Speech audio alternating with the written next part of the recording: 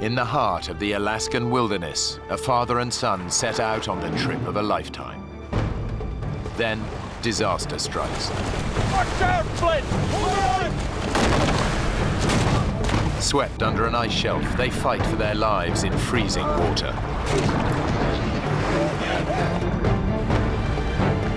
Dad, you're gonna swim! They've lost everything and are at the mercy of prowling predators. The son faces a terrible dilemma. Stay with his father and wait for a rescue that may never come, or leave him and risk hiking out through 60 miles of dangerous terrain for help.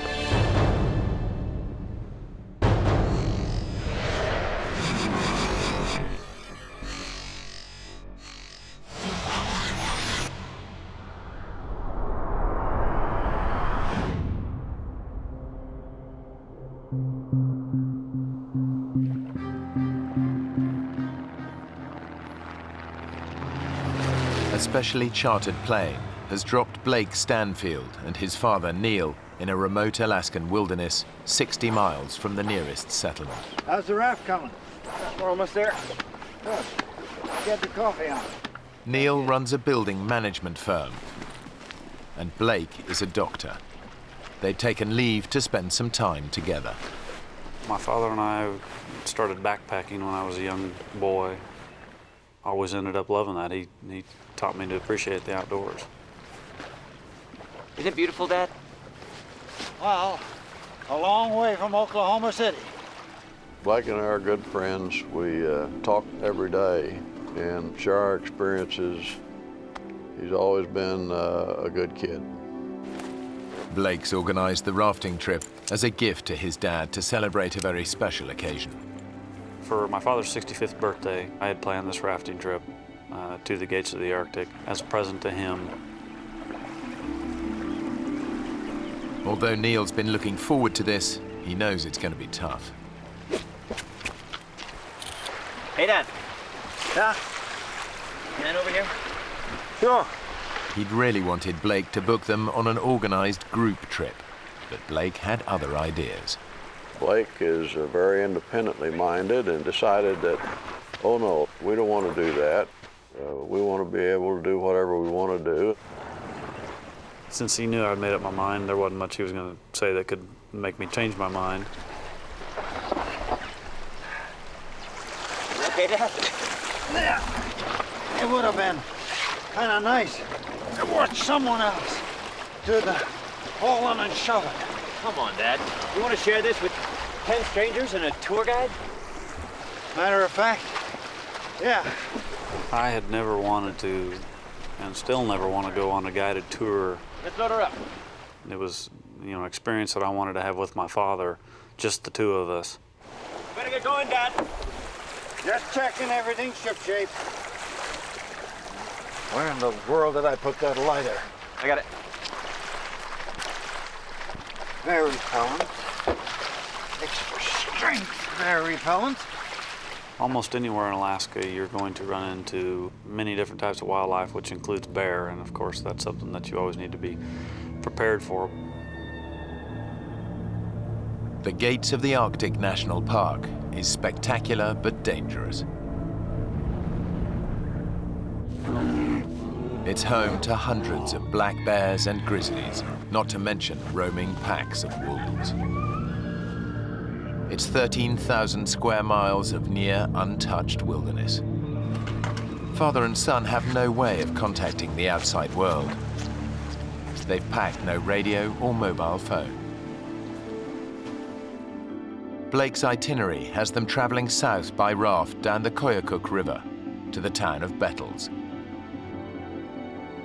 It should take around 6 days. Let's go!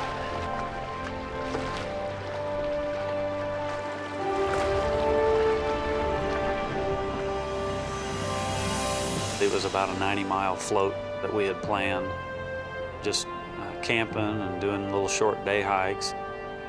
We were just going to have fun. Oh, it's beautiful. Isn't it? Thanks, son. A wonderful, wonderful birthday present. Most of our conversation was just how amazed we were with the beauty that we were surrounded by and how remote it was and how quiet it was.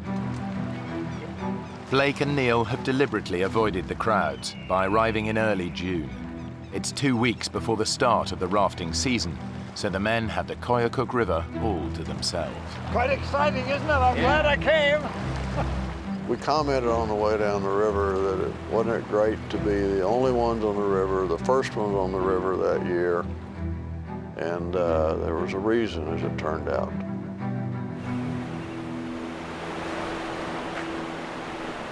They've been rafting for just a couple of hours when they notice that the river is changing. Blake, ice. Oh, yeah. Thought it would all be melted by now. Yeah, me too. For 6 months of the year, the rivers are choked with ice. During the summer, it all melts. But this early in the season, some patches have yet to thaw. The longer we floated, the more ice we actually started to encounter. It doesn't look like it's going to let up. Do you think we ought to stop this thing? The current's picking up speed, and Blake struggles to control the raft. I kept trying to look around the corner, hoping to find, which way we were going to be going. And that's when I realized that actually we didn't have a choice where we were going. The men are at the mercy of the current. We're going to have to pull in and stop this. I'm trying, Dad. I can't slow it down, though.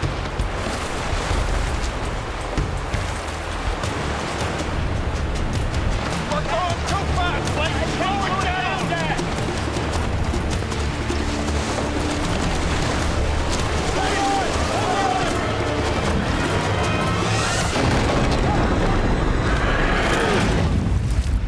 It was sheer panic at the time, and it happened so quickly there wasn't much time at all to think. The next thing I actually remember was being pulled right underneath the ice. There was so little time to realize what had happened, except that it was a real problem.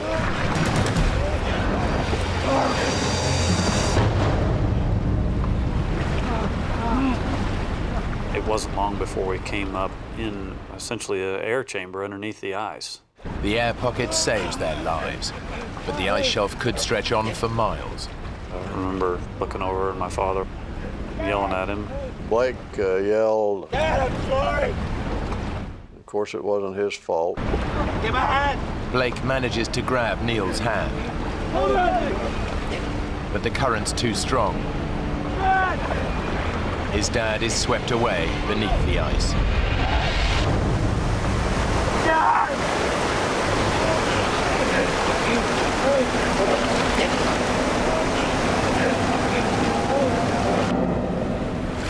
The men are spat out from under the ice shelf, but their ordeal isn't over yet. We were being carried rapidly toward the second ice shelf. I saw it coming. I reached up and grabbed it to try to prevent from going under it. Of course, the river was such that I was carried underneath. The roof of this ice shelf is even lower than the last. And the second ice shelf had no room to breathe. I really thought I had taken my last breath. My father and I both ended up with a lot of abrasions to the top of our heads because we kept trying to come up to the air that we were hoping was there. I've never thought of a worse way of dying than drowning, and was certainly thinking that that is how I was going to die. After being under that water for what seemed like an eternity, I just remember popping out, taking in a nice big breath of air.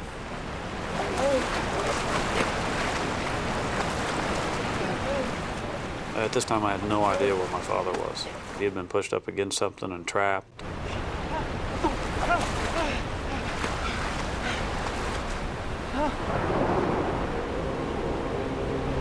Dad! Dad! Dad! how I would have been able to face my mother and the rest of my family, letting them know that my father had perished, you know, when I had made it.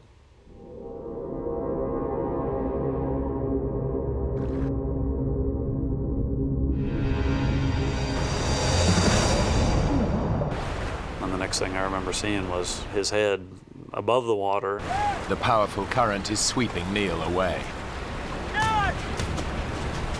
It didn't appear like he was making any attempt to get out of the river. And for all I knew, he was injured and couldn't. Neil's disorientated, but somehow he catches hold of a rock and hauls himself out. Dad, you're gonna freeze! Blake knows that his dad has got to get to shore fast before he's paralyzed by cold and shock. Trying to swim! And Blake, in the meantime, is yelling at me, and I can't hear him above the roar of the river. Trying to swim for it! Hey, here you go! So eventually I managed to get my breath long enough to tell him to shut up.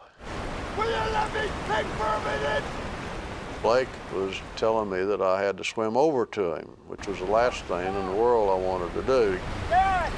Come get! Getting back in the river is dangerous. But Blake knows it's his dad's only chance. Come on, Dad! You can do it! You can do it, Dad! Dad!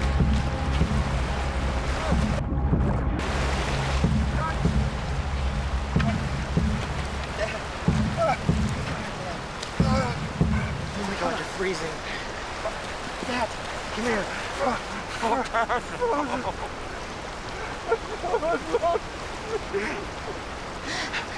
I'm so sorry, Dad. It's okay. It's okay. It was just bad luck. Bad luck. As a doctor, Blake knows that his dad's in the first stages of hypothermia. I thought you were gone. The second I got him out, I realized he was shaking uncontrollably. It was mild seizure-like.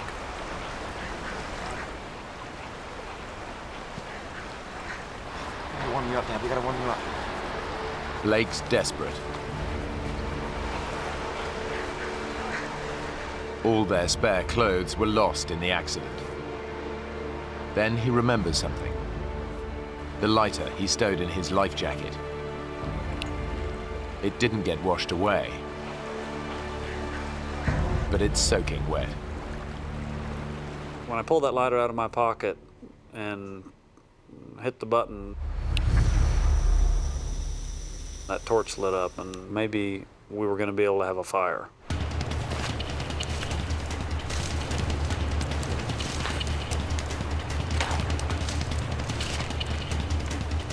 I knew that we had to get a fire started. We had to get him out of those cold, wet clothes. We gotta get you dry.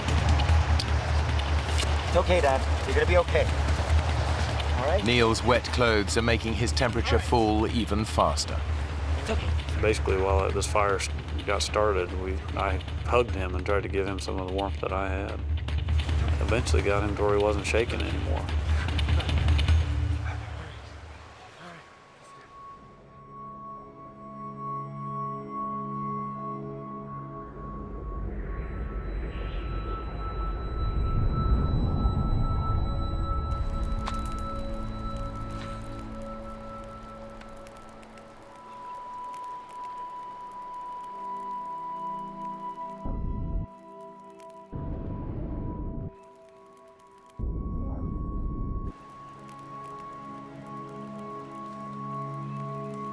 Blake had in his life vest a picture of his wife and son, and been so worried about ever seeing them again.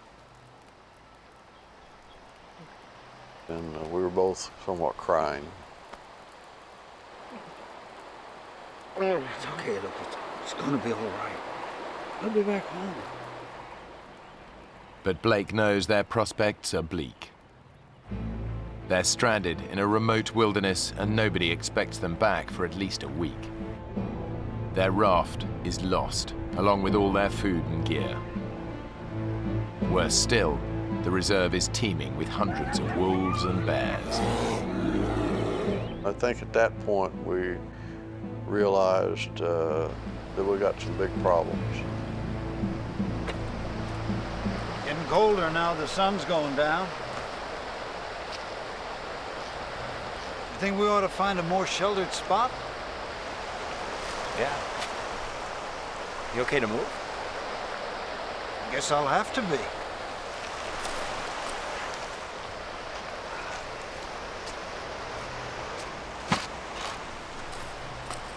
What are you doing? Show people where we're going. Pity there'll be no one to see it. Come on now. Blake and Neil set off to look for shelter. Blake lost his boots in the accident, but his pace still leaves his father lagging behind.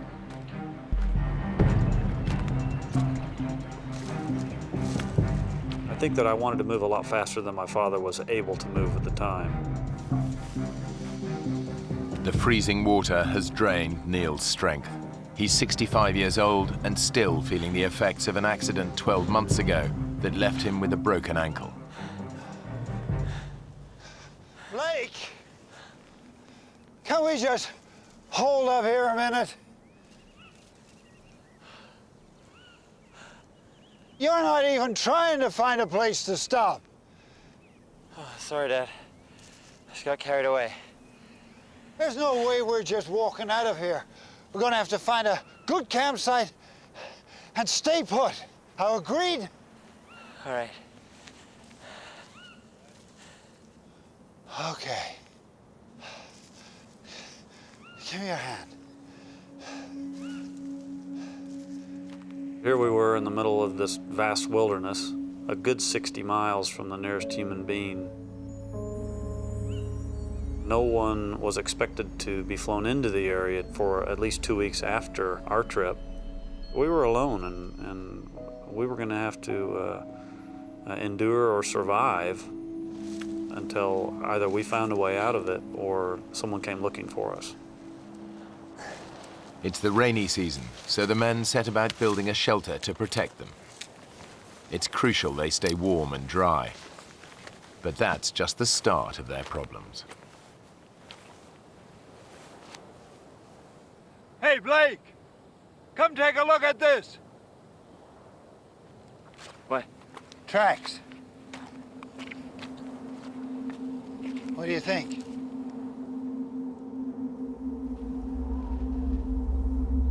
Black bear?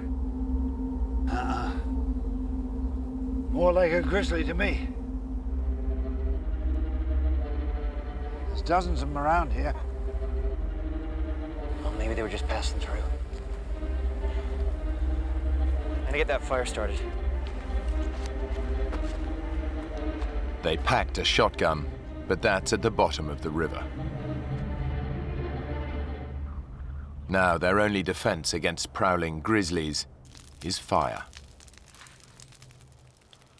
Their ordeal has left Neil and Blake battered and bruised. Now they have to contend with the cold. We got enough wood? Yeah, we got lots. You get closer to the fire. I'm warm enough. There. My father and I took turns laying towards the front of the shelter where the fire was. Try and get some sleep, okay? Yeah. And then whoever was laying in back would bear hug the person in front. Sleeping won't be easy.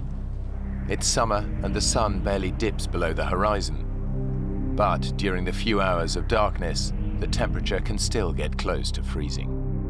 I shivered myself to sleep, because I'm sure my clothes were still damp.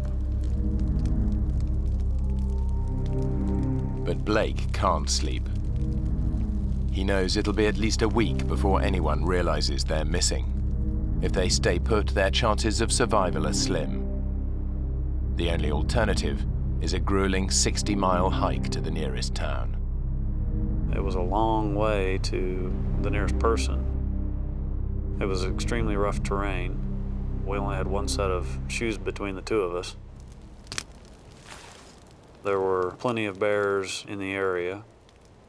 It was hard to take in the severity of the predicament that we were in.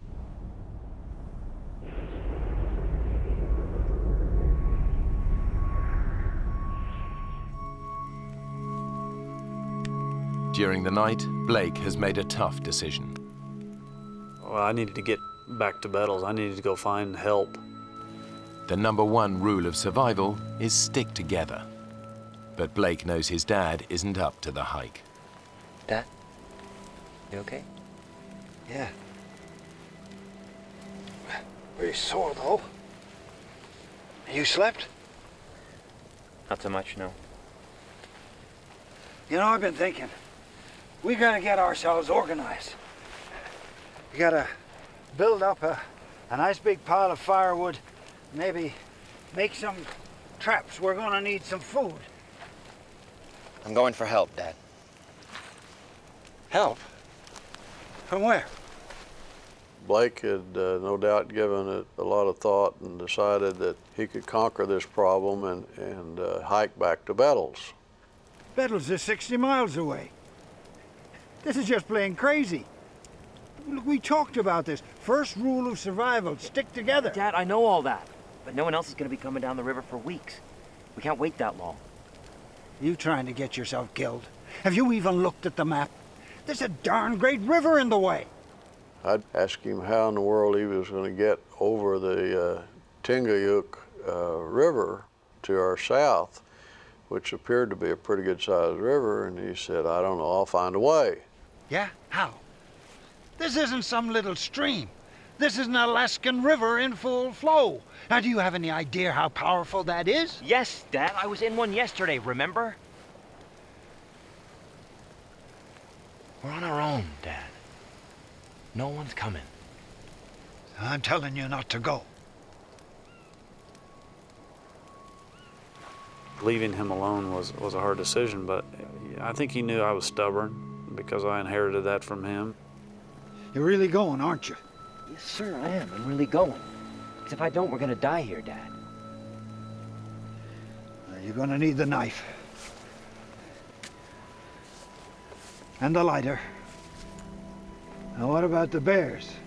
You saw all those tracks. Well, you got the fire. That should keep them away. I meant you, son. What about the bears? I love you, Dad.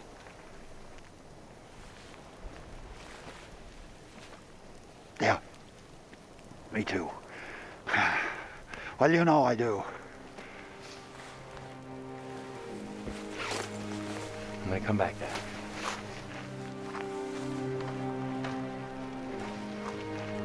Now, don't get yourself killed, you hear? I was emotional when he left. I felt alone and very concerned about being alone, but probably more worried about him and what he might encounter.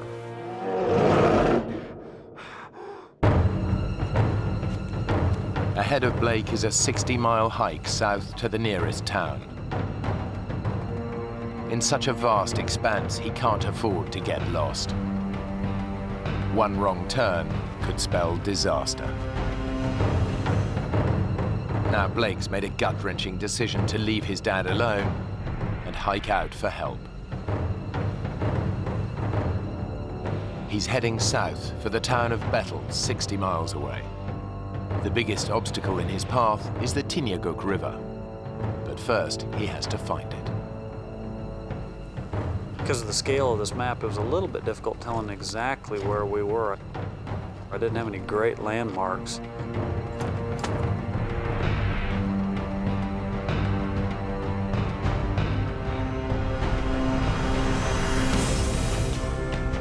The hiking is taking it out of Blake. The ground is rough and uneven, and he hasn't eaten for over 24 hours.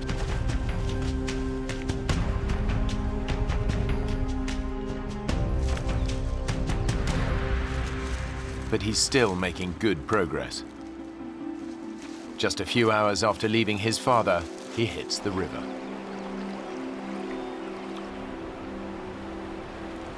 His dad warned him that crossing it would be impossible. It's freezing cold and fast running. He could even be dragged under another ice shelf. But Blake promised to get help, and the only way he can do that is to plunge in. As soon as I started to cross, the water was flowing fast enough that I realized I was just going to have to jump and swim over to the other side.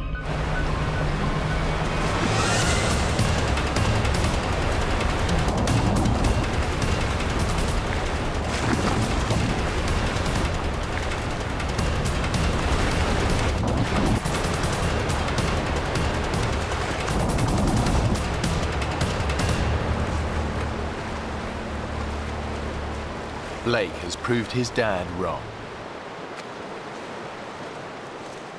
With the river behind him, it should be a straightforward hike to Bettles.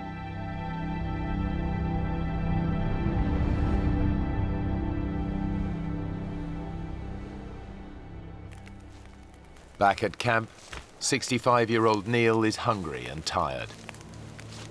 But he can't rest. Blake has their only lighter, so Neil's got to keep the fire alight. It's his only source of warmth and his sole defense against the bears. The difficulty of keeping the fire going was essentially being able to walk with only stocking foot waders on really rocky soil. Neil hopes the fire will be enough to keep the bears and wolves at bay, but he also shouts to try to discourage an attack. Anybody home? Oh, I'm down and join me. Despite his hardships, what really preys on his mind is what might be happening to his son. I was very worried about Blake and what he might have run into.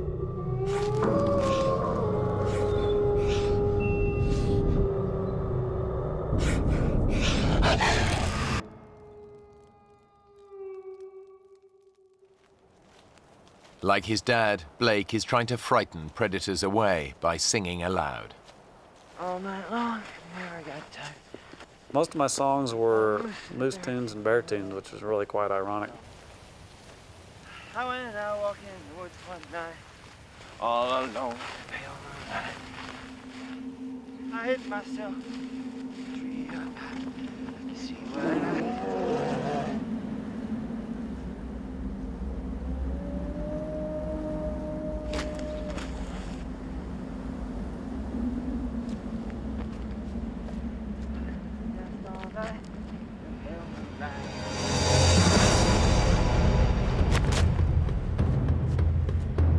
Suddenly, Blake comes face to face with a grizzly bear.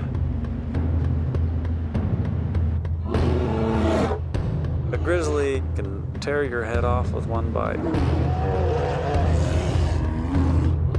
but their claws can rip holes through you like nobody's business, so you don't want to mess with them. The bear is some way off, but even the slightest sound could alert it to Blake's presence.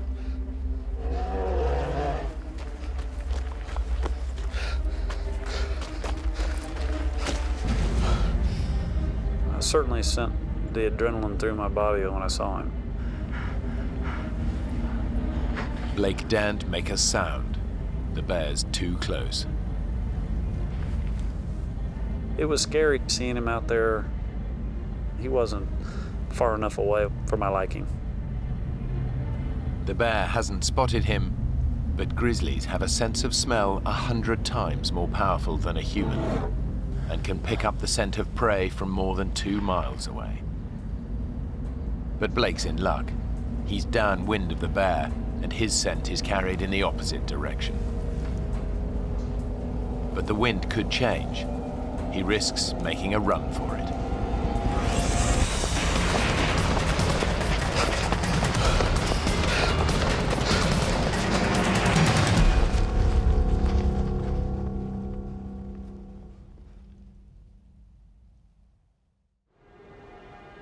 It's a lucky escape, but there's still a long way to go.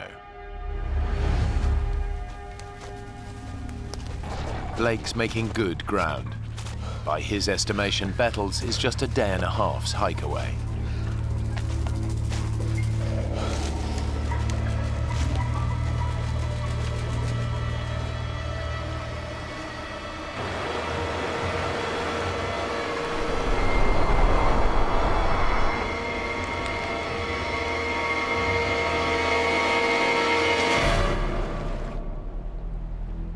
This is the Tinyaguk River, the one Blake thought he'd crossed earlier that day. But that was just a minor tributary. His father was right. The Tinyaguk is just too huge to cross. There's no way he can reach Bettles. I kind of lost a lot of that optimism that I had as soon as I saw that there was no way to cross this thing, because it was so wide and so swiftly moving and so cold. It's a dead end. Blake defied his father and the basic rules of survival by hiking off by himself.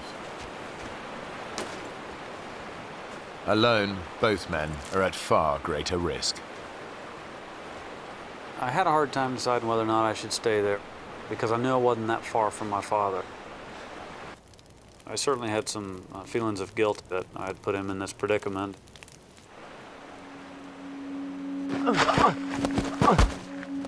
Now the mental and physical strain of the last 2 days finally catches up with him. I realized I needed to rest. That was something my body was asking for at the time, because it had been a long sludge.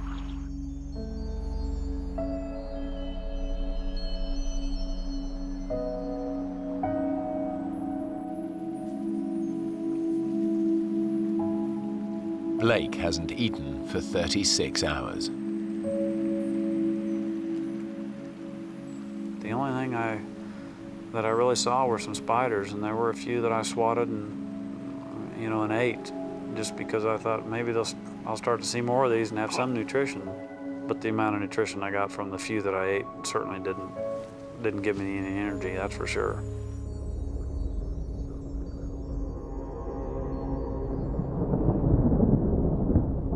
I was awakened by some raindrops that were hitting me on the face. I was worried about my father because, he would have gotten just as wet. He didn't have a lighter to restart a fire had his gone out. In the rainy season, downpours can be intense. If the fire goes out, Neil risks bear attack and hypothermia. The possibility of rain was a real problem. It would put out a fire, and there wasn't any way to keep a fire going. And that's what I had to try to do. The rain clouds blow over. Now Neil faces his first night alone in a wilderness bristling with predators.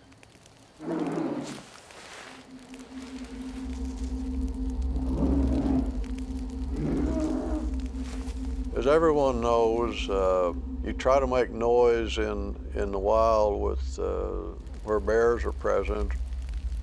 I said a lot of stupid things in order to make noise, and one of them was, "I'm the king of this valley. Everyone who lives here at my pleasure." You want to see me, you have to go through my nights. Blake, where are you? I hope you're all right, Blake. I want to see you back here. His only defense against bears and wolves is his fire. And the difficulty of keeping the fire going was staying awake enough. I would wake up in the middle of the night and maybe have a problem and have to work to get her going again. If the fire goes out, Neil is in big trouble.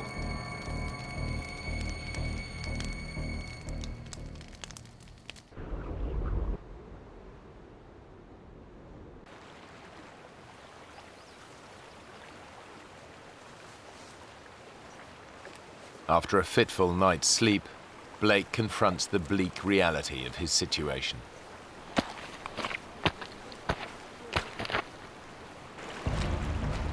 I was distraught when I realized that there's pretty much no way to get to Bettles. I was a long way from what I'd hoped to be my final destination. But he has one slim hope. I kept thinking about the fact that these bush pilots fly up and down these rivers, so they might be flying directly overhead. If he can make himself more visible, he might be spotted by one of these passing planes. Despite his weakened state, he starts to gather driftwood for a signal fire. I actually set one of these log jams on fire, hoping that someone might see the smoke. But even this simple plan fails. Every time I looked up into the sky, the smoke wasn't very white and smoky like you always see in the TV shows. You know, it wasn't that noticeable.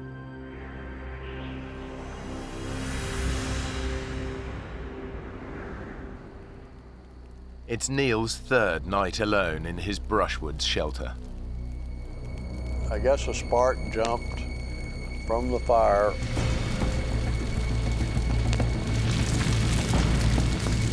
All of a sudden, there was a fire going on right above my head, and I'm talking like 18 inches above my head. So I had to get out of there fast. He can only watch, helpless as his precious shelter burns to the ground.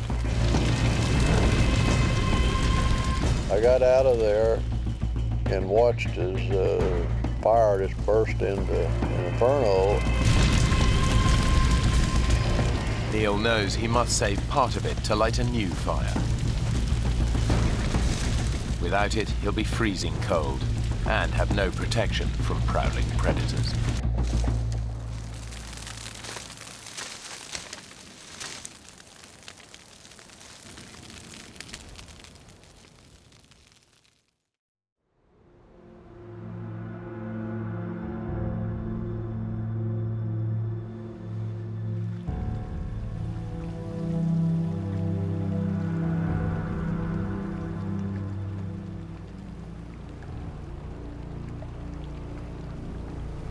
During the night, meltwater has flooded the river.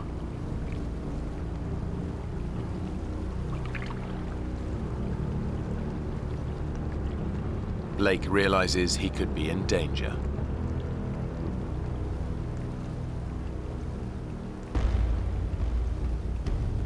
When I realized that the river was rising that quickly, I moved up into the forest because I was worried that I was actually going to end up on a small island out there and be trapped by water on all sides. Upriver, Neil is exhausted and hungry.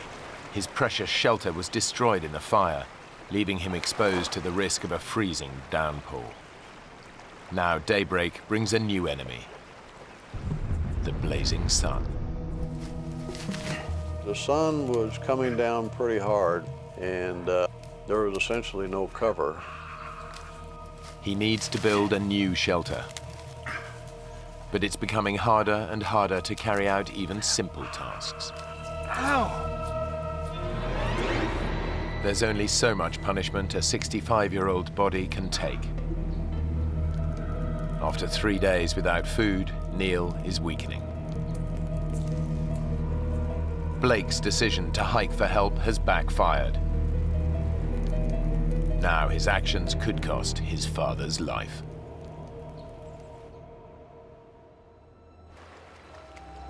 Now Blake is gambling that staying by a major river will increase his chances of being spotted by local pilots. But since nobody knows they're missing, his chances of being rescued are slim.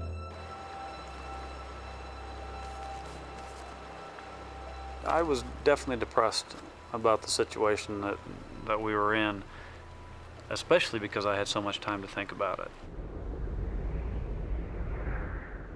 Blake endures another day and night helplessly waiting. his constant fear that his dad hasn't survived his ordeal.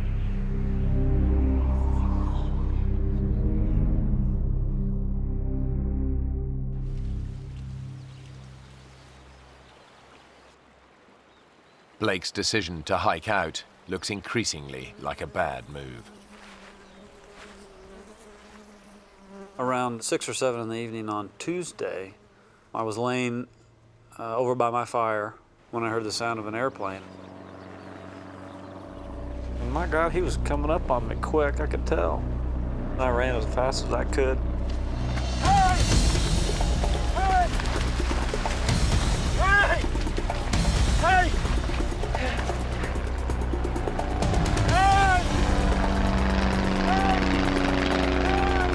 I realized that he spotted me. He'd spotted me.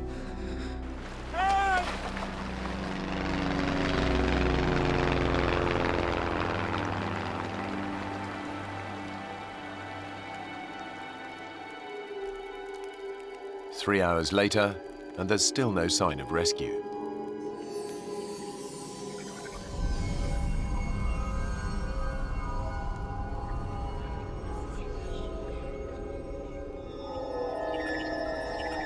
Boy, after a while, I started thinking, did I just hallucinate? Did I imagine that plane? If help doesn't come soon, Blake knows they're as good as dead.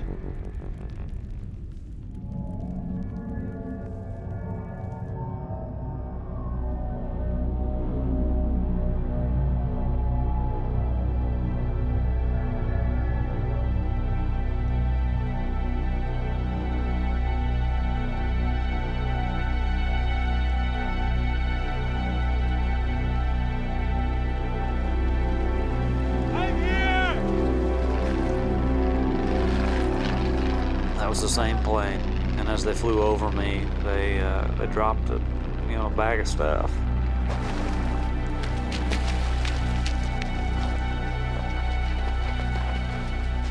The bag contains supplies and a walkie-talkie.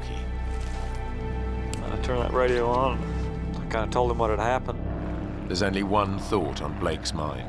Please hurry! You gotta go find my dad! He's 15 miles upstream. There'll be a fire going. Just see a fire. The pilot launches an aerial search for Neil. And Tango, where are you guys at? Okay, we're gonna head north. A plane reaches the right area within 10 minutes. Neil's camp should be easy to spot. But when the pilot reports back to Blake, the news is bad.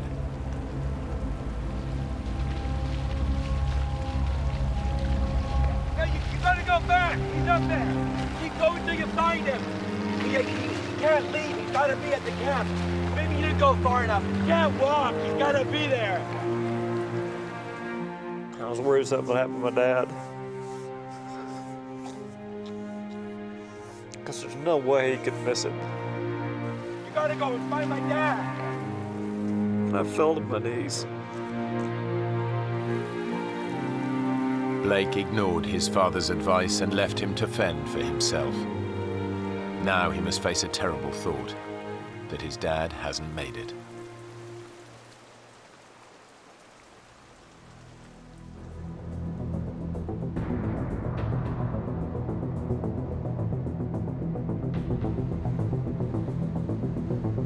The aerial search continues. But in such a vast wilderness, Neil's camp is proving hard to locate.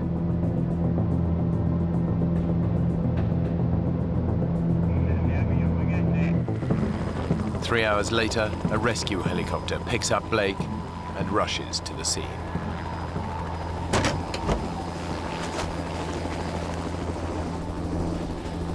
Neil! Neil! You okay?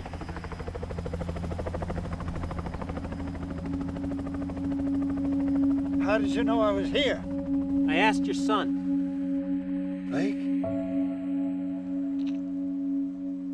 He climbed in that helicopter.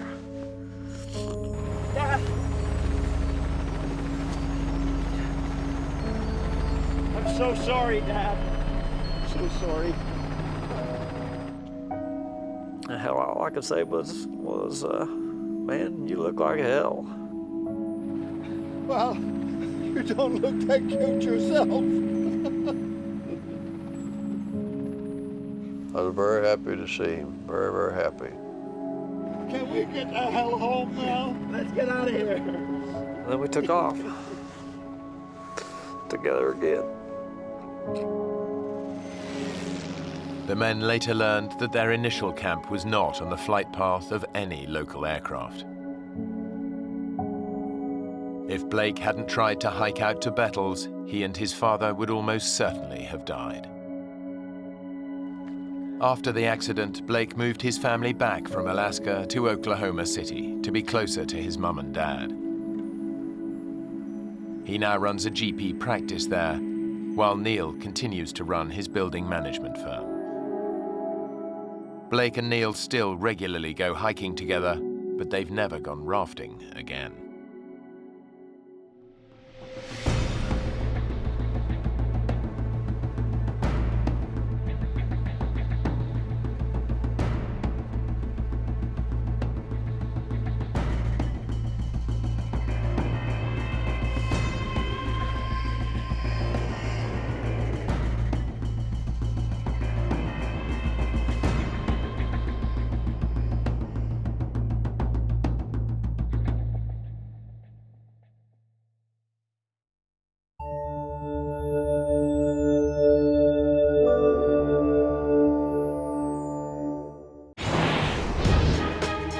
In the depths of a Utah canyon, a weekend of bonding between two brothers turns into a nightmare. A simple mistake leaves one brother badly injured. It was the worst pain I'd ever felt in my life. Soaking, frozen, and miles from the canyon's exit, the other has no choice but to find a way out, alone in the dark. It just continued to get worse and worse and worse. But in such perilous terrain, can he even escape, let alone bring help before the sub-zero conditions kill his injured brother?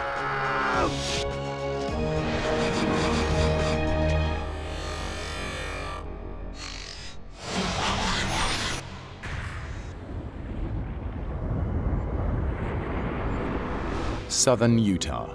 This iconic western landscape is the result of 25 million years of sandstone erosion, which have left deep canyons littered with boulders and pools of freezing water.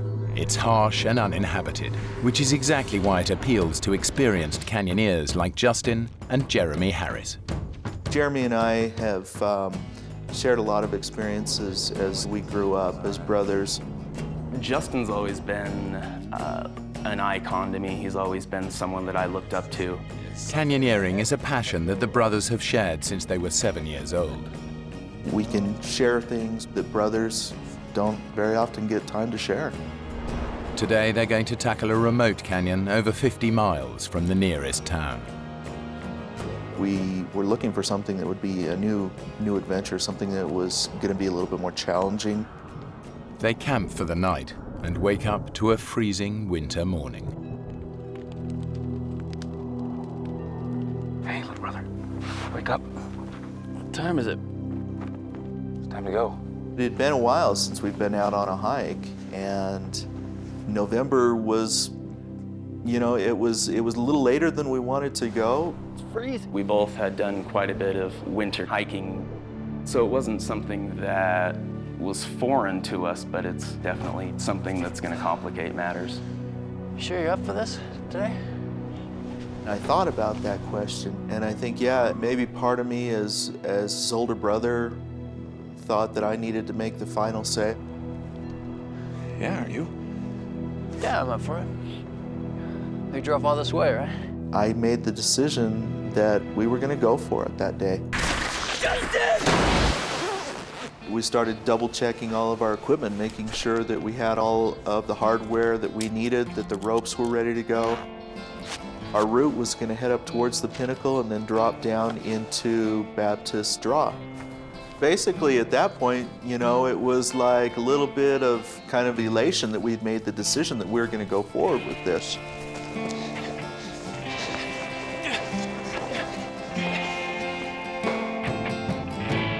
As they race towards the canyon's entrance, it's Jeremy, the younger brother, who's at a disadvantage. As a child, he suffered from a debilitating hip condition that led to a full hip replacement when he was only 21. All of my growing up years, it was something that dictated what I was able to do and what I wasn't able to do. Hip acting up? It's never liked the cold. Jeremy's really suffered, and I was always a little bit in awe of the fact that with his artificial hip, he would push himself, and he would find a trail, or he would find a new peak that he hadn't climbed yet. The brothers plan to follow a circular route. The descent into Upper Chute Canyon will take them 500 feet below the surface.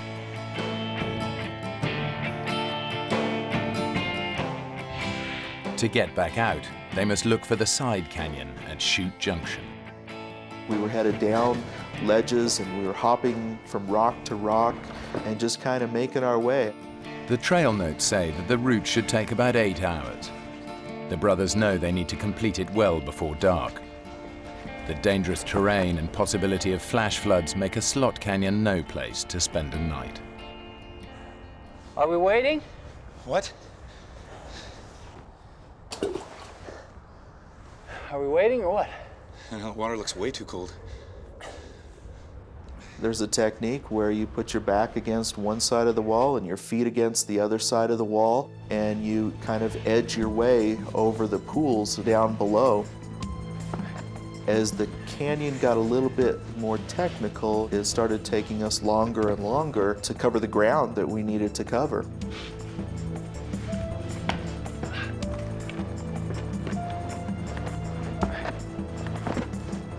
I didn't get too concerned about the pace that we were making until we got to the rappel. Is this it? That's it. The drop is too steep just to scramble down. They'll need to use ropes. I could feel the cold wind blowing up into the canyon, and I was starting to get nervous at that point. Justin had not rappelled ever before, had never even put a harness on. How far down do you think that is? 6,000 to 7,000 feet at least. You know, you're my least favorite brother. I know.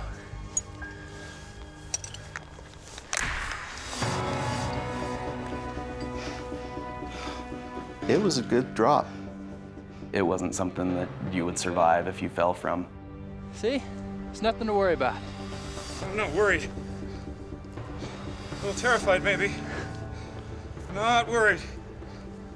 You'll be fine. Jeremy was getting quiet at that point, and I don't know if he was having some of the same thoughts I was having about what was happening and how long it was taking us to do this, but I know that things got really, really serious for us.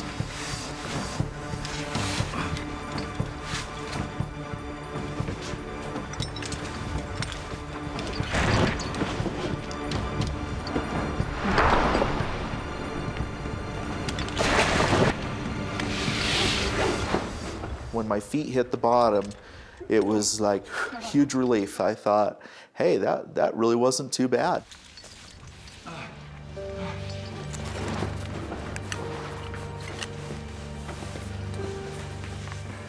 The scary element about technical canyoneering is once you go over a rappel, unless you leave your climbing rope there, you have no way back out. You have no choice but to continue. The canyon has proven to be far more difficult than the brothers expected. They're now hours behind schedule. The tension was increasing, the pressure was on. We really needed to get a move on.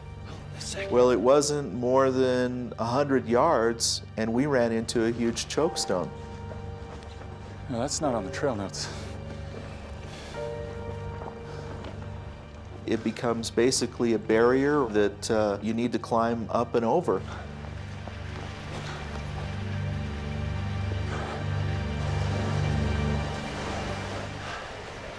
Got some water.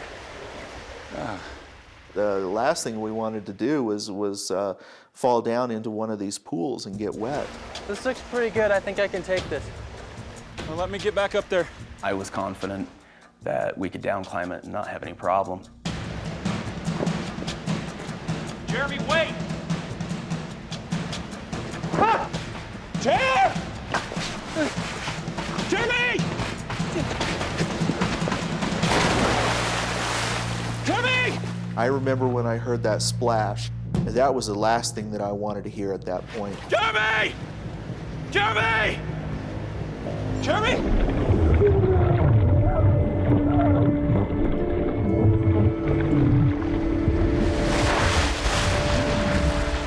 Jeremy, are you okay?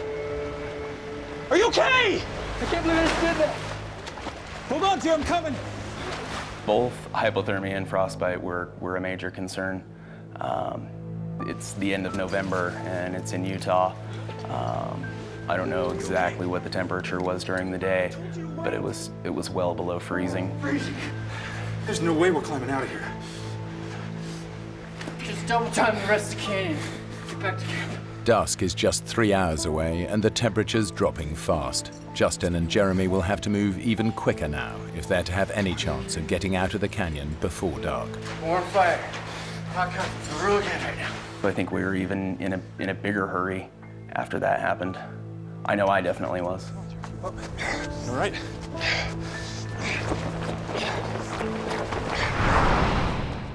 Now the weather, which has been deteriorating all day, takes a dramatic turn for the worse.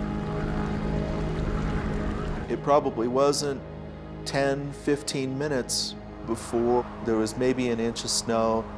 It was very cold.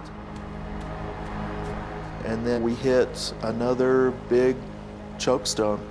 I remember looking down over the back of it and looking at that pool and thinking, oh great, water again. You think this canyon has something against us, do you? Yeah, I think it might just. It was a very tricky down climb, even though it wasn't far. There were very few handholds and very few places to stand on the way down. And footing was a little slippery because of the snow.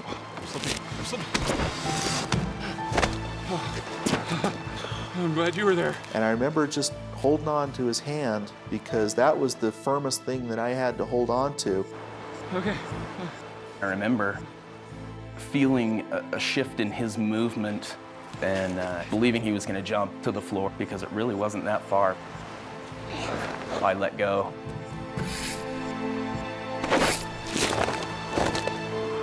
And the next thing I know, I'm basically falling.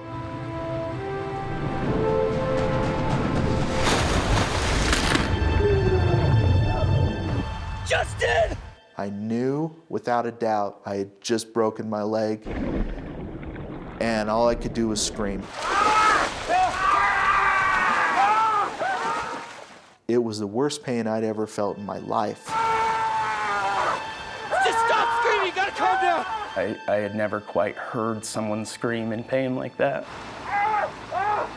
It was a really helpless feeling to hear him scream like that in pain and not be able to do anything for him. Just take it easy, bro!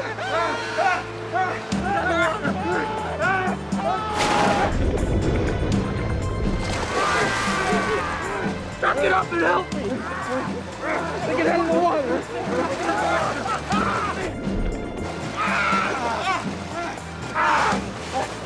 Come on! And I could really feel how bad he was hurt. It was very obvious that that there were things in places where they shouldn't be. It's really bad, Justin. Justin's shin bone is shattered in 6 places. Internal bleeding is already restricting blood flow to other parts of his body. They don't know it, but this injury could kill him. Okay. What time is it? I remember thinking that my brother has an artificial hip. He can't carry me out. I can't walk out. I can't crawl out, and I'm stuck here. We're gonna get through this. You think? If I was going to get out of there, it was going to be up to Jeremy. That was really hard to be the one to take charge, because forever before, he was the person that I would look to when I didn't know what to do. 455, check back to the car. When I looked in Jeremy's eyes, I could tell just how scared he was. Really bad. You got maybe an hour of light. I was gonna leave him there and hike out, which is really hard to do, for the fact that, one, it's my brother that I know and love very much, and two, that real soon I'm gonna be by myself. Okay, you're gonna have to move me. Up against the wall, out of the wind. You ready? Okay, just do it, do it! I think both of us knew just how serious of a situation we were in. Justin's in real danger. Between his injured leg and the freezing temperatures, his chances of survival decrease with every passing hour. Jeremy needs to move on. It's another 4 miles to the side canyon exit, and the light is fading fast. That's the side canyon there, right? I'll just crow's nest it up here, double time it back to the car, call for help. Just take it one step at a time. How you feeling? Good, considering I've never been this scared.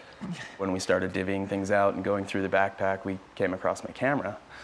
And one of the last things that we did was take a picture of each other, because I remember saying, well, we better take a picture of each other if we don't ever see each other again.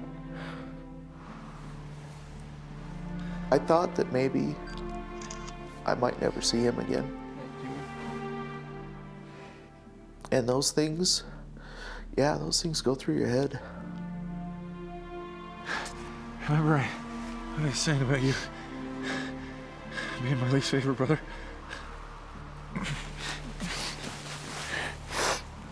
I never liked you much either.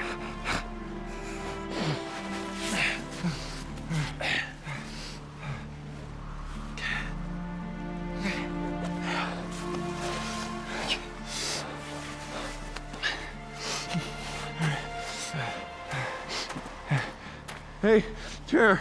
Yeah. Yeah. How do you think the hike's going so far?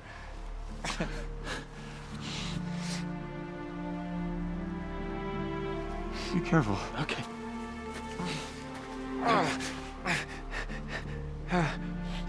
I could see him for a while before he went out of sight. And I remember telling him, think happy thoughts. And you can do it. According to the trail notes, Jeremy should be out of the canyon in 4 hours. But so far, the route has proven more difficult and far slower than expected. I think we were both pretty confident that I was going to be out soon and I could call someone and we'd get him out of that canyon.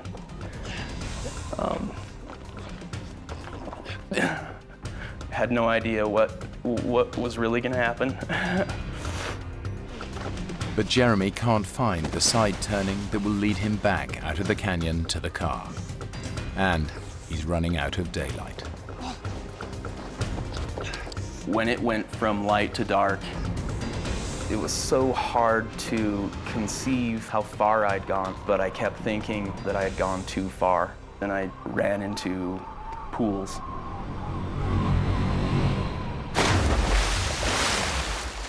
And lots of them. At that point, I didn't have a choice whether I was going to get wet or not. What I was looking for was the last canyon that would take me back to near where we started. And I had these trail notes in a pocket on the side of my leg, which was open. It was unzipped and didn't realize that. I looked down and watched water wash into that pocket and wash my trail notes out. It's so murky and so muddy, you can't see anything in it. but just probing through the water with my hands trying to find it, I couldn't find it. So I continued on. It's been 5 hours since Jeremy left his brother, and there's still no sign of the side canyon.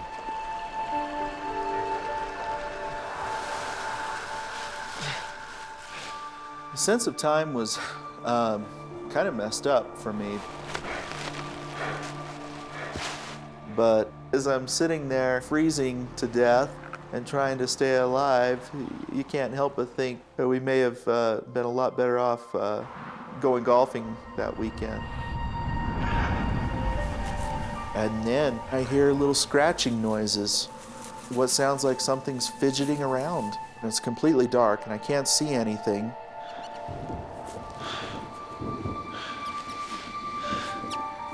Hey. What are you doing down here? As soon as I located this little guy, it was kind of great to have somebody there with me, even if it was a little mouse. A nut? A raisin? A freeze-dried banana? Get some of that in here.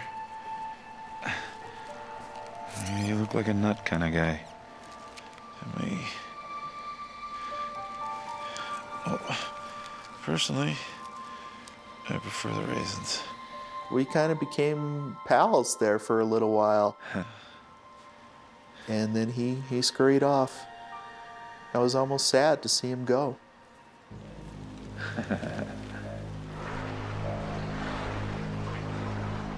Jeremy has now been searching for the side canyon exit for more than 9 hours. When you're in a pool of water that's that cold and you're having to put out that much energy, it's exhausting. He is disoriented by the darkness, wet and freezing cold. The physical and mental punishment is becoming unbearable.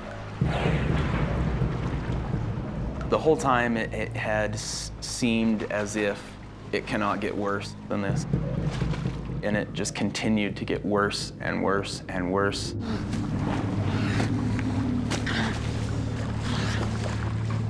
It was so cold outside that I wasn't really wet, more like frozen. And I would have these clods of ice that would build up that I would have to break off in order to just continue moving. Jeremy is close to collapse. He desperately needs to rest and dry out. I decided it was time to rest. And there was driftwood that looked dry, and built a very large fire, a fire that's about 4 times the size as I would normally build. But it was so cold that I had to be so close to the fire to get warmth from it. Almost had to lay in it. I just wanted to feel dry for a minute. And at the same time, it was very hard to do. I felt really guilty stopping and building a fire. More guilty than I'd ever felt before. Jeremy needs to get going again as soon as he can, but exhaustion gets the better of him, and before he knows it, he's passed out next to the fire.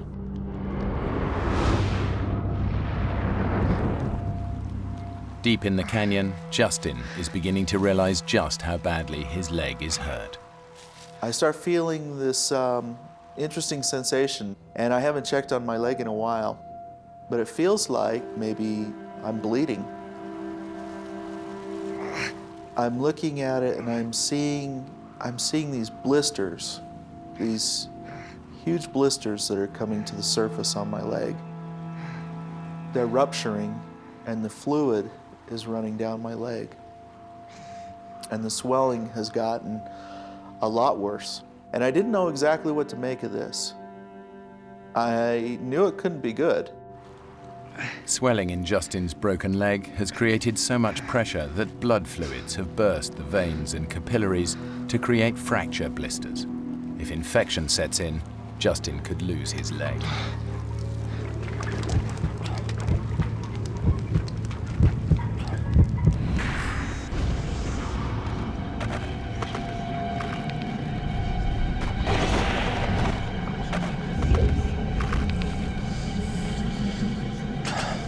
Hey, little brother.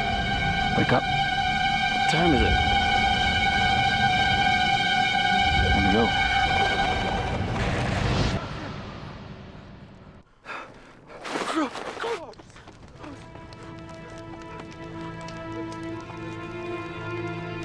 I burnt almost everything. Burnt my pants and burnt my jacket, but thankfully didn't start on fire myself. So I put myself together and headed back to where I'd left off. Jeremy should have been out of the canyon by now, but in the dark and without trail notes, he has missed the side canyon exit.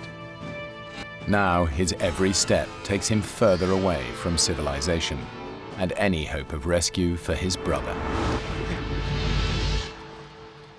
Justin is starting to succumb to the effects of immobility and bitter cold. He can feel himself slipping into unconsciousness. I know that if I fall asleep, if I get too comfortable, I might not wake up. And I'm thinking, I have to come up with something that's going to keep me sharp, that's going to keep me from going into shock. And so I'm sitting there and I'm thinking about my family, my wife, and my 4 children. And the thought comes to me, just repeat over and over again their names and their birth dates. Madison Patricia Harris. April 5th, 2000. Tanner Justin Harris. July 28th, 1996. Mackenzie Susan Harris. Mackenzie Susan Harris. May 1st, 1995. And my oldest boy, Skylar Christopher Harris. Skylar Christopher Harris, December 3rd. And I knew if I can do this 100 times and I don't get anything wrong and I don't forget what I'm doing, then I'm doing okay.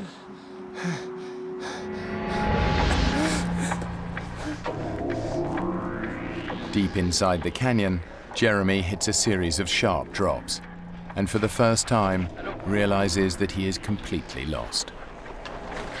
I'm going the wrong way.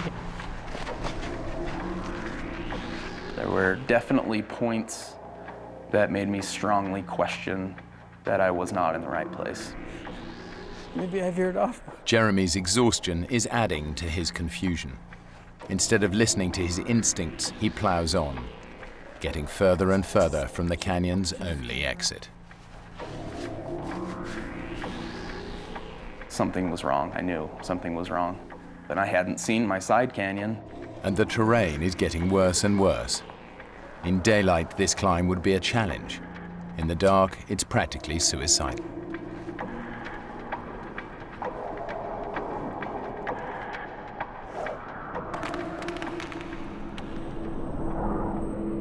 Patricia Harris. April 5th, 2000. Mackenzie Susan Harris. Mackenzie Susan Harris. May 1st, 1995. Skylar Christopher Harris. December 3rd. Patricia Harris. I got stuck. And all of a sudden I realized that one of my worst fears is happening, that I might be starting to lose grip on the situation. And that really scared me. And so as painful as it was, I pretty much forced myself to stand up and endure some pain to try and get my system in check.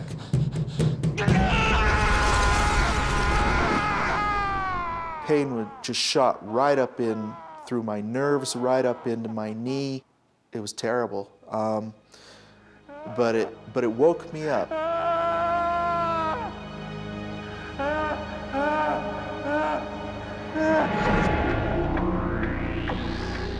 The way I'm going, that's the way.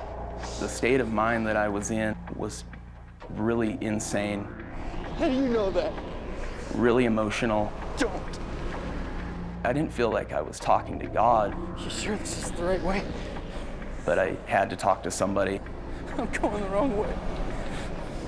You know, have moments consumed by negative thoughts. What if Justin hasn't made it? You know, why is he sitting there and not me? I'm out there, and it seems like it's been forever since Jeremy's left. And ever so subtly, I start to see changes in the light. And high above me, it looks maybe a little bit differently.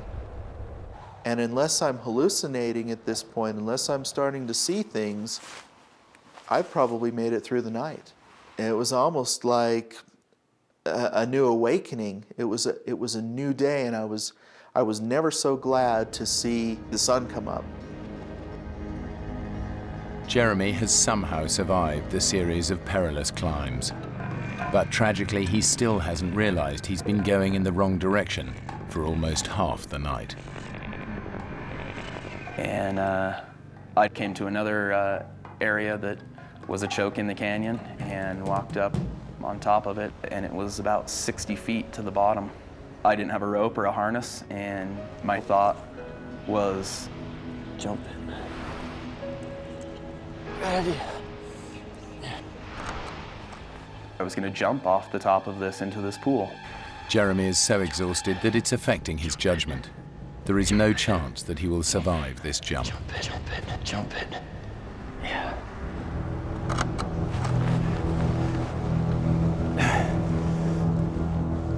And I picked up this rock and threw it off. I remember watching that rock fall through the air and hit the pool. I instantly, my mind switched. I was like, no, what are you thinking? That's impossible. That's ridiculous. I don't know how much more this I can take. Immediately, my thoughts reversed, and my plan changed to go back to Justin. It's a dead end. All that Jeremy wants to do now is get back to his brother. Ironically, for the first time in almost 12 hours, he's going the right way. And then I realized what it was going to take to get back there. He's got to climb back up the cliffs that last night he risked his life scrambling down. It was literally having to do the impossible.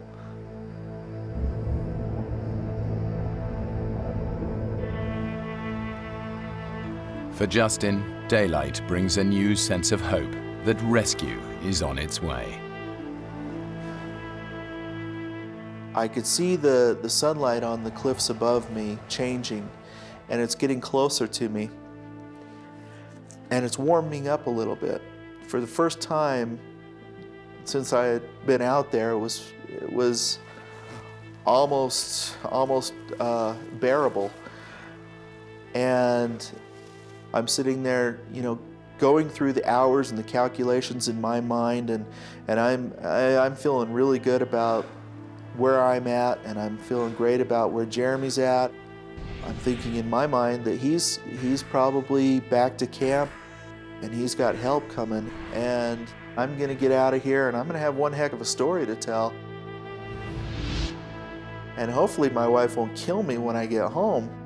And I'm laying there, and I'm just about as relaxed as I've been the whole time. And then the sun goes away.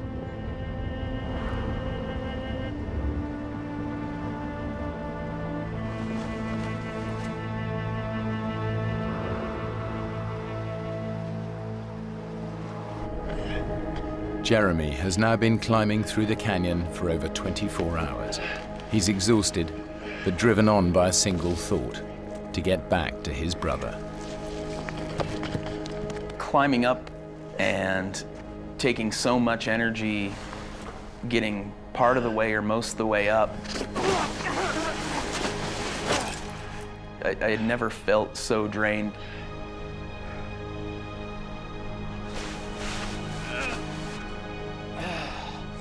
It was extremely hard to climb.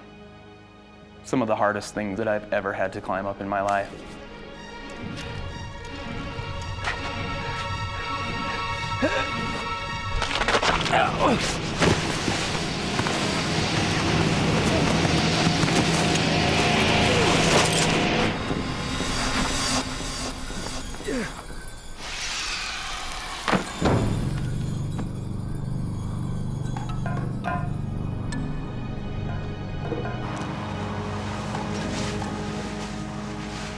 I'm thinking that by now I should have seen somebody.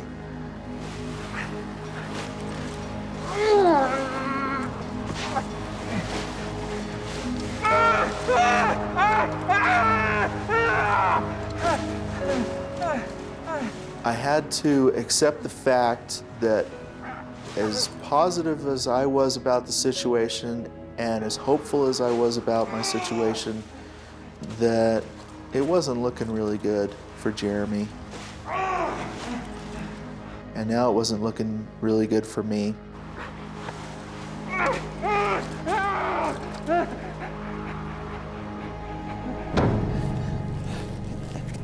Looking back on it, climbing up these pour-offs, what I remember of it, maybe faced with knowing that it was impossible, I was able to find strength inside me somewhere and abilities that I didn't believe I had or existed.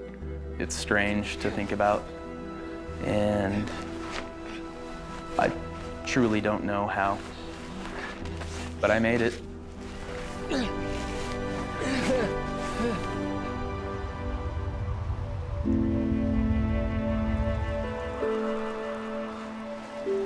Jeremy? Jeremy!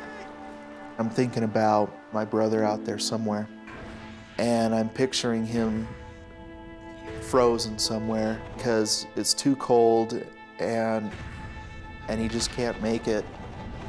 And I'm starting to lose hope. And I started to think that maybe he was dead.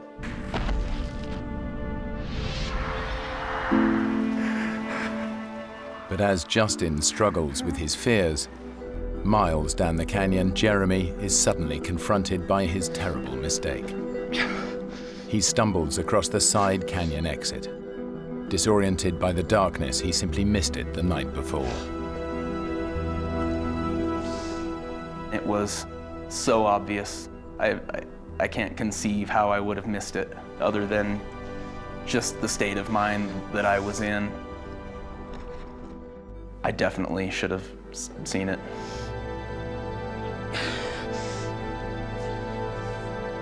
Finally, Jeremy has a chance of escaping from the canyon and getting help for his brother.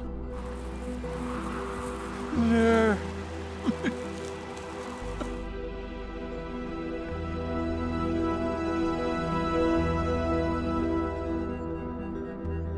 The brothers' camp should be 20 minutes from the side canyon exit, but after 2 hours of searching, he still can't find it. I really wasn't sure where camp was at. My tent has a yellow rain fly over it, a bright yellow rain fly, and Justin's car is red. And off in the distance, I saw red and yellow, and I saw it as clear as day. And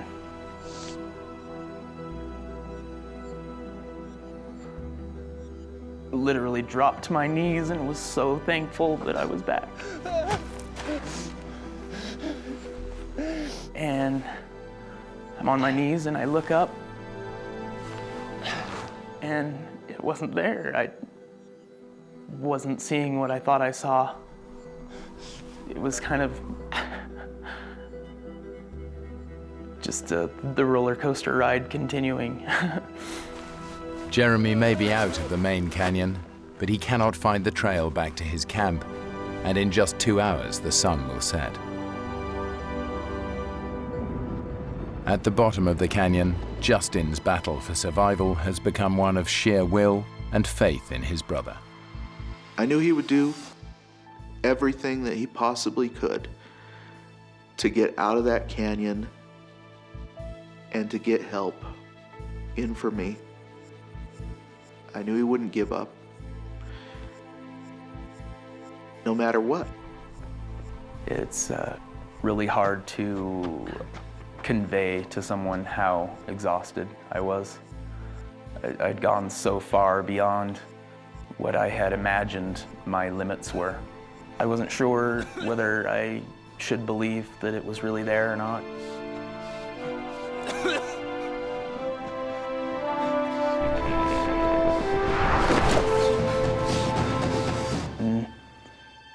approached it, and it really was.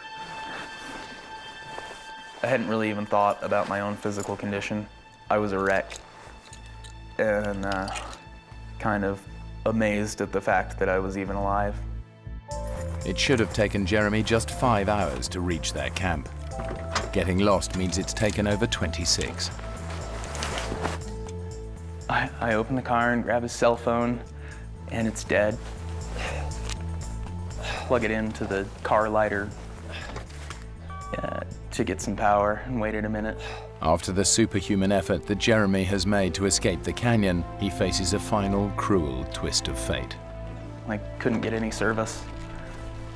I remember holding the phone up over the top of the car and couldn't get a signal. As Jeremy tries to get through to help, Justin is struggling just to get from 1 hour to the next. All you want to do is lay down and just go to sleep for a little while. And I thought about just how easy that would be. And I'm hoping that I can go through another hour. I can get through 2 hours, and then you get through that hour, and time passes. Justin is beginning to realize that he faces another night in the canyon, a night he does not expect to survive.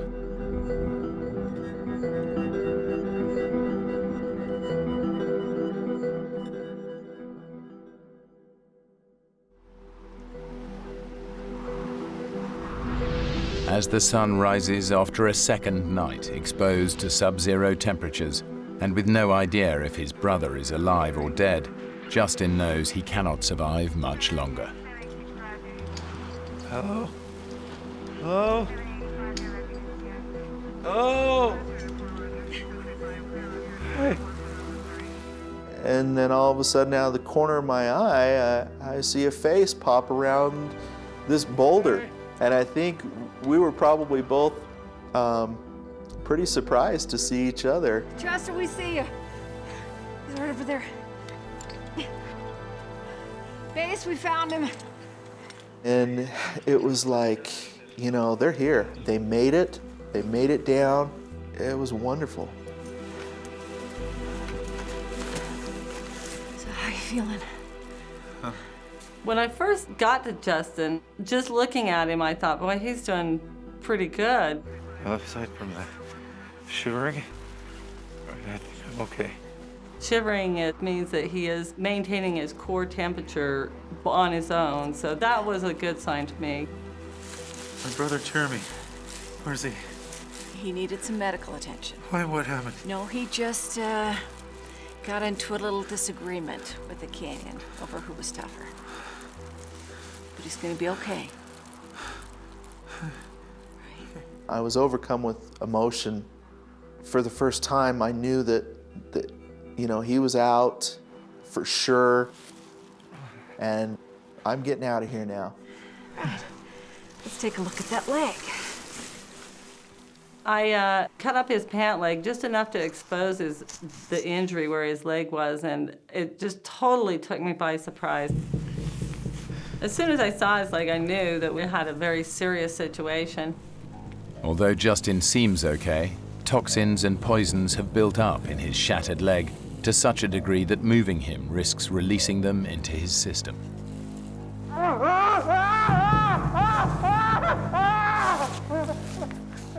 When your blood doesn't circulate down through your body continuously, acids build up in your body, and if they are rapidly released back into the system, they'll go to your heart and it'll kill you.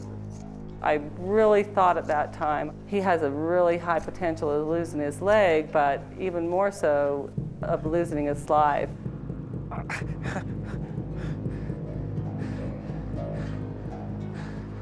How bad is it? I'm gonna get you some morphine before we move you. At that point, I knew that it really was bad. I need to get my patient out of here right now.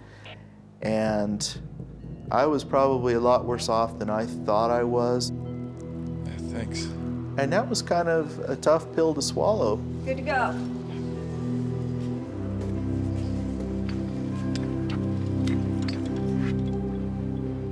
I'm laying flat on my back, and you know, for the first time, I'm getting a pretty good view of the canyon that we came down to see, and so I'm kind of looking around, and it's a nice canyon.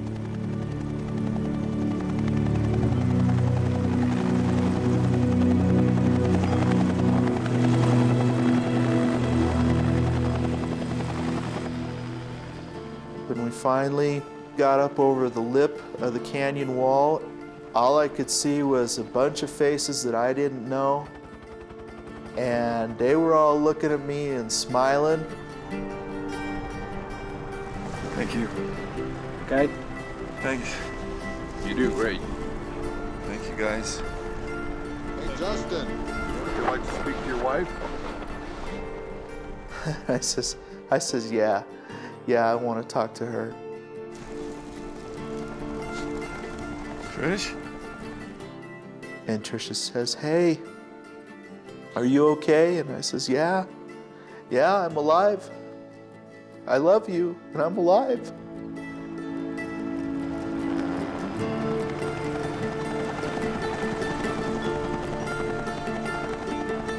Jeremy and Justin are finally reunited in hospital in Salt Lake City. And I remember thinking, he's just gonna go into surgery and they're gonna fix his leg. And he's gonna be just fine, and that's far from the truth. Justin spent 90 days in the hospital and endured 13 operations. Despite all their efforts, the doctors were unable to save his leg. It was too much to bear. I still felt so guilty. Jeremy and I lived through something that we shouldn't have, and the experience of going through that with someone is powerful. I think just being born of the same mother doesn't make you brothers, and the term brother is a very sacred term to me, and Justin's definitely my brother. Neither Justin nor Jeremy has ever gone canyoneering again. But their bond as brothers is closer than ever since they survived that terrible weekend.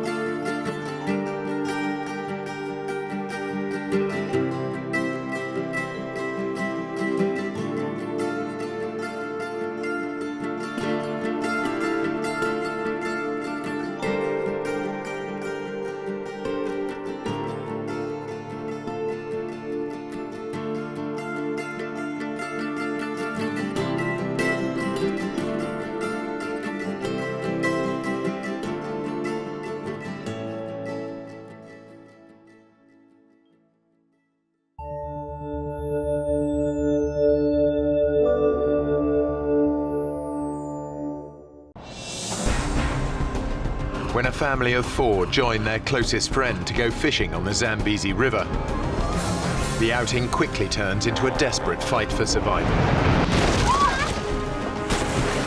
Thrown into crocodile-infested waters, 4 of them become human live bait, while one fights for his life amongst some of Africa's deadliest predators. Oh my God.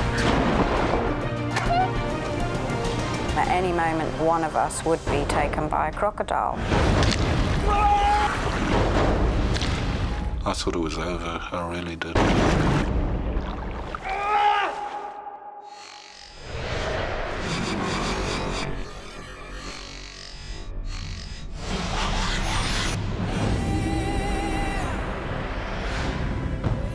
Zambia, one of the wildest countries in Africa, home to the spectacular Victoria Falls. They are fed by the mighty Zambesi River, which divides Zambia from Zimbabwe.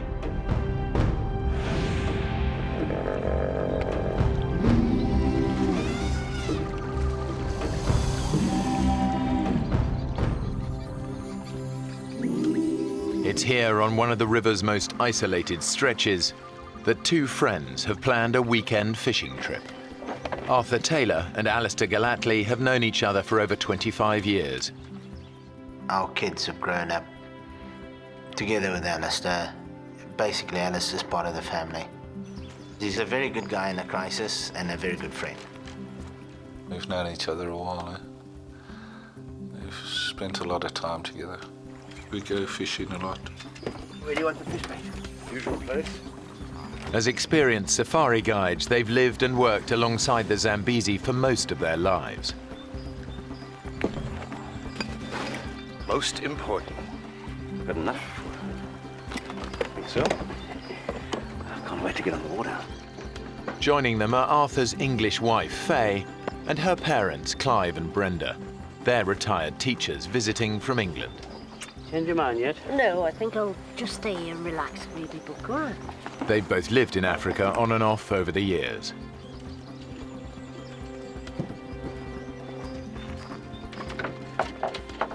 This is the last chance for all of them to go out on the river together.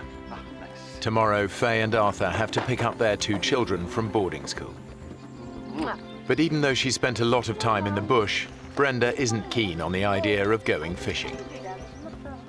My mum was anxious because she doesn't really like going on the boat. And she would rather have just spent the day in camp. I'm not going to go if you don't go. If she doesn't come, the crocs will be safe. My mum is a pretty strong personality, and you certainly don't mess her around. You'll have to give me a hand in here. Because it was the last day of the holiday, she finally agreed to come with us. Okay, all aboard.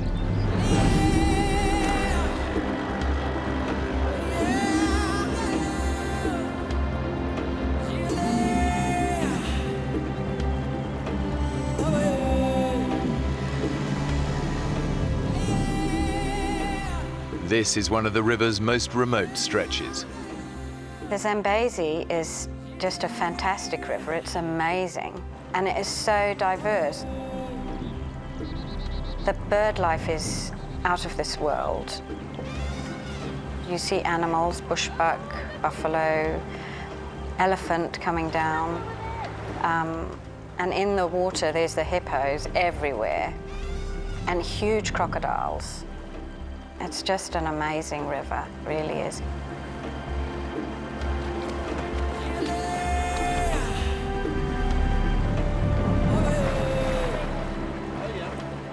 It was all very relaxed atmosphere.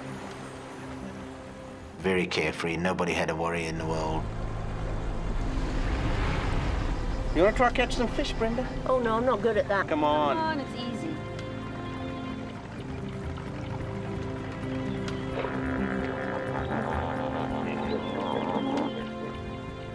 We passed so many schools of hippos, and they're all lazing around.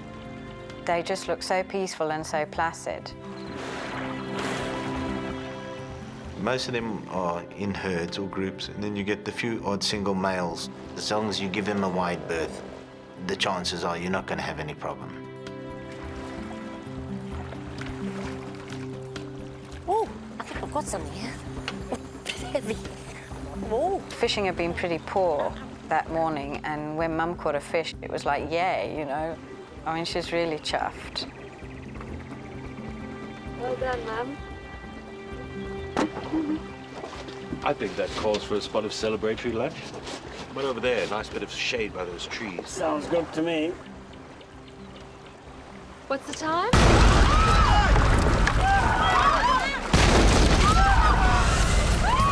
There was no warning.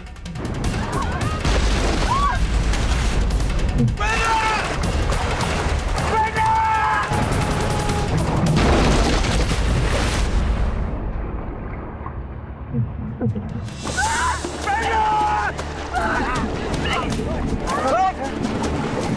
come on. He's coming.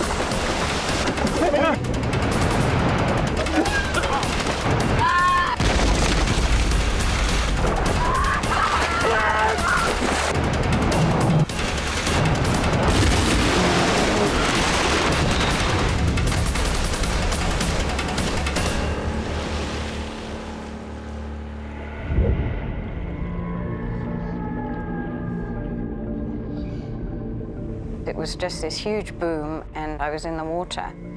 I think my subconscious was saying, this is it, this is the end.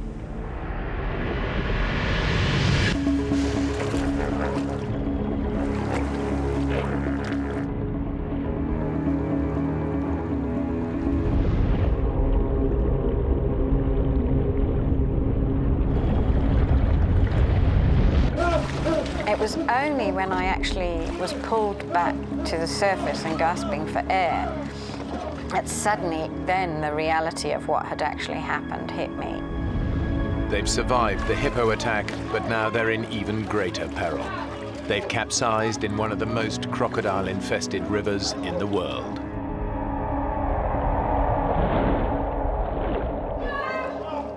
To think about, you know, my bare, dangly legs, it sent a chill through me, thinking that any moment now, one of us would be taken by a crocodile.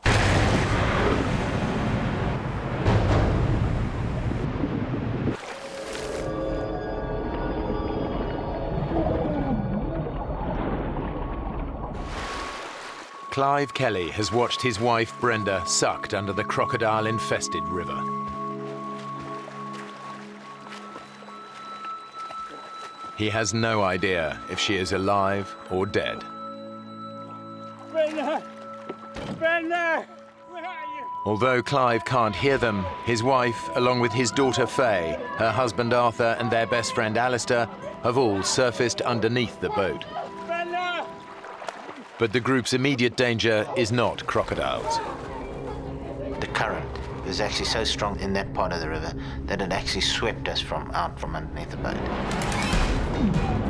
The Zambesi is famous for its unpredictable and deceptively strong currents. Many people drown in its eddies and whirlpools every year.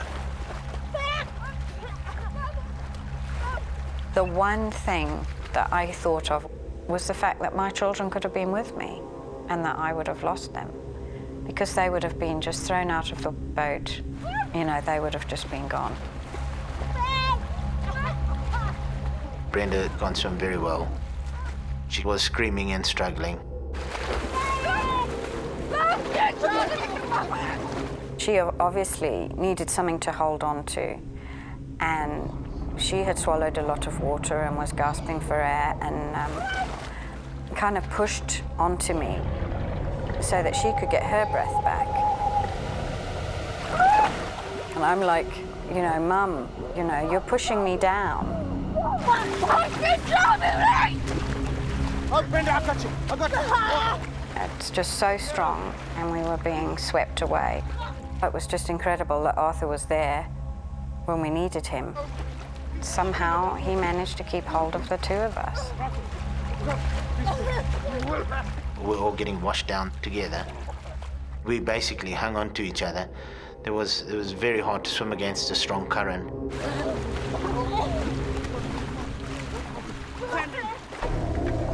The boat has become snagged in the middle of the river.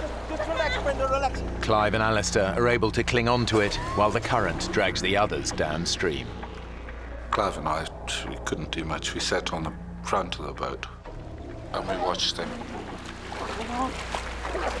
I had no idea where we were going.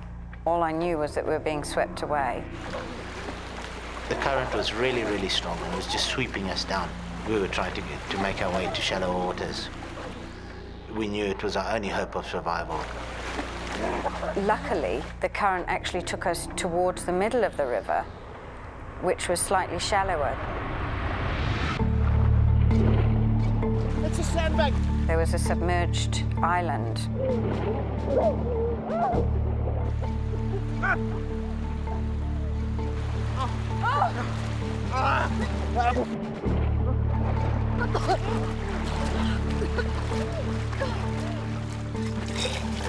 The first thing I did is start vomiting because I swallowed half a Zambesi.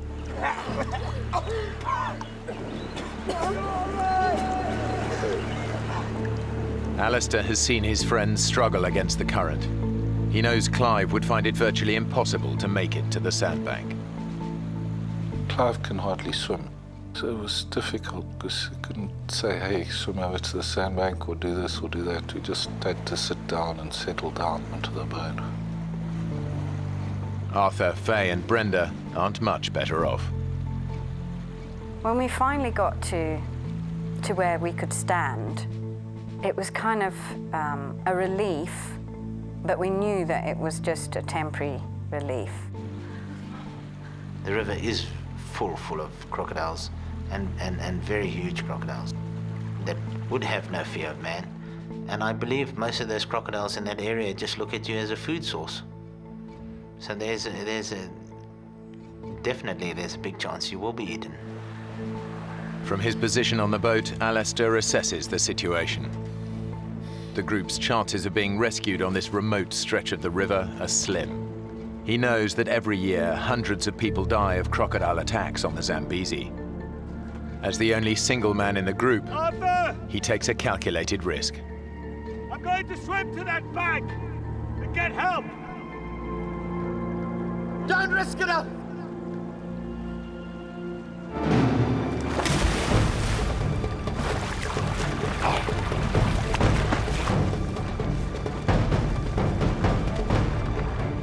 He's crazy. It was quite fast water. I started swimming slowly, I was a bit scared that splashing around the crocs I'd attract crocodiles.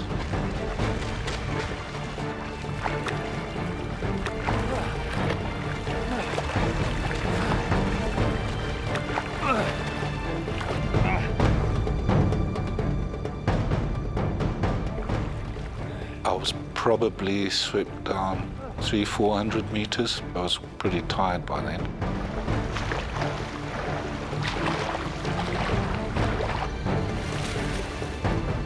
I saw a little inlet up ahead, so I paddled into the inlet. Out of sight from the others, Alistair finally reaches the safety of the riverbank.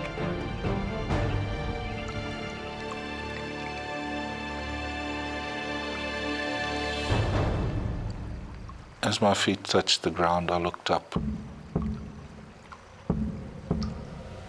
About 10 yards away, there was this crocodile in the water just looking at me.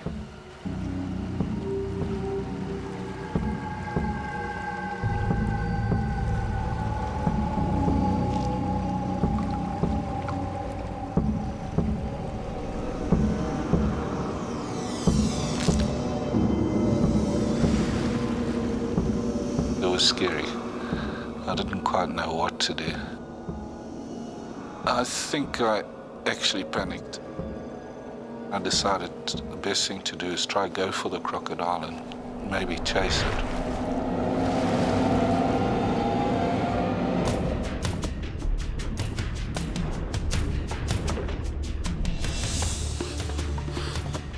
I went under the water just to try to see where the croc was. As I started to go towards the croc, it came for me.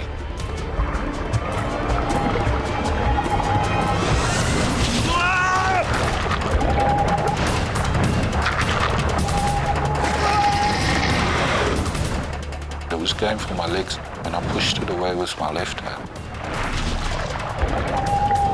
Its teeth cut my left hand up a bit, and it disappeared.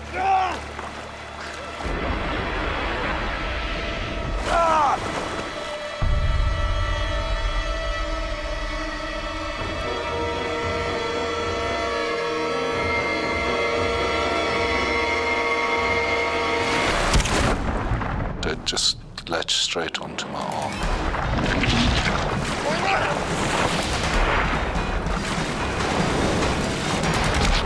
It was just trying to really tear my arm off. Alistair is trapped in a death roll, a spinning maneuver used by crocodiles to drown and dismember their prey. I was getting pretty weak. I thought it was over, I really did. I couldn't see any way of getting out of it. His right arm trapped in the crocodile's jaws, Alistair thinks of one last thing that might save him. I took my left arm and tried to get it inside the crocodile's jaw. They've got a flap in the back of the throat which keeps the water out when they're underwater. I tried to reach that. The second I did that, once I got my other fingers inside the mouth, it let go.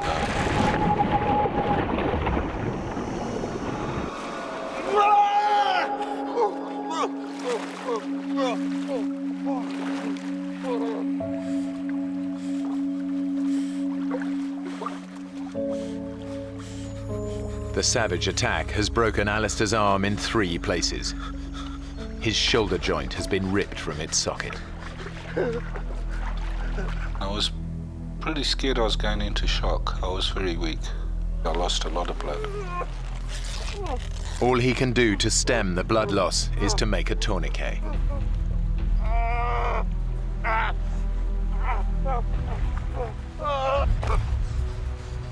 Arthur, Faye and Brenda lost sight of Alistair soon after he was swept downriver.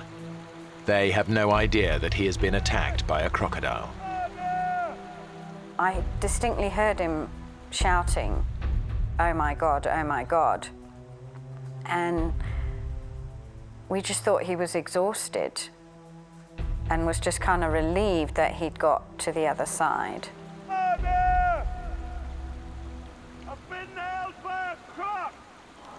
Oh, God.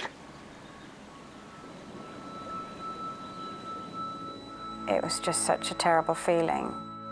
We weren't sure whether he'd lost an arm or a leg or where he'd been bitten. Where? How bad? How bad are you hurt?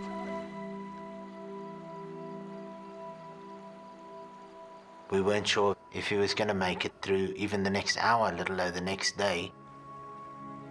Alistair! Alistair! With their best chance of rescue gone, Arthur decides to take matters into his own hands. Arthur, what the hell are you doing? I'm going for help. I walked towards the Zimbabwe side of the river to see if we could swim across there. He just went deeper and deeper into the water.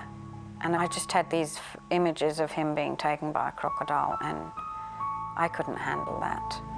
Don't go, don't be stupid! Alistair's too hurt, he could die. Well, you're not going to help him if you get yourself eaten, are you?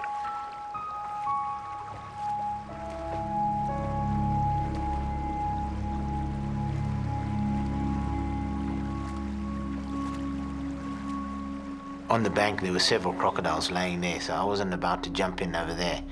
And so I decided to return. He realized that it was impossible. Every 10, 20 meters there's a crocodile lying on the bank of the river. It's just hopeless. The whole situation was just hopeless.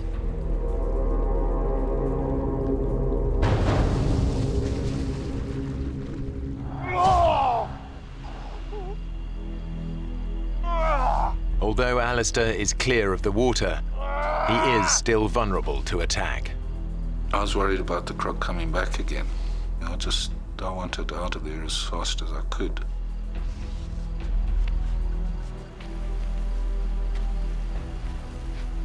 The sun was pretty hot, and there was one tree in this pile of rocks that I went and I sat under to try and sort my arm out.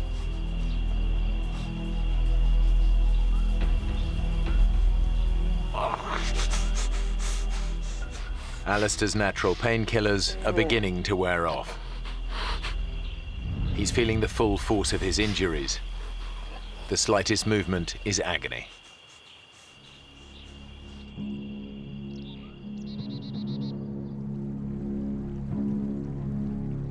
Clive is still stranded in the middle of the river. And now the boat is beginning to sink.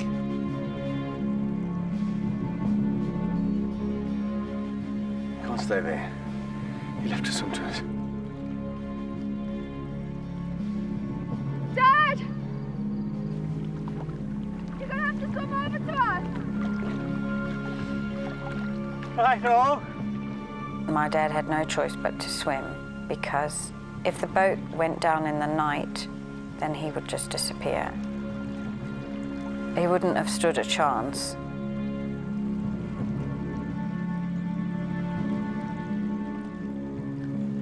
Brenda!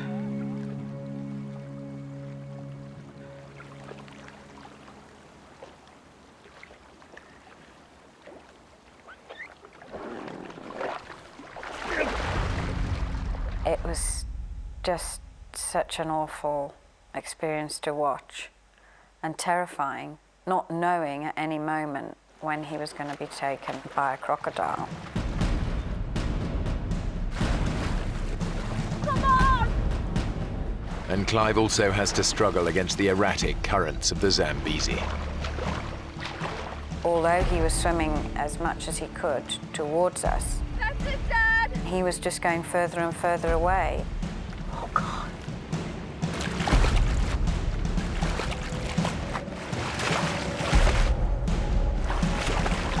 Come on, Clive! Yes. It seemed to take forever. Great! Keep at it!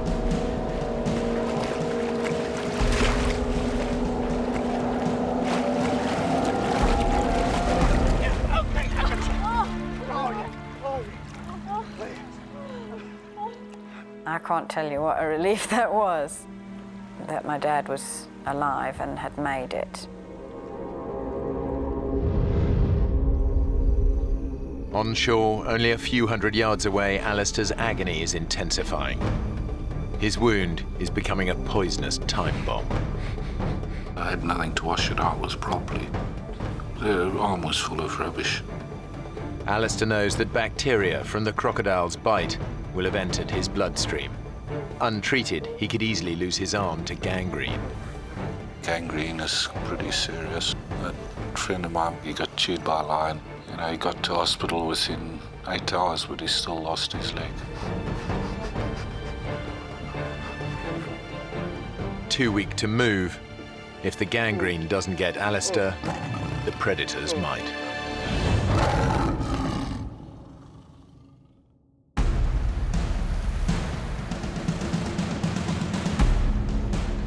Stranded in the middle of the crocodile-infested Zambesi, the others know they've lost their only chance of rescue.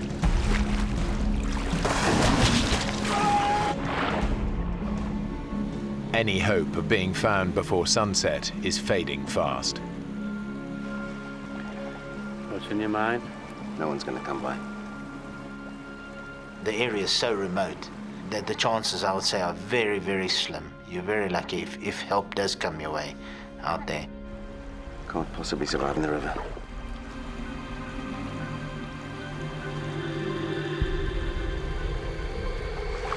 What you two whispering about? Arthur wants to swim for it. No way, we've been through this already. We've got to do something. There are too many crocs. Yeah, we can't just sit here. Arthur, wait. Arthur thought that he may try and swim towards the Zambian side so he could see how badly Alistair was injured. But I knew that I couldn't bear him to go, that I would not be able to make it without him. Please. Maybe we could all swim together. It'd be a big mass then, and that might scare anything off. Mum? Mum, do you think you can? I'll try.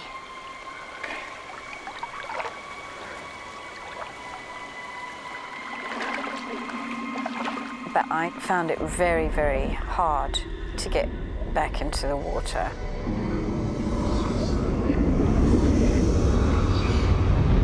We were all so out of our element I just freaked. No, it's no use right back. I just started to panic and said, I can't do it. I just cannot go through with this. I can't go across. Sorry. Current. Definitely, you get a sense of, well, frustration out of the fact that there's nothing you can really do besides stand there and wait for help. They all face the prospect of a terrifying night with no hope of rescue. It's a terrible feeling knowing that somebody is lying, bleeding to death, and that you are unable to do anything about it. I can't tell you how terrible that makes you feel.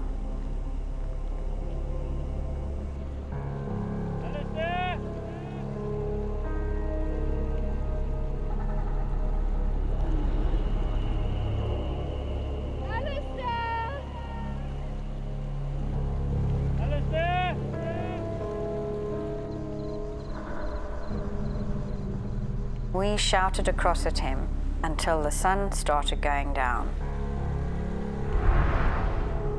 And then the hyenas started calling. When the sun went down, we all decided not to call to Alistair. If he had called back to us, it would have just alerted any predator within range that Alistair was there.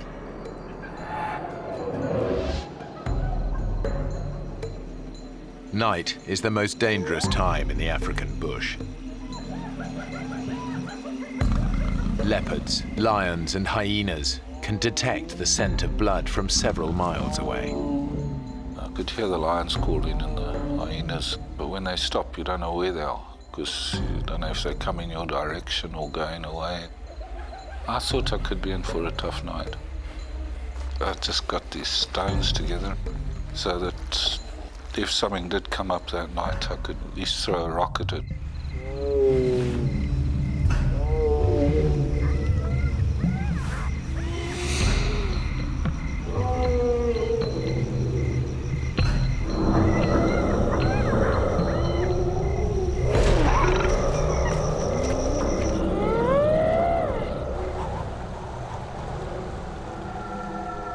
When it got really dark, the wind picked up and it really got cold. I was absolutely freezing and my teeth were chattering and I just couldn't get warm. It was extremely cold.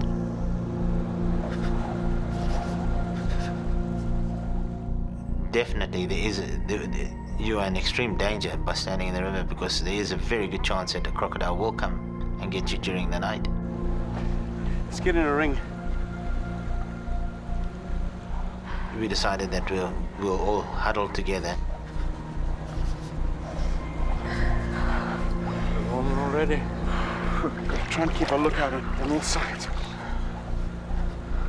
The more sets of eyes you got looking all around you, the more chance you have of seeing a crocodile coming from behind or from the left or from the front.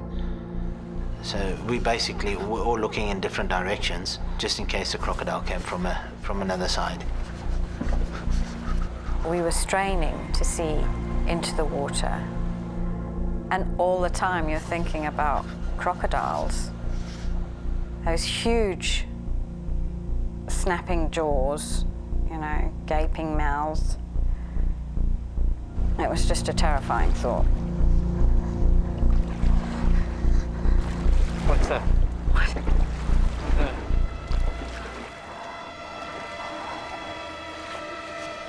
Oh my God. It's coming closer. It's still coming.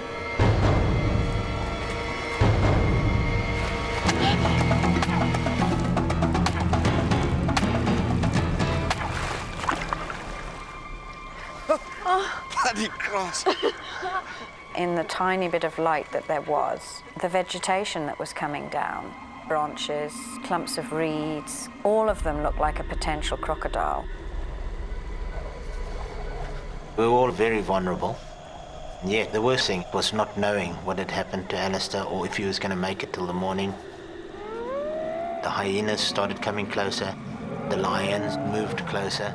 We were just worried that they would pick up the blood trail and by the morning, Alistair would be no more.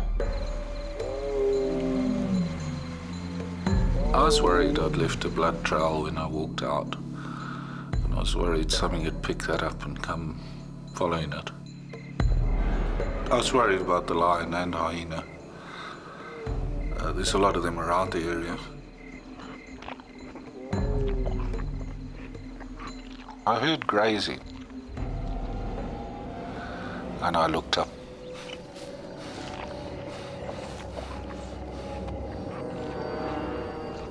And I saw the buffalo. I was looking right at it, it looked at me.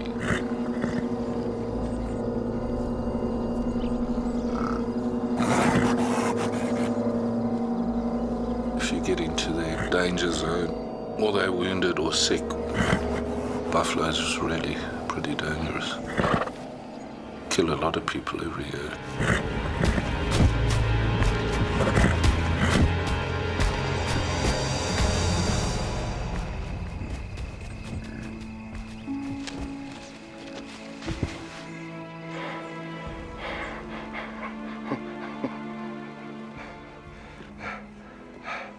For some reason it came and lay down 10 yards away. I just can't believe it happened. It's just so totally abnormal behavior. Normally they'd never do anything like that if there was a human being around. That thing lying there was just amazing. It was just like a little sentry lying there, big sentry.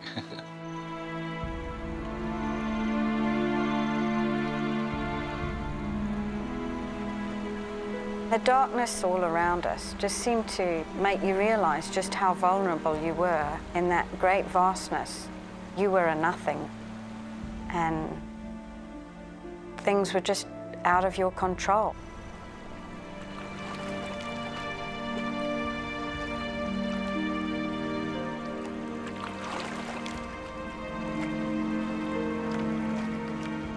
It passed everybody's mind that there's a good chance that we may not make it till the morning,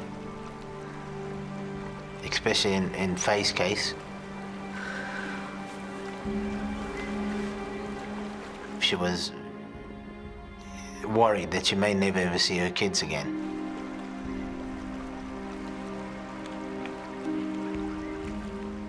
At the time, I daredn't even think. And when I did, I just went cold. It was just such a terrible experience.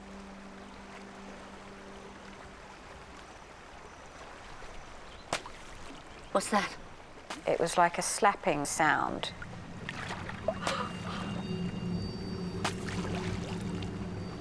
Arthur said that is a crocodile slapping its tail, and it's not far from here. You could distinctly see it was a crocodile.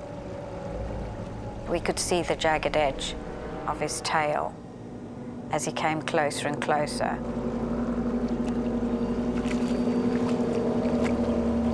Suddenly everything is awake. Your ears, your eyes. A big panic. When something is coming directly to you, you fear the worst. Wait, not yet.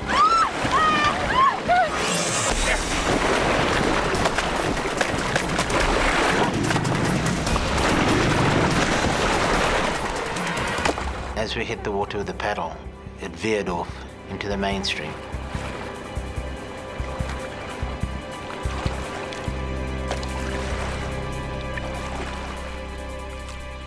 We were on tenterhooks after that, looking around in case another crocodile did come by. The pain had set in during the night.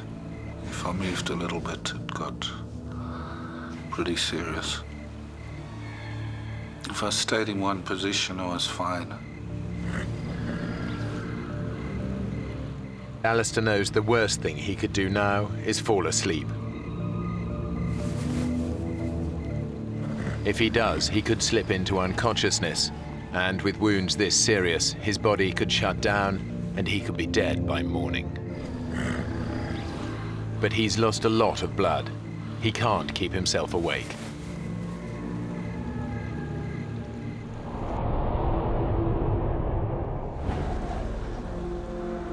On the river, everyone is suffering.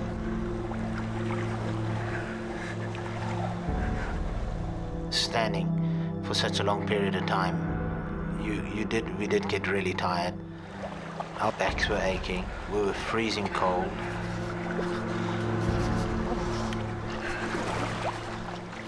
The water's warm. I want to sit down a while. Arthur wanted to sit down. It was warmer in the water than it was out the water. The water was actually warmer. I said to him, you can't sit down because you're going to get wet and then you're going to get cold and then hypothermia.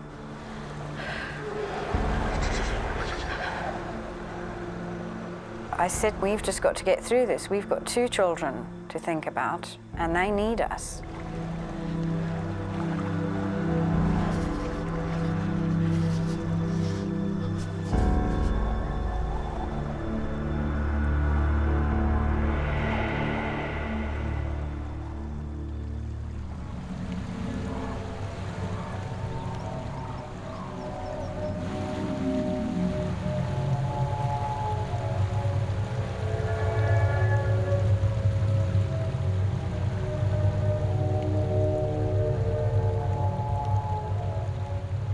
When the daylight finally came, it was just such a sense of relief because we had made it through the night.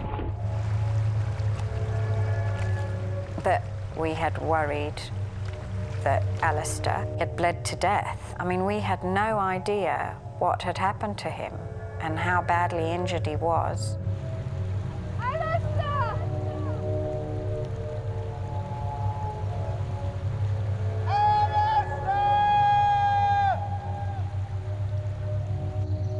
That was such a terrible feeling because you always think of the worst.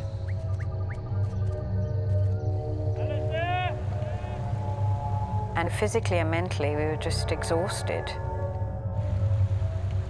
After almost 20 hours stranded in the water, the group are desperate. We were thinking, well, you know, it's another day and somebody has got to come past.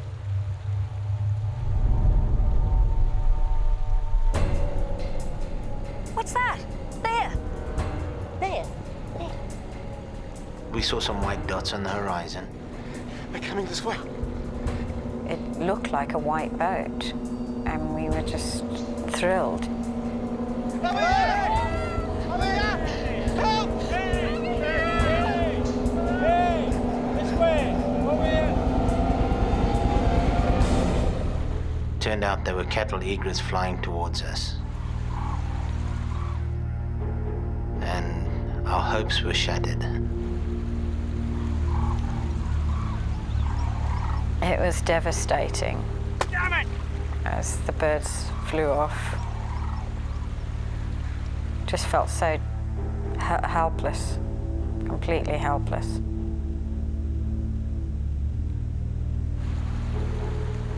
On the sandbank, the group are becoming desperate. Clive, Brenda, Faye and Arthur have now been stranded in the middle of the Zambesi River for almost 20 hours. It's over 12 hours since they last heard from Alistair. They have no idea if he's still alive.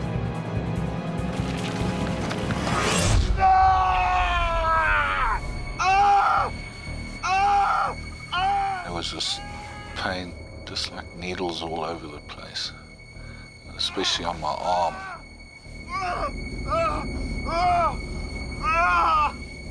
I didn't realize what it was at first until I managed to sit up. And I realized there were ants biting me. These safari ants.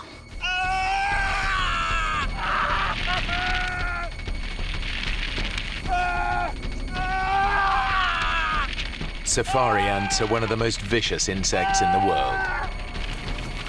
They've been drawn to Alistair by the scent of his blood.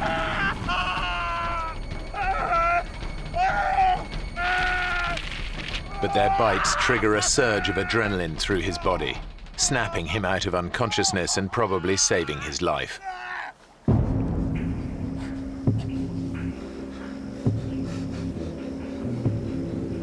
Alistair forces himself to move on.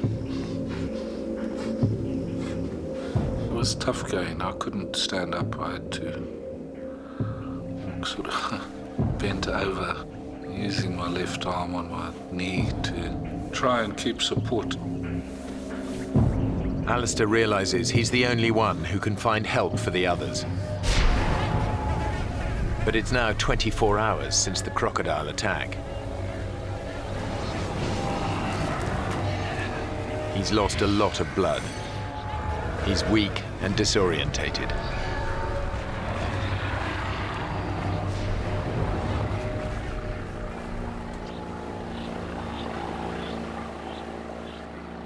I heard a boat, and I was far from the river. I thought I'd never get down to the river in time.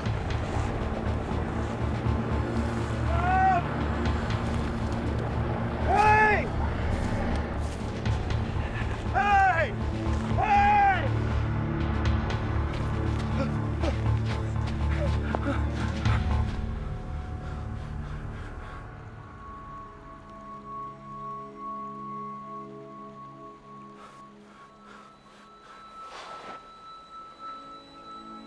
It must have been an aeroplane or something, because it definitely wasn't a boat. Despite the threat of crocodiles, Alistair loses consciousness. On the sandbank, the others are beginning to lose hope.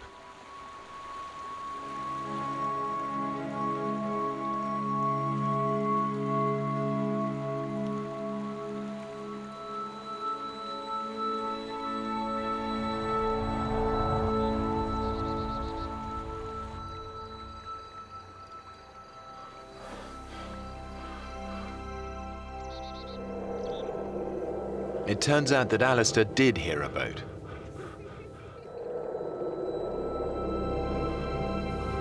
I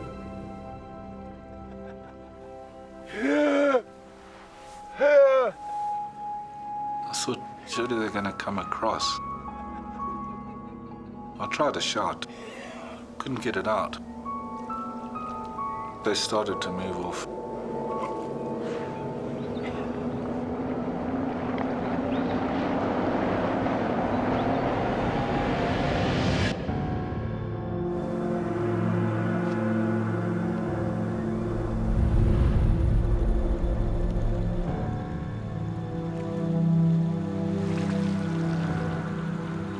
On the river, his friends can do nothing but await their fate.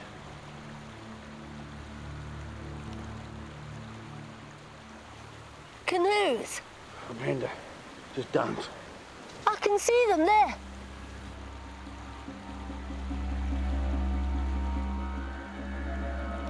There.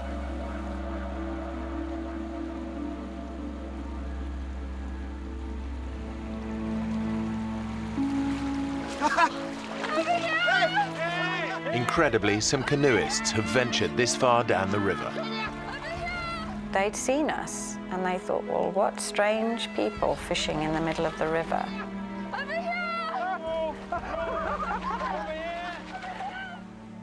I can't tell you how that felt, really. I mean, it was just a sense of relief. We were going to be all right. It was also still worry for Alistair. We hadn't heard from Alistair for several hours.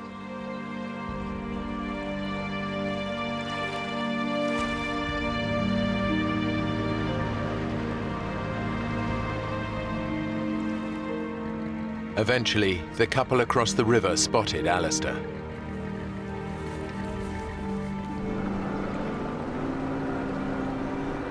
They took him to safety, where he was reunited with the others. Despite his terrible injuries, surgeons were able to save Alistair's arm.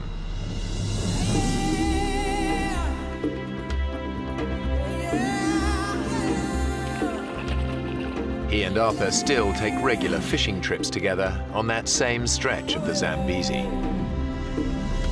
Clive and Brenda still visit Africa regularly. Mr. and Mrs. Carey won't go fishing with us anymore, but... Faye spends most of her weekends in the bush, but she rarely goes out on the river. I always feel anxious when I get in a boat, even now, after all these years. It's just such a terrible experience. But we all survived, all 5 of us.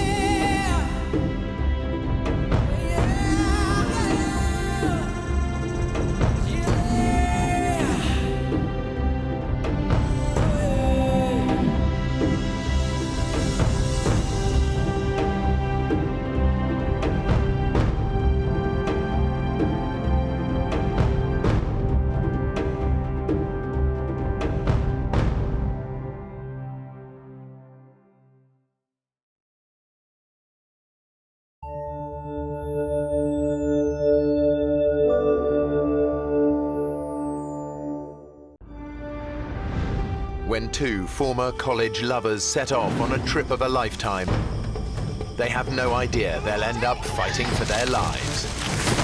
Dave! Lost in the rainforest without food or water. Snake. They're easy prey to predators. There's something out there. With no hope of rescue, Think we should just slash our wrists? they decide to take their own lives. We were going to die out there. Having control over when we die is all that we had.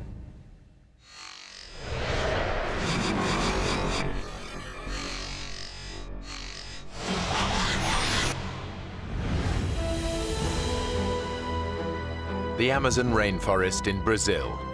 It's one of the last great wilderness areas. Home to the largest variety of insects, birds, and mammals in the world.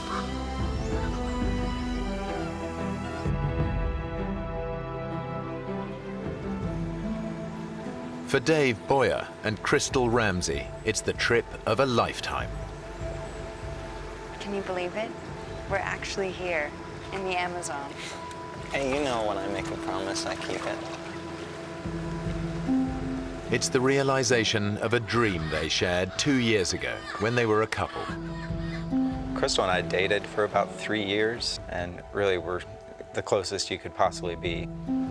One day we were talking about our passions, and I asked her the question, if you could go any one place in the world, where would that be? And the Amazon was #1 for both of us. Dave and Crystal aren't together anymore, but they are still close friends. There was no one I would have rather gone with than him. Dave knows that Crystal has had a long-standing struggle with depression. In school, where I met Dave, I had a very bad time with depression. Dave thinks this trip will be good for her, but he's also nursing a secret hope that it might just reignite their romance. She was the love of my life. I still envisioned spending the rest of my life with her.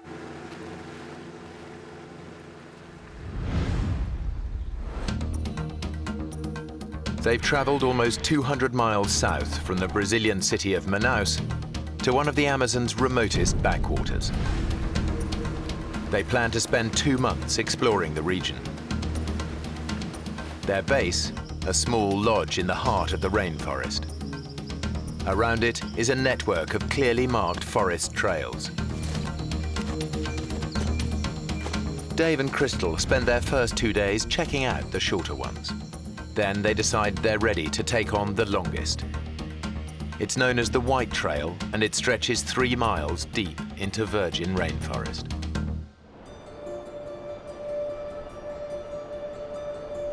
Dave and Crystal set off in the morning with enough water for a 3-hour hike. We left just before 10 o'clock and expected to be back in time for a late lunch. They've spent 2 years reading up on the rainforest, but nothing prepares them for the real thing. As soon as we went in, we started to see more than we had ever seen before, such as bats and different kind of bugs than we had ever seen, and it was a fantastic morning. I was really excited. Dave, look. We had tunnel vision. We were focused on one thing, and that was exploring and seeing the rainforest. We were oblivious to any dangers that were involved. They are so absorbed by the sights and sounds of the forest, they don't notice that they've stepped off the marked trail. Our awareness was elsewhere. It was on the trees, on the animals, on the sounds. They are now following paths made by animals. As we got further along, the jungle seemed to creep in on each side. We now had to walk in a single file line.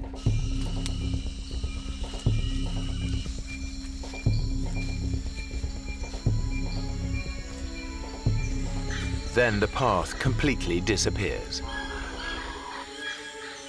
For the first time, they realize they're no longer on the trail. That's when I didn't know what to do.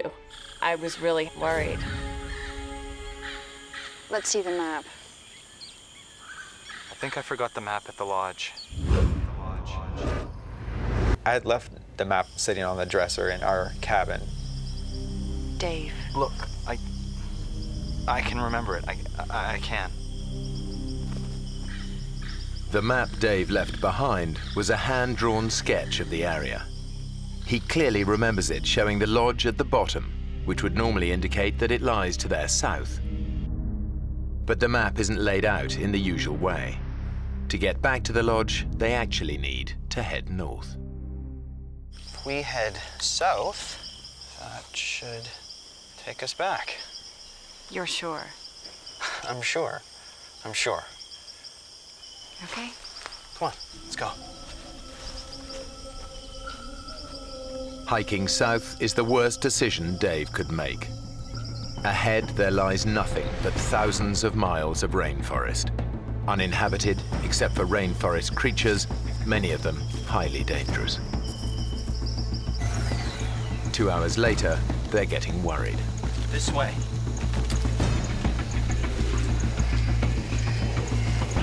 We had been walking far longer than we should have been. We should have been back by then. There's not much daylight left. It will soon be nightfall.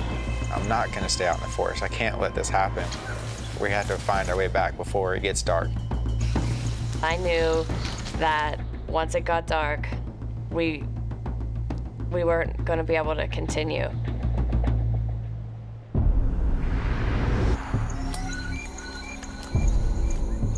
As darkness descends, any chance of finding the lodge today disappears. That's really the first time we started to have some panic. What time is it? It's almost 6.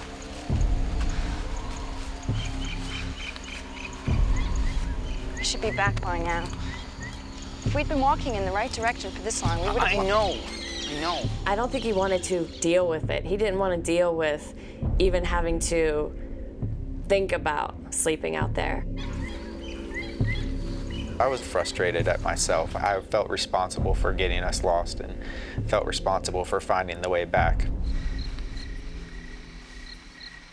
Crystal, you know what I'm thinking? We're gonna have to spend the night here. Yeah. We just picked a spot to stay, a cleared area, and we just sat down to wait out the night. Chris, I am so sorry about this. It's okay. You buy me a beer when we get back, and we'll call it even. Okay? Okay. But they both know how vulnerable they really are. The rainforest is teeming with nocturnal predators. A lot of the poisonous snakes, they wander through the forest at night. The jaguar comes out at night. You don't have a lot of choices of protection. Dave and Crystal share a single thought. Can they make it through the night alive? Chris, there's something out there. The Amazon at night is a terrifying place to be. Dave and Crystal are totally defenseless, with no way to protect themselves from predators.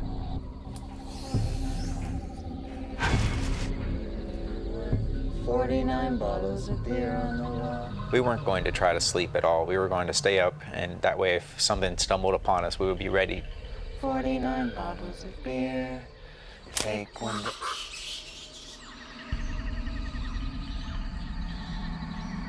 Jeez, did you hear that?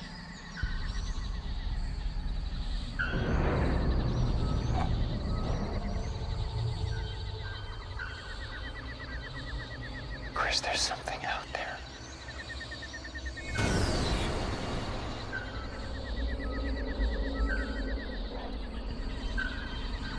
Do you think it could be a jaguar? The Amazonian jaguar stalks its prey under the cover of darkness. It can kill with a single crushing bite to the head.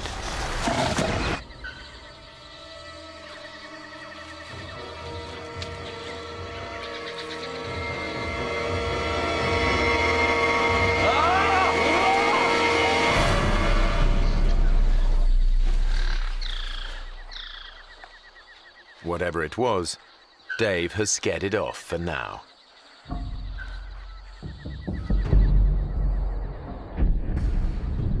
They spend a sleepless night, alert to every tiny sound.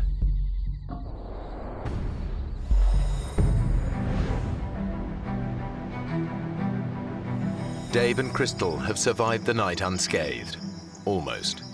I'm covered in mosquito bites. Be grateful that's all that bit you. Very funny. So, what's the plan? Well, Dave needs to get them back to the lodge fast. Crystal's on medication for her depression, and he knows she doesn't have her drugs with her. She had never missed a day on that medication. this trail heads south, so it should take us right back to the lodge. Okay.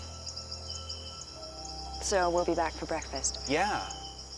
Let's get moving. I truly believed that we were close and we were heading in the right direction. We just had run out of time the night before. It was going to be a breeze. But with every step, they continue to move further away from the safety of the lodge.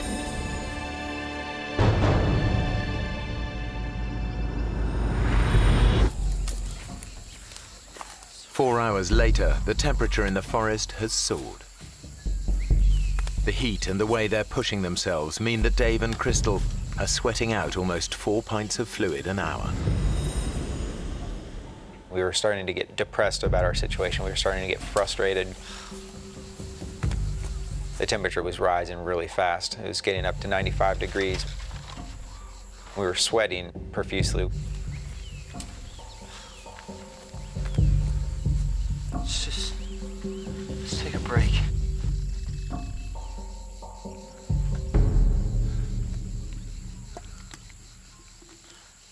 Dave, I'm out of water.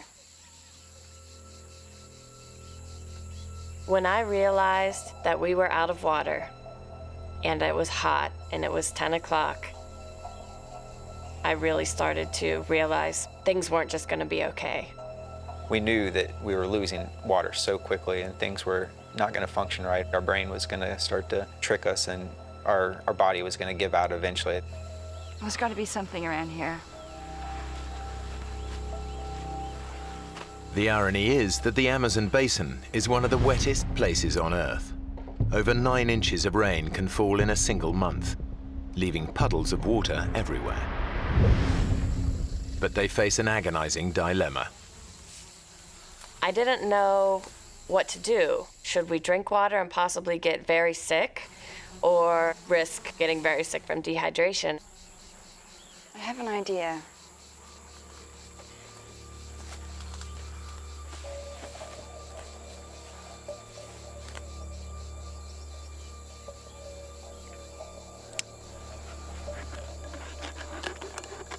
Give me that. My plan was to use my sports bra as a filter. Okay, now I want you to pour that through the top here. Crystal's bra could actually filter out a number of nasty parasites. But it won't get rid of smaller microorganisms that could make them dangerously ill.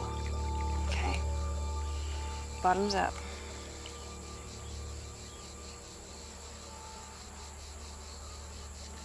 I don't know about this. We don't have a choice. Well, cheers.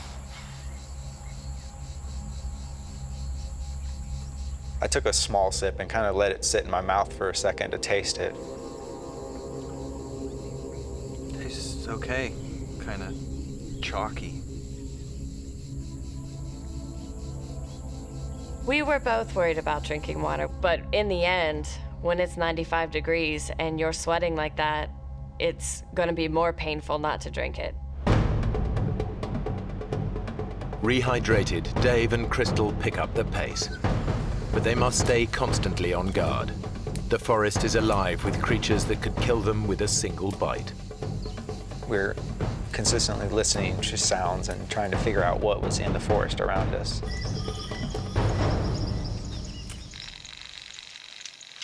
I didn't want to touch a branch that we didn't know what was on that branch. We wanted to watch our steps.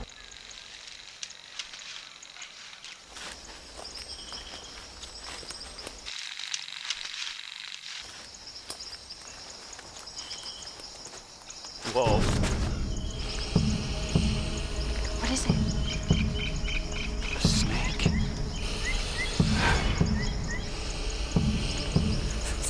Let's go another way. They're lucky.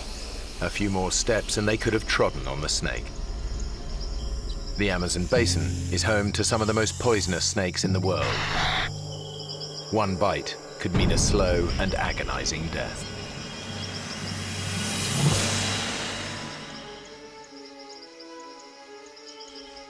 By mid-afternoon, Dave is resorting to a new desperate tactic in his search for the lodge. I was trying to keep us in the same area of where we got lost in, kind of zigzagging back and forth, hoping to stumble upon the trail. Let's try over there. Crystal was starting to get a little bit frustrated with that strategy. Dave was literally almost walking in circles and didn't realize that that's what he was doing. Crystal is starting to feel the pressure. My brain was saying, things are going downhill. Now, which way are we going? East. East. 20 minutes ago, we were going south. Yeah, well, we've got to try all directions. Maybe we should head north now.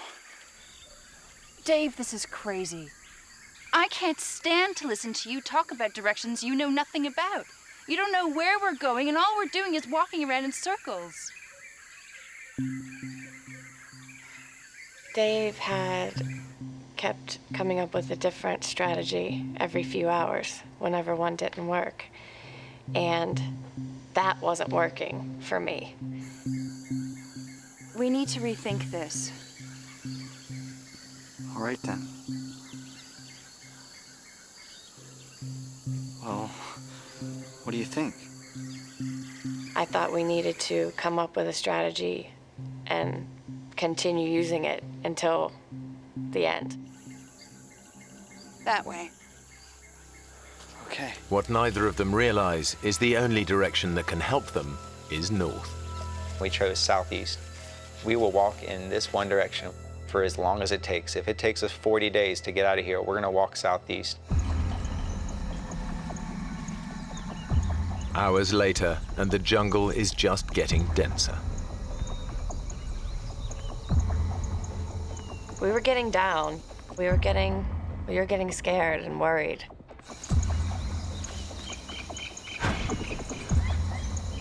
Everything just looks the same. The jungle is so dense and so thick, you can't see more than a few yards in any direction at any one time. Dave has an idea. If he can get up high, he might just be able to see the lodge.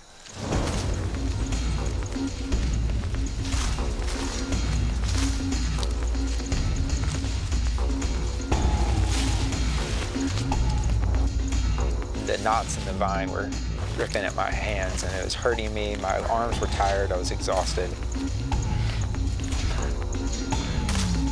And I looked up and I saw that I had not made any progress. It was still 150 feet up to the top. He is weak from 2 days without sleep or food.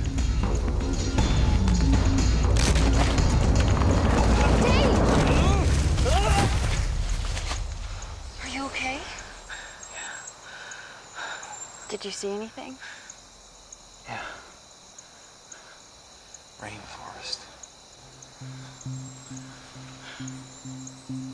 Why is no one looking for us? In fact, people are looking for them.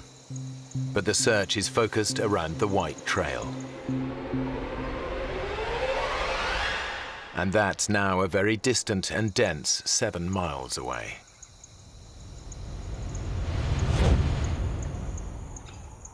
As darkness falls, they realize they must endure another night.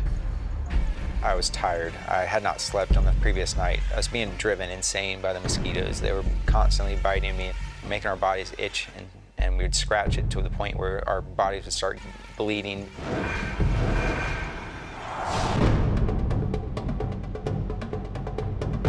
The next day, they're still heading in the wrong direction, getting even further away from the area where rescuers are searching for them. And now they start to notice an ominous change in the behavior of the wildlife. If we were anywhere near civilization, these monkeys would be running away from us. They would be fearful of us, that we would hunt them. But these maybe had never seen a human before in their life and were just curious. And that was terrifying, that we were getting deeper and deeper.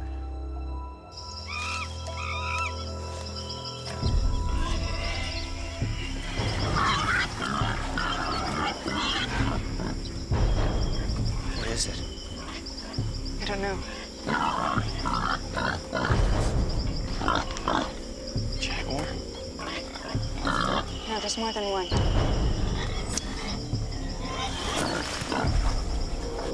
They've stumbled on a pack of wild Amazonian pigs. Dave knows how ferocious they can be. The locals have said that they're really the most dangerous thing to encounter in the forest, other than a snake. They're aggressive. If wild boars got a hold of you, it'd probably knock you to the ground quickly, and then you would have several animals on top of you biting and really just eating and going to work. The way to avoid any confrontation is to let them know that you are different, that you are not something that's in their normal habitat.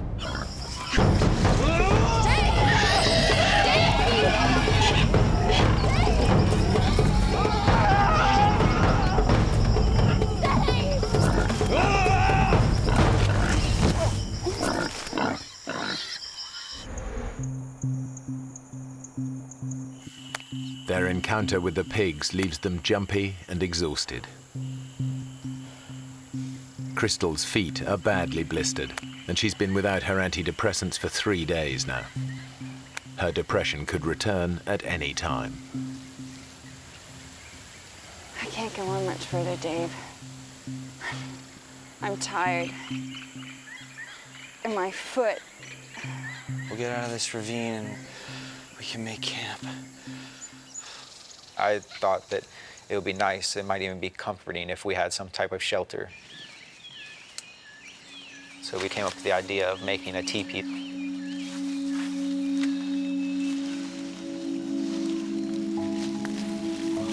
Excellent. Yeah. It was drawing us closer together. She told me that if I was as I was while we were lost, if we had always had that relationship in that past year, that we would still be together, that she saw all the things that she had fallen in love with in the first place. It looks good. We were trying to get our minds off of what we were going through, and we got even closer. My feelings had not changed since the day I met her. I was still in love with her. I still wanted her to be in my life and with me forever.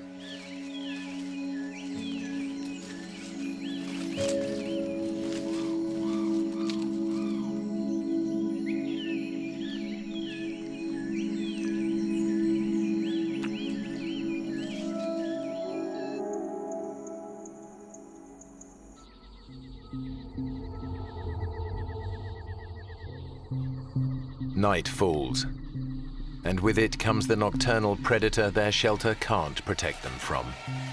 Mosquitoes. Thousands of them. The worst of it was the sounds. It's just this loud buzzing throughout the night, and you feel like they're everywhere. They would give me mosquito bites on my eyelids if I had my eyes closed, or on my forehead that were just driving me insane.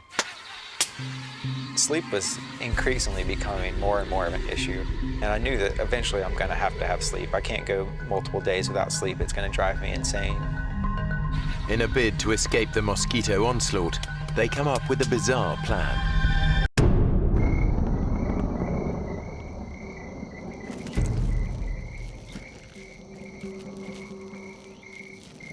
Crystal said, well, we should cover our bodies in mud. That would work well of keeping the mosquitoes off of us.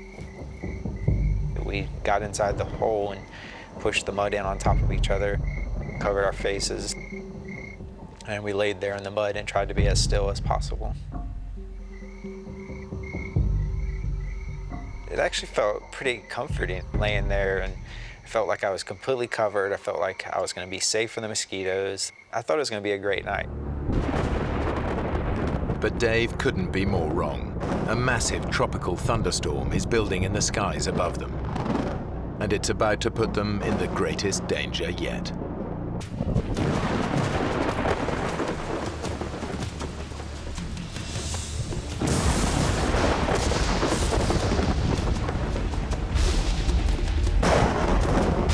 Within a few minutes, we were forced out of our hole. We would have drowned there. They've never experienced anything like it.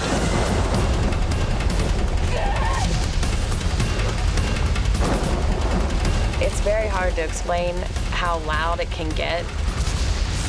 You can't even talk to someone who's right next to you by screaming. That's the only way I can describe how loud it was. They are soaked within seconds.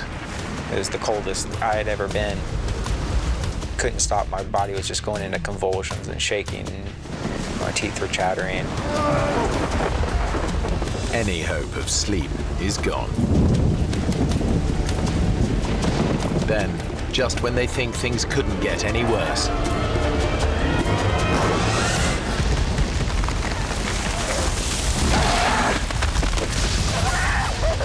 lightning brings down a huge tree dangerously close to them. If it had landed on us, we surely would have died in that.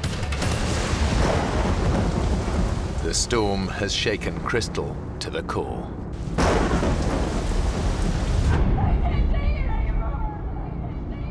There's never been a worse night in my life than that night.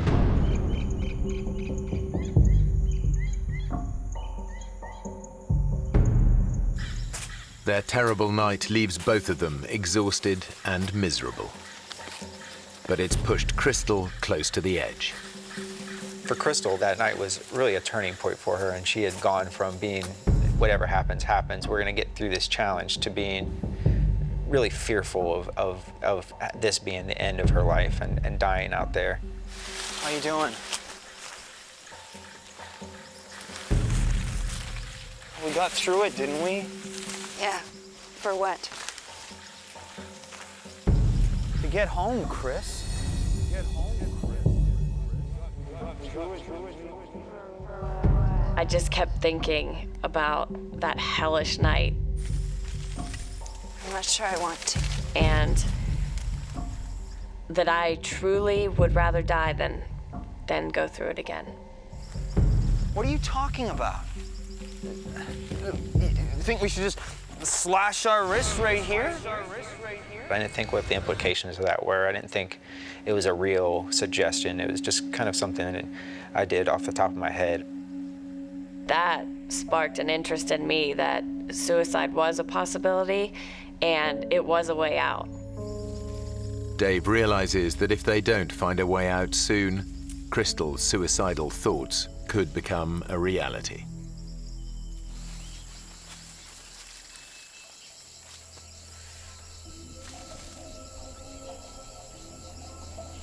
Chris. Her brain was going through some nasty stuff, and she was feeling the effects of that physically and emotionally. I knew that as the days go on and her withdrawal from her medication gets worse and worse, that it's going to become very difficult to keep her going and to keep that survival instinct inside her. I was so overwhelmed and so frustrated and so confused that I felt crazy. I felt like I was gonna lose it. Dave, where's the knife? It's here. I want to see it. Chris, you're really freaking me out with this. I want to see it.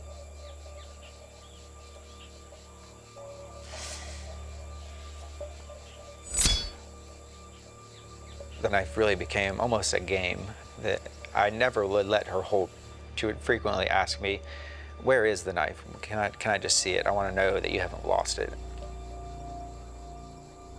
I think my own mind was more dangerous than anything that the jungle had.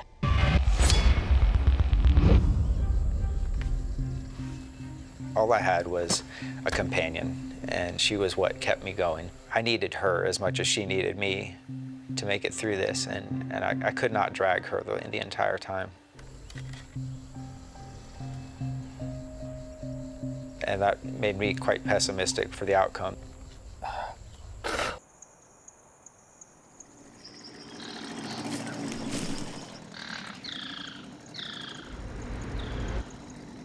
Then, after days of hearing nothing but the sounds of the rainforest. Do you hear that? Come on. Come on! Sounds like a boat! Come on! I was saying, "Come on, Crystal, this is it. We're rescued." Hey, we're over here! There's a boat really close. I can hear it. We're over here! This is over, like just so happy, cheering to each other. Yeah, here! Hey! We're here! Oh. Do you hear anything? Then it was nothing. After 3 nights without sleep, Dave's senses are starting to play tricks on him. The sound in the jungle can't be trusted.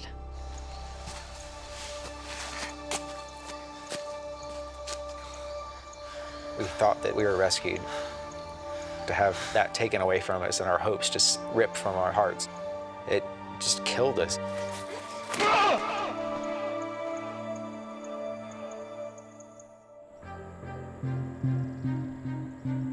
24 hours later, Dave and Crystal's situation is bleaker than ever. They are still hopelessly lost. And as their 5th night approaches, it's Dave who's struggling. Drained by lack of sleep and the effort of keeping Crystal going, he desperately needs rest.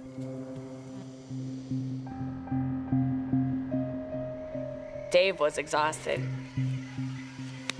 I was very worried about him, but there was nothing I could do to make him sleep. Damn it. There was no way I could help him.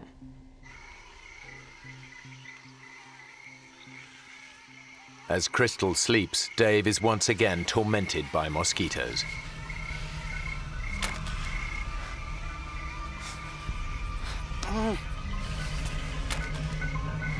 I could not get a grip. I could not get control of what I really needed, and that was to get to sleep. In his totally exhausted state, the insects soon become an obsession. The only way to get me through that night was to find a way to keep moving, keep myself occupied. I would go through this pattern of swatting the mosquitoes on my arm, swatting them on my back and my neck, and I'd start counting these cycles.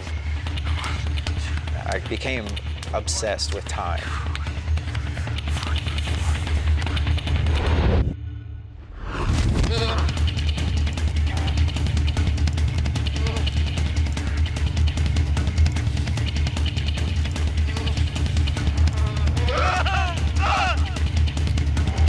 Sleep deprivation is taking its toll. Dave is beginning to lose his grip on reality.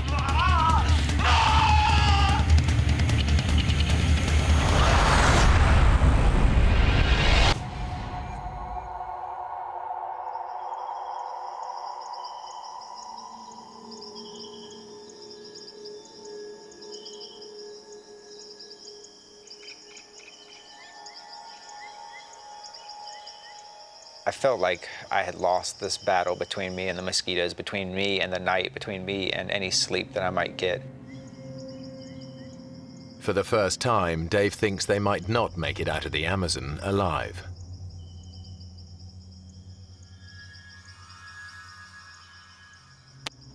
A horsefly came and bit me. I reached down and picked up the horsefly.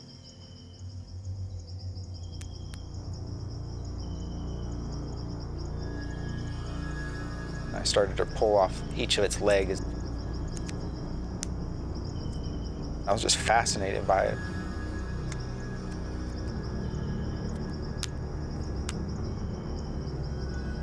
And it kind of led me to look over at Crystal and imagine our bodies laying there dead, and all the things that would come, take our bodies apart, eat from our flesh and drink from our blood. If we were going to die out there, I wanted to have some record of what we went through. So as Crystal was laying there in the sand, I wrote in the sand next to her, 6th day lost.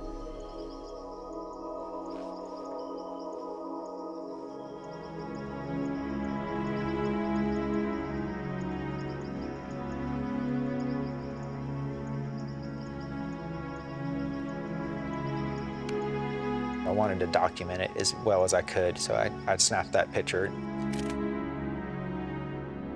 hoping that one day somebody would find our bones and our camera and see that we had been there on the 6th day.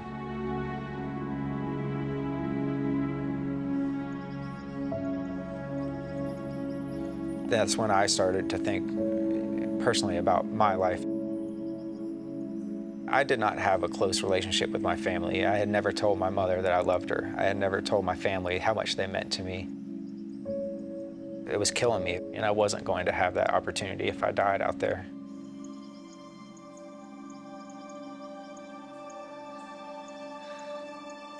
That thought gives Dave the resolve he needs to keep going.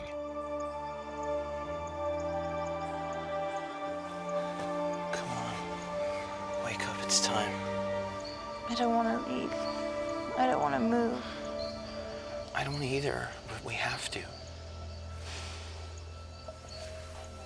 My feet were deteriorating unbelievably, and the pain was unbearable. It felt like 10 wasps were biting me at the same time.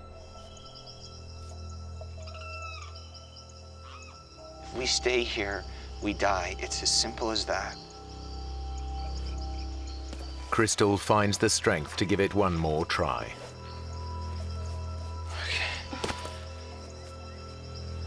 Stand on it.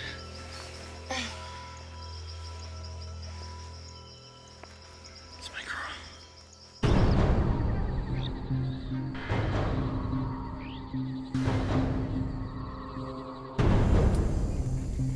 They push on. Now the terrain gets harder. Come on, Chris. And as Crystal's feet become unbearably painful, her depression begins to get the better of her. I couldn't walk anymore. I would try, and I would fall down. My foot. I felt like that was telling me it was time to just end it myself. I don't want to go. Crystal's depression is back. Now she can see only one way out of the nightmare. You can! Come on! I decided this is it. I can't keep going.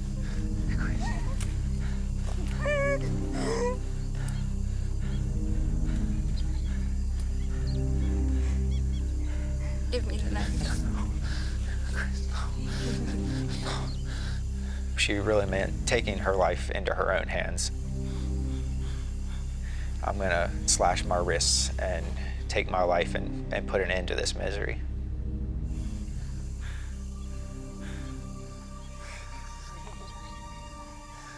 This was the woman I was in love with. This was the person I wanted to spend the rest of my life with. I had no thoughts of ever abandoning her. I'll make you a deal, okay? I'll make you a deal. I told her, you don't want to go through another night, I know that. And if it gets to be tonight and we have not made our way out, I will give you the knife. Give me everything you got today. Crystal accepts Dave's deal. Everything you got today. If they aren't out of the forest by dusk, they will both kill themselves. We'll do it together. I put a specific time frame on the rest of our life. We were either going to get out and live the rest of our life really happily, or that was going to be the end.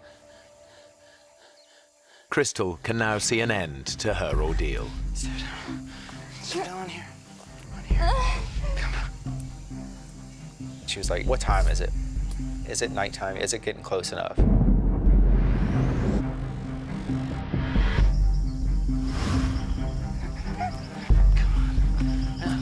Come on! But Crystal can't keep going. Come on! She decides she can't wait until nightfall. She wants them to end their lives now. It's time. When I said it, he agreed. And he said, okay, now we can do it. We were going to have to go through with this.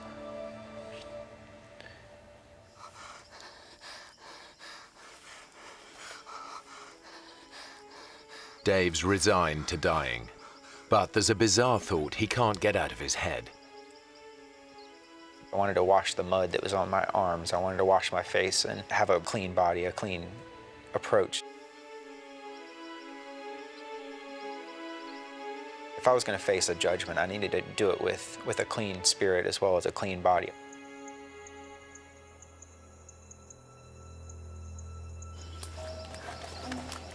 He begins to search for water to wash himself.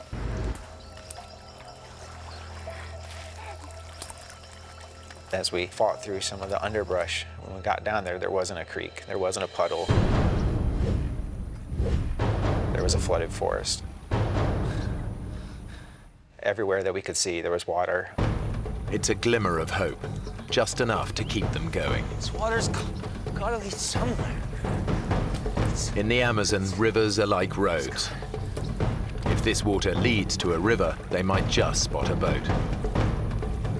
They put aside thoughts of suicide.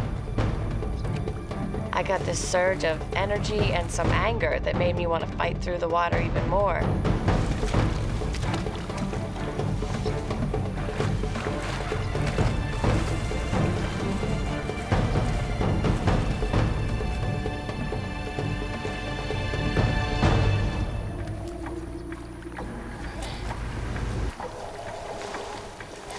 As we were going through the flooded forest, we kept telling each other, don't talk about any hopes, just go, and go as fast as you can.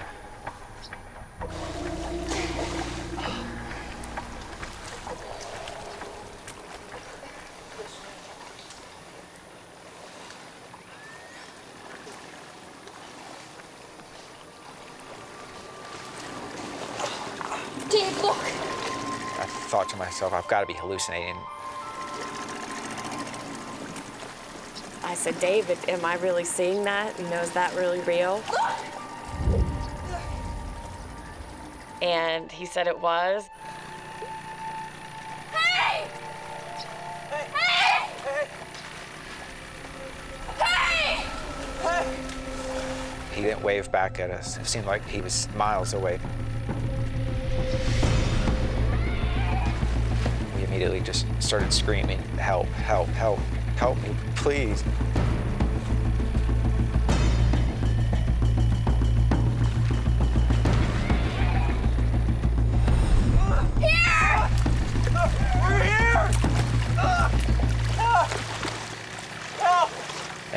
He didn't respond. Help!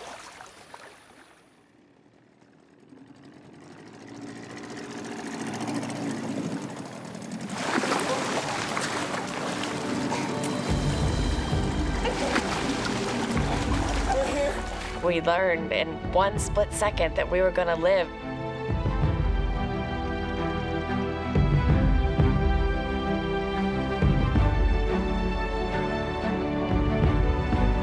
I was screaming and crying and just definitely the best moment I've ever had in my life. The sun's setting, the whole sky is bright pink. And Dave and I are just looking at each other, and the tears are just running down both of our faces. And inexplainable joy, and we just looked at each other and looked up at the sky, essentially, and we're just so thankful to be alive.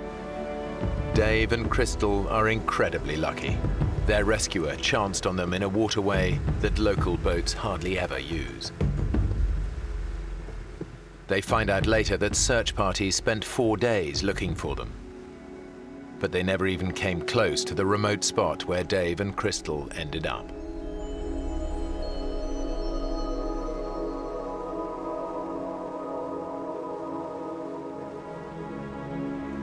When we got out, we talked about, all the times that we had in the jungle and how we talked about getting married, but when we were finally saved and getting better, we realized that that isn't the thing that we're going to do at this time. In the forest, we kind of had said, if we get out of this, we're going to live the rest of our lives together. And when the reality of being out was there, she did not feel that way. That was not what she wanted. And that was a bit of a disappointment to me. And that continued to be a disappointment for quite some time.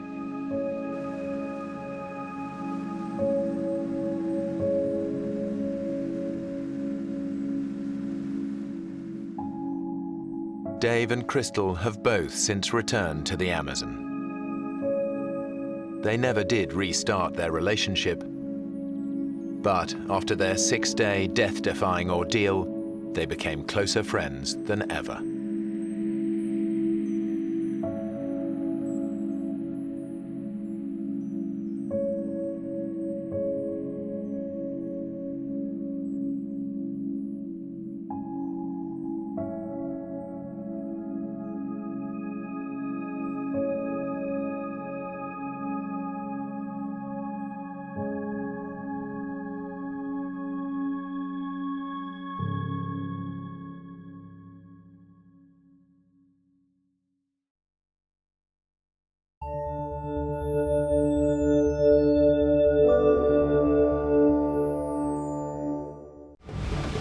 Two scuba divers are exploring a remote tropical dive site.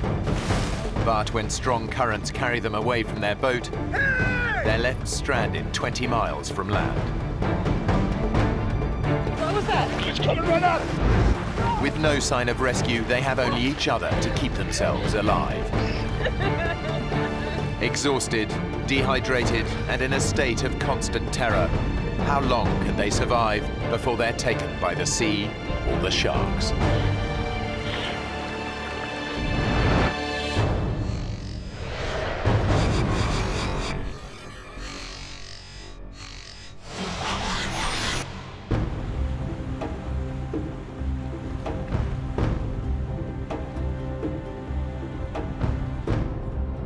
I didn't know what to expect going to the Solomon Islands for the first time. I remember getting off the plane and thinking how awfully hot it was. 35-year-old Melissa Armstrong was a hotel manager in Toronto. But fed up with metropolitan life, she quit her job and traveled here in search of adventure. I wasn't feeling fulfilled. I was really wanting to make a change in my life. And I thought, okay, this will be an adventure. She's found a job working with marine researcher David Tomlinson, who spent almost 30 years studying the oceans. I began diving in 1963 in the Bahamas.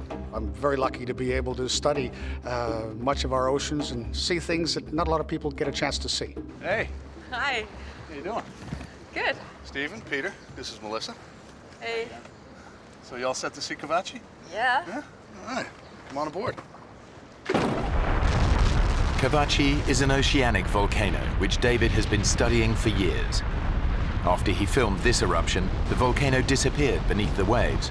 Now he wants to find out what's left under the surface.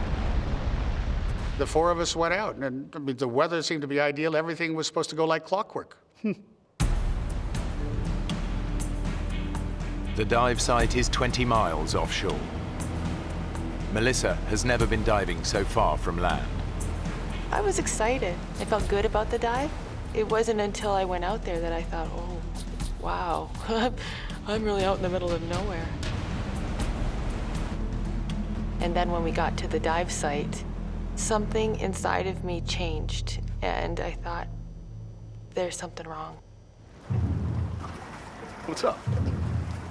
Nothing. Well, I guess maybe I'm just a little nervous. What about? I was a little embarrassed because I wanted to be like the guys, one of the guys, and I said, I'm afraid of sharks. No, you don't have to worry about sharks. They're much more afraid of us than we are of them. I doubt it. I'm serious. They hardly ever bother divers. Now, if you were up on the surface like a surfer, flapping around, then you look like shark bait. But when you're down below, there's nothing to worry about. Can you zip me up? If it was me, I wouldn't be worried about the sharks. I'd be worried about you diving right on top of a volcano. Well, that wasn't something I had ever even contemplated. So now I'm thinking sharks, volcano exploding, sharks and volcano.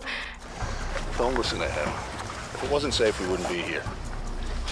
But David knows more than he's letting on. I had heard from the local fishermen that there was a couple big sharks out here, big hammerheads, that have been coming in and bothering some of the local fishermen. But at that stage, she didn't need to know that. David has dived with sharks before and is confident they won't get attacked while underwater. He's more worried about the weather. We're watching the weather very carefully because it's very exposed out there. And I noticed off in the distance a funny-looking cloud. It looked like an eyebrow, but it was nothing that deeply concerned me. David's confident they'll be in and out of the water long before the cloud reaches them. So what's your dive plan, mate? Well, we're going to drop in around 30 meters, have a look around. The plan is to dive for around half an hour while the boat stays in position above them. The boatman went over exactly where we would be dropped off, exactly when and where we would be picked up. I didn't pay too much attention. I just let them do their thing. But the anxiety just kept growing and growing.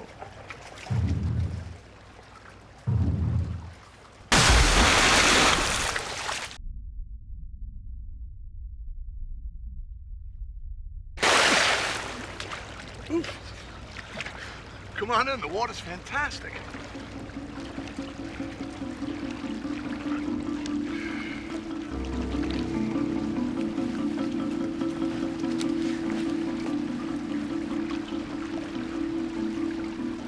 Then I got my gear on. I looked at the boatman and I said, Here I go. Say a prayer for me. And I thought, well, why did I say that?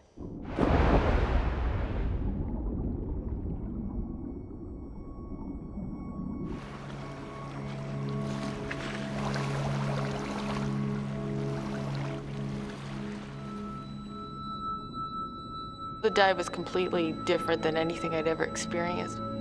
It was amazing. We started going through this white haze.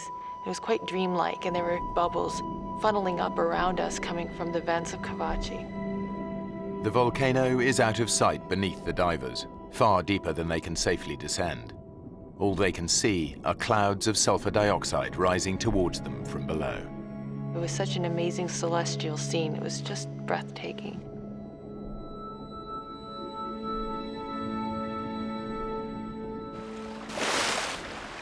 After 30 minutes, the divers surface. That was amazing, wasn't it? It was awesome. The weather has changed dramatically. The dark cloud David spotted earlier is now above them. God, it's really choppy now. Yeah.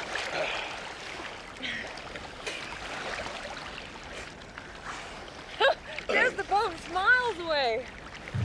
Yeah, the current must be really strong. Hey! Hey, guys! Hey! We're behind you! Hey! I remember thinking, oh, okay, that's no big deal. I was just looking forward to getting in the boat and putting a towel around myself. And then they didn't turn around. They got the engines on. They can't hear us over the engines. Turn them off! Cut the engines! Turn it off! Hey! I said, David, why aren't they turning around? And he couldn't answer that question.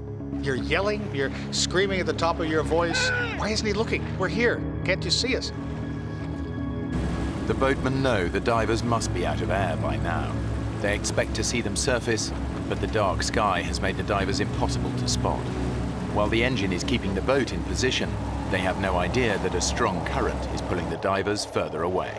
Where are they going? They're not going anywhere. It's, They are. No, it's the current. It's pulling us away. Hey! Yes, you feel anger. You feel like, come on, turn around and have a look at us. Why aren't you looking at us? Hey! The current was pushing us away. We could see him. They couldn't see us. Running the engine to hold the boat in position is burning up fuel. If the boatmen don't leave soon, they risk being stranded. One of them makes a desperate attempt to locate the missing divers, but he has no idea just how far away they are now. With the fuel tank almost empty, the boatmen have no other choice but to return to the island to get help. Guys! Go! It happened quite quickly. We watched them disappear, as if the sea swallowed them up. I said, David, this is bad. This is really, really, really bad. David and Melissa are now stranded, alone in the ocean. The nearest land is more than 20 miles away. All they can do is pray for rescue. I still had faith that they would come back, ride over the waves like heroes and pluck us out of the water. But they didn't. We are absolutely alone, miles away from land. I knew we were in trouble. So do you think we could swim for it? No. It's too far. They're gonna be looking for us down current. I think we should just stay put. Huh? I said, let's not ruin the chance of them finding us, because the boat driver was the only one that knew we were in trouble, and he knew that if he'd come looking for us, he'd come down current, so we were going to stay down current. How do you know they're coming back? Well, if they went to get gas, it's an hour there, and it's an hour back, so I think we'll be out of the water by 4 o'clock the latest. Yeah? David had come up with a timetable, so to speak, of when the boatmen might return, which was about 4 o'clock. I thought, okay, we might be here a while. But then the uncertainty started seeping in.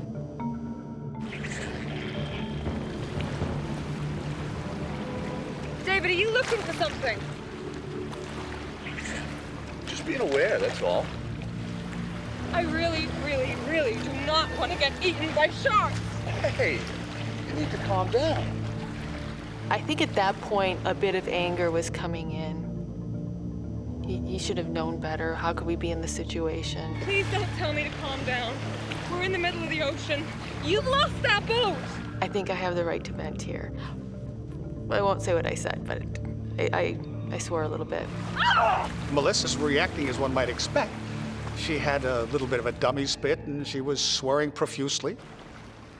She's relying on me to ensure that everything went smoothly. And at that stage, I'd shot myself in the foot big time. And it just was turning sour as the moments went on. David and Melissa ignore each other, forgetting they're floating in a powerful current. David! David! the current pushes that far away, it was scary. Come here. We had to try to swim against a knot to a knot and a half current. Swim to me.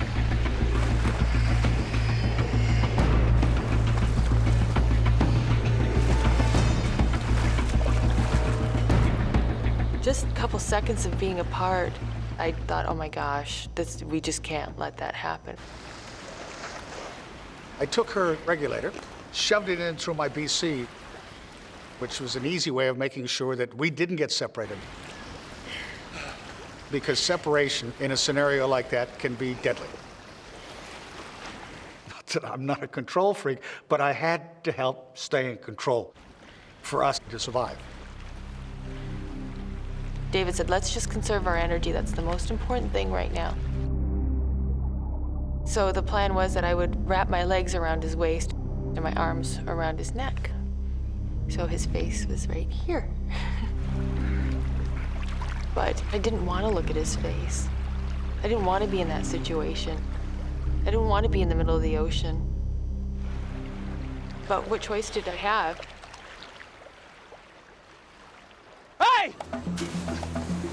Hey! 20 miles away, the boatmen get back to the island and raise the alarm. Lost 2 divers out there. The locals know the seas around here well. They've all heard the stories of giant hammerhead sharks preying on fishermen. They know they may not have long, and search parties race out on the hunt for the missing divers. David and Melissa can only hope that help is on its way. But with each passing hour, they're getting more nervous. In the Solomons, there's a phenomenal amount of sea life there. My biggest fear at that stage, I believe, was sharks. I'd imagine them circling below us. This big mouth coming up and tearing into one of us.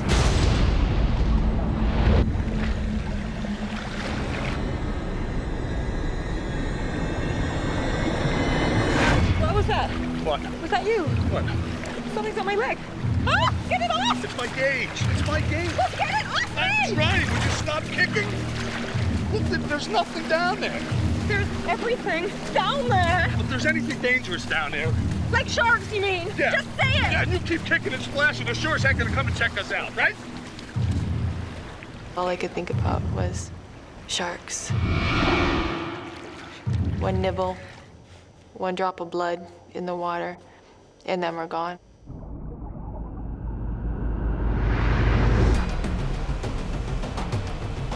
The search parties have finally reached Kavachi, but they have no idea that David and Melissa have already drifted miles away in the current. They continue to search above the volcano.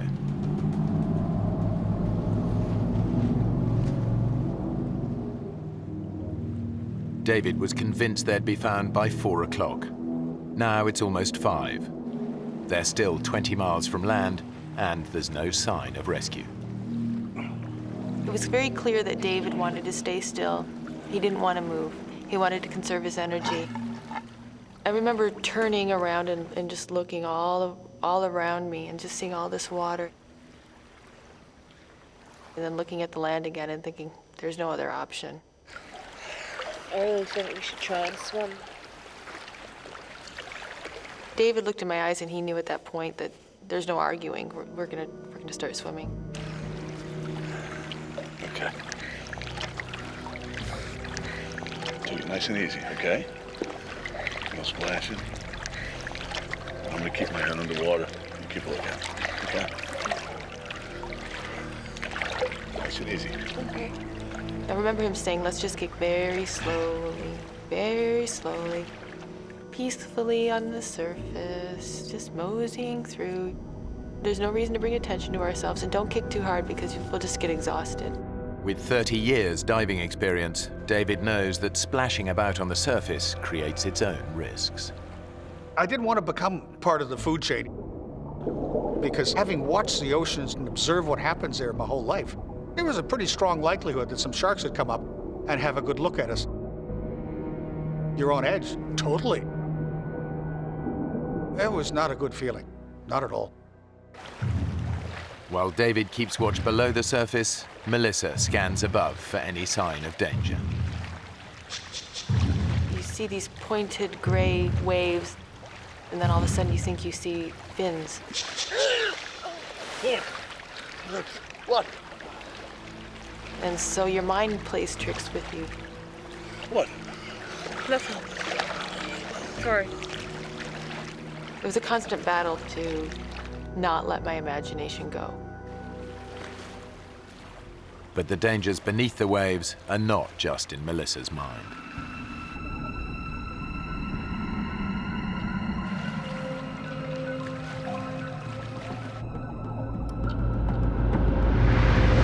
Ow!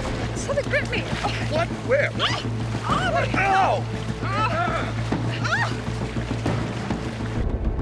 Then I looked in the water, and there were millions of these little globs, little translucent balls. Oh, jellyfish! I look, they hurt. They're not gonna kill you, okay? Swim through.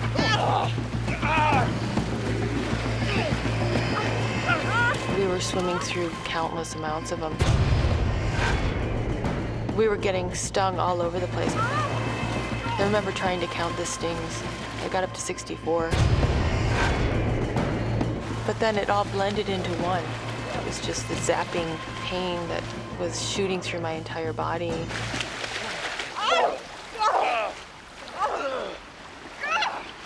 My lip is killing me. My hands are on fire! That's okay. I'll go down in about an hour. Are you okay to go on? Yeah. Yeah? Desperate to escape the jellyfish, the divers splashed around on the surface. They've broken David's golden rule and become a magnet for predators. As I'm looking around, I'm looking straight down, and I see this little dot coming. I felt David, he pulled me to the right, abruptly. David! David, what are you doing? I pulled back, and he pulled me, and I'm like, what? It was coming straight at me from the depths, literally, from what I could see, straight at my face. Coming right out! It was this huge, ugly barracuda, probably 5.5 feet. They can be very aggressive, and they have been known to attack people before. David knows the great barracuda has a ferocious bite. All he has to do is hit me in my hand, my arm, my leg. If I start bleeding, I've got another major problem. I've got a problem with sharks. Against two sets of razor-sharp teeth, David's only defense is his camera. I needed something to ram and protect us. That was the first thing to use.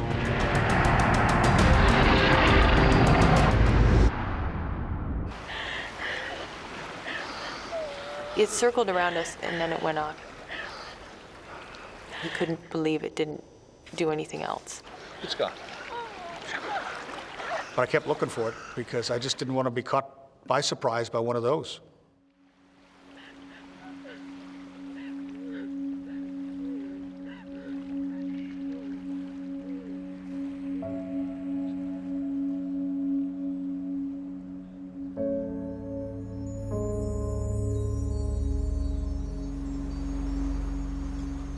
With daylight fading, the search parties have no choice but to return to the island. They've spent over 6 hours searching for the missing divers. They'll start again at first light, but everyone knows that by then, the odds are they'll be looking for dead bodies. As the sun went down, I felt really sad. I didn't understand why they didn't come back for us. I was hurt. How could this be? How could they not come back? Maybe they're back there looking.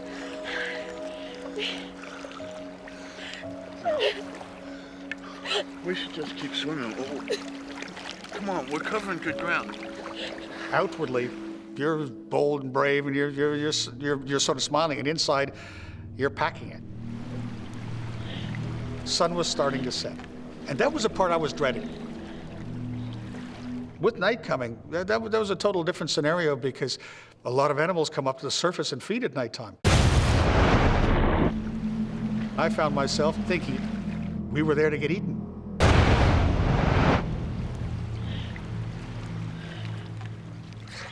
Despite David's fears, they're still 15 miles from land. Their only option is to keep swimming.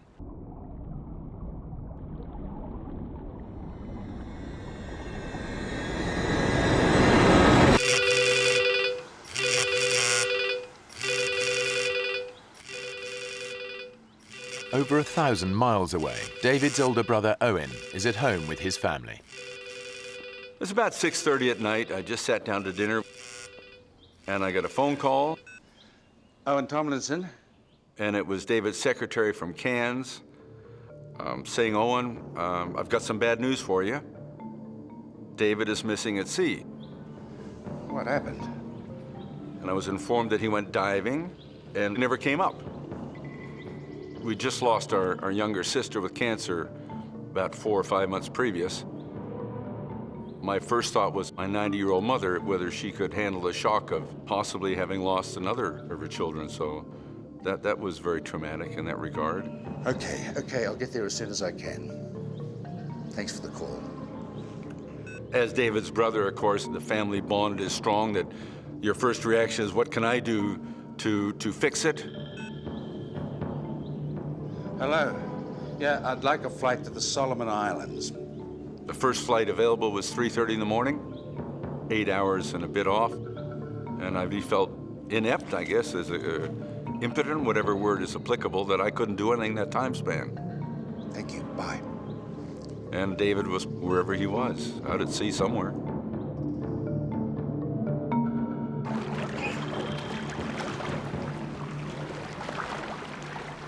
As night started wrapping itself around us, it was completely terrifying.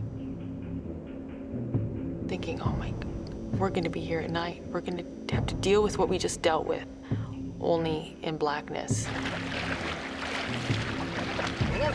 What? Stop. What Stop is it? swimming. Look, in the water. All of a sudden, I find that every time we move our arm or our leg, the water's glowing. Wow! The mysterious light is caused by microscopic plankton in the water. Any sudden movement makes them glow. Stop. Stop. But it's beautiful. Yeah. We move, we get seen, huh? That really stopped us from swimming, because I said, Melissa, we can't keep swimming now because we're gonna, it's lighting up around us. Something's gonna see us. But when the divers stop swimming, their body temperature plummets. I was just shaking so hard. I was so cold. You've got nothing to stand on. There's nothing to sit down on. I just wanted to be out of the water. I wanted something to float by so I could climb on top of it so that I wouldn't have this pressure on my body, because it was so consuming and uncomfortable. I was trying to recharge her batteries, allowing her to stretch out and just try to use a minimum amount of energy, but enough to keep herself warm. We're really getting rather tired. We can't sleep. We don't dare sleep, because if we fall asleep, we could drown.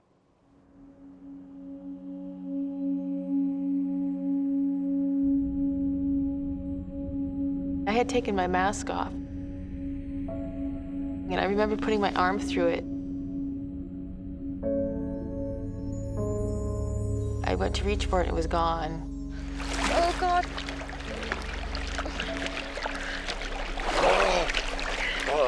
Can you see it?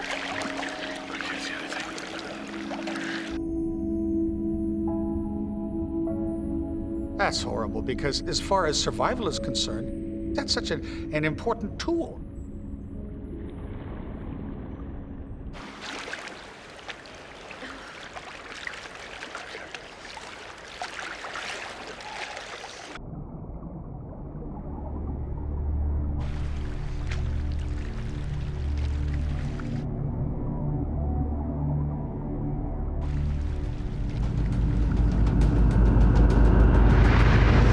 David, what was that? What?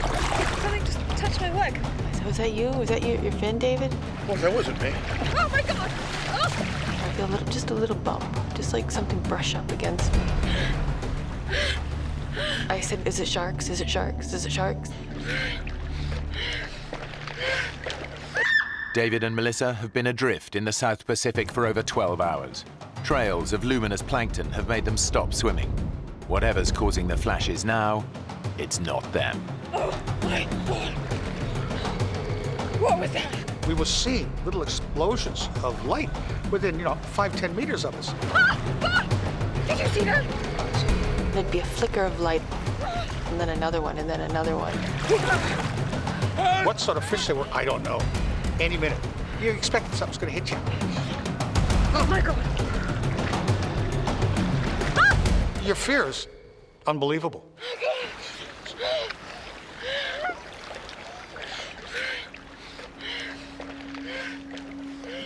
The night was the most stressful time I've ever had in my life. It's as far as your emotional lows are concerned, that'd have to rank up there with them, because I've never been so hopeless. Every minute that we're out there, you become less convinced that we're gonna get out of it. We're in a really bad place here. I don't know what's gonna happen. Part of what we went through was discussing what we pass on if I don't survive. Tell my kids I love them. And my family. It's scary. Oh.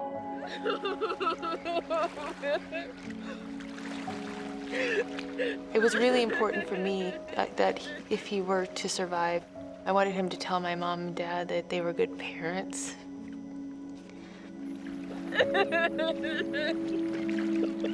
He started crying and he said, "You're gonna live to be very old. You're gonna have children." And that was hard.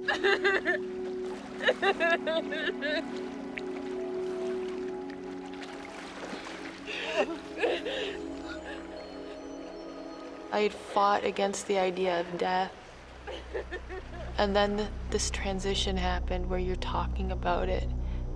You're accepting it.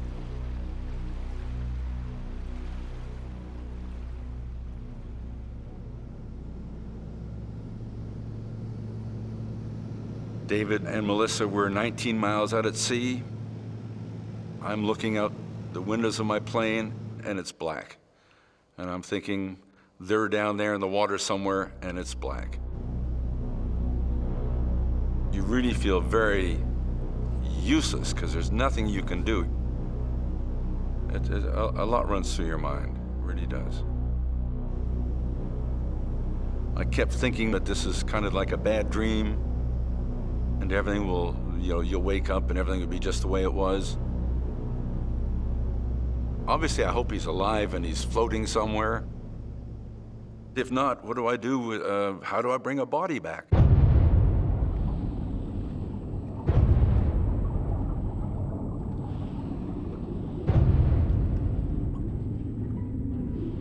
There was one point where I thought maybe David can just hold me under.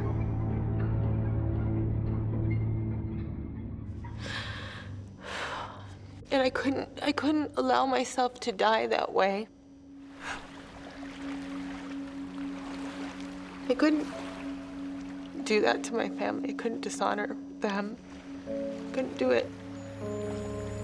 Or I just said, David, I don't care. I don't care if I die. I gotta die trying. I'm not gonna lay here anymore.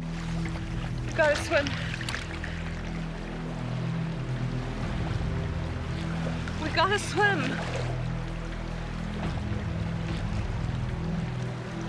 David, please. Please.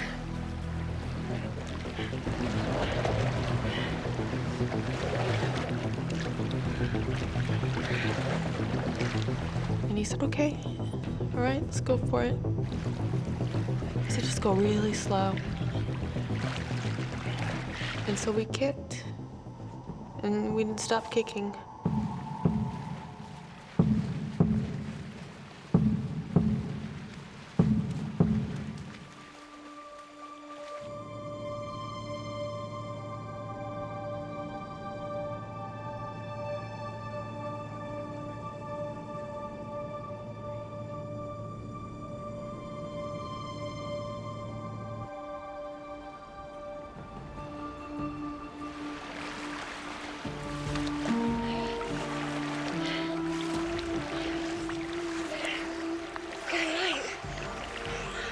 After living through that darkness and then seeing the light, it just changed. It just gave me something I didn't have.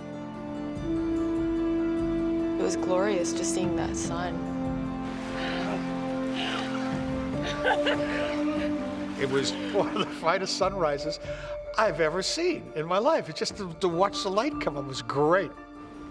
And then I could actually see for the first time the land. I could see that it was actually tangible. Oh, you're closer. It is closer. My eyes were completely glued to the land. That's all I could think about.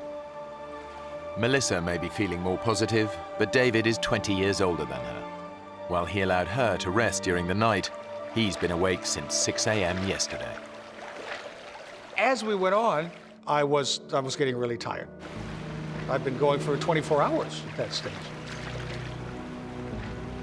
He started acting very erratically.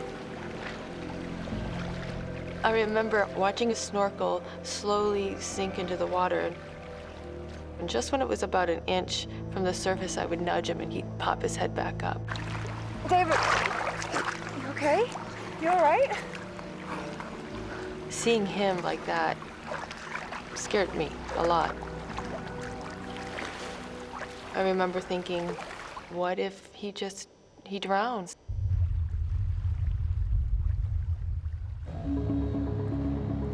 David's brother, Owen, has finally reached the Solomon Islands. Even though there's no official search and rescue, there is a helicopter service, but it's a private company. When we got the helicopter chartering service, they weren't really sitting around waiting for me. They were doing other things. And I'm standing in the counter saying, come on, you know, I want to get this up and going.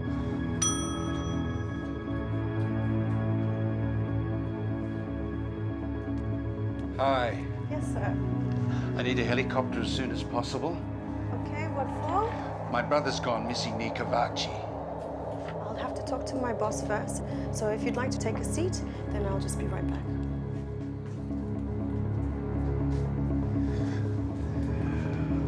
I was hoping they would be out at first light, but it was probably closer to 8 in the morning. It was a bit upsetting because we wanted to find the two of them as quickly as possible.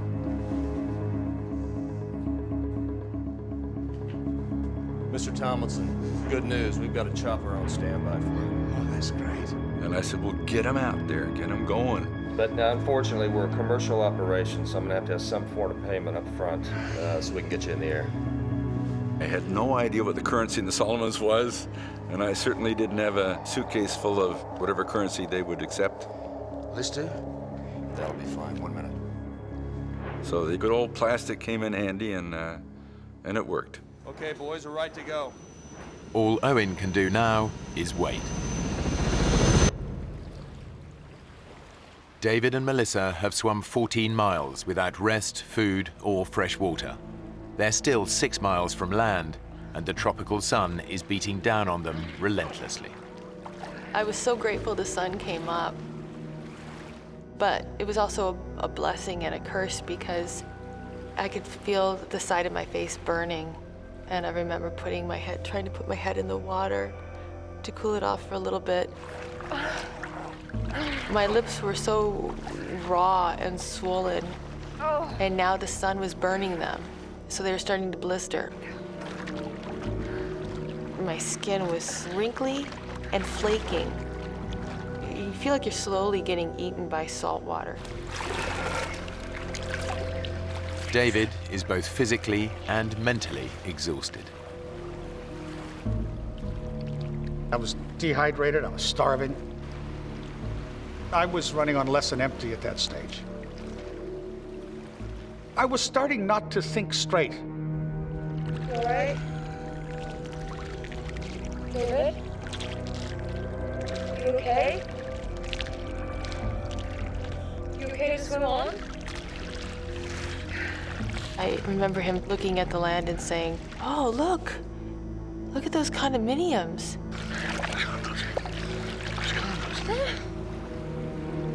And I said, there's no condominiums.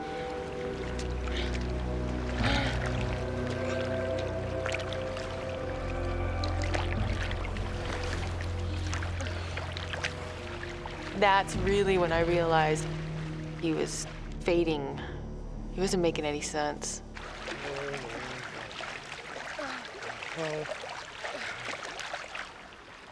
I was getting closer to almost total exhaustion,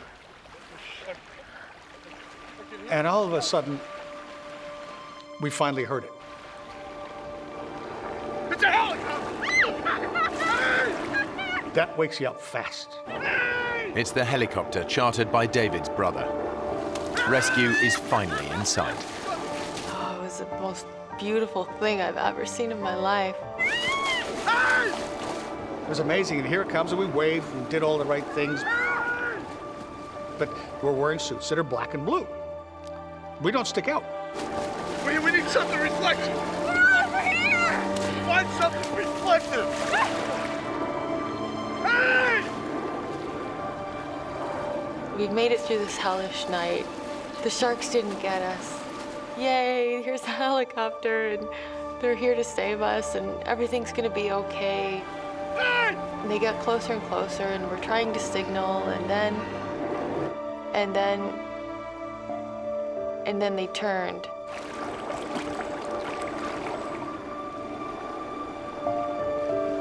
They can't see us.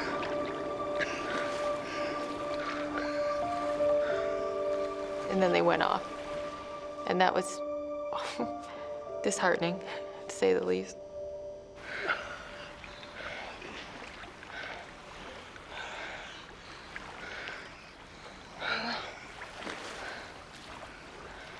Then we just pressed on towards land. Come on. Because there's no other choice but to keep going. The exhausted divers are only 4 miles from land. But for David, this is the most terrifying part of the entire journey. I didn't totally mention to Melissa at that stage that I believe the greatest fear we're going to have is that last bit, right in close to the shore, because it's an area I wanted to fish, because there's so much sea life there, including your upper major predators.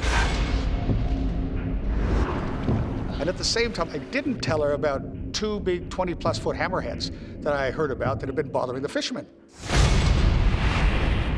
So that deeply concerned me, but she didn't need to know that. But what David doesn't know is that his fins have been chafing his ankles. He's now bleeding profusely. Hammerhead sharks can smell 1 drop of blood in 1,000,000 drops of seawater. It's only a matter of time before David attracts attention.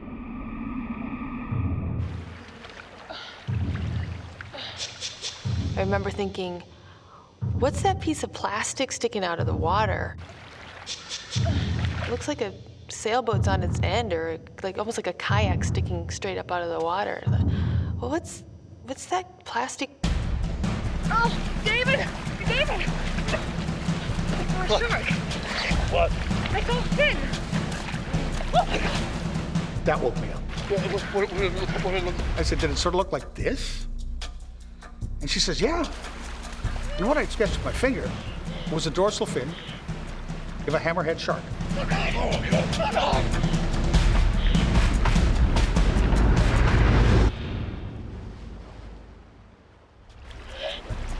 Just offshore, they've spotted a hammerhead shark.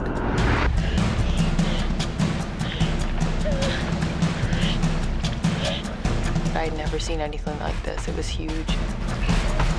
You're talking a 6+ meter shark. That's a big shark. I figured if it's gonna happen, I want it to happen fast. I hope it doesn't bite my leg. I hope it just sinks its teeth right into my heart. And bang, it's over with. This was my greatest fear. You're just hoping that that shark isn't hungry. With all the bad things that have happened, a little bit of good luck would be nice right now.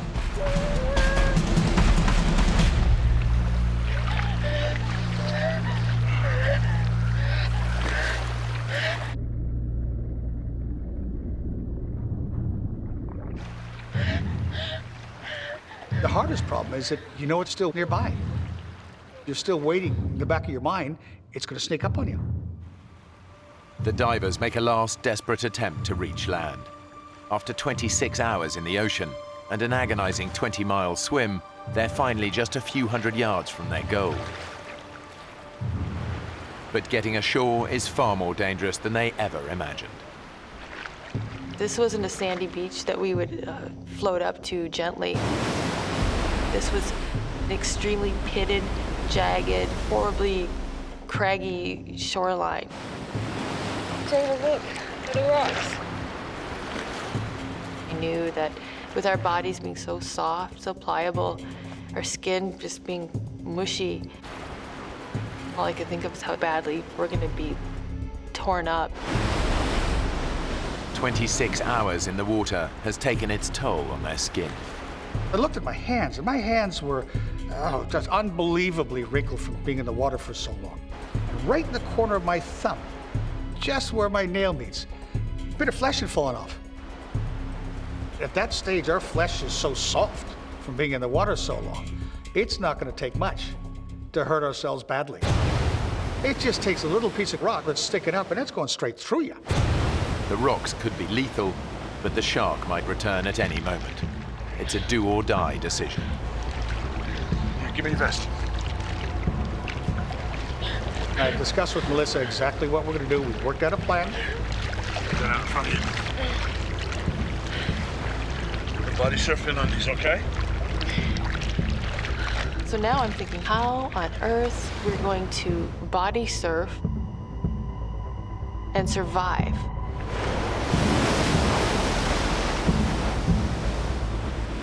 But what choice did we have? It was completely terrifying. We're 100 meters from the shoreline, but the odds were that we weren't going to survive. You ready?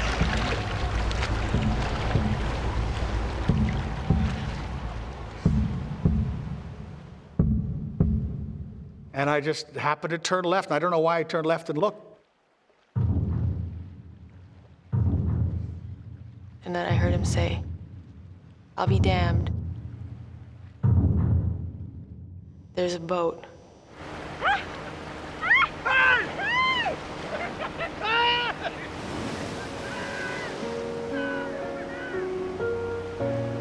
It was unbelievable.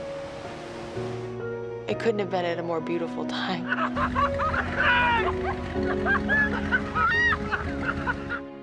It was an unbelievable feeling. Absolutely unbelievable feeling. Because then it was just like one of the heaviest weights you'd ever have in your life lifted off your shoulder. Next thing I know, the boat's next to us, and they're pulling me out of the water. And I'm like, I was this crazy mad woman. I was crying and laughing.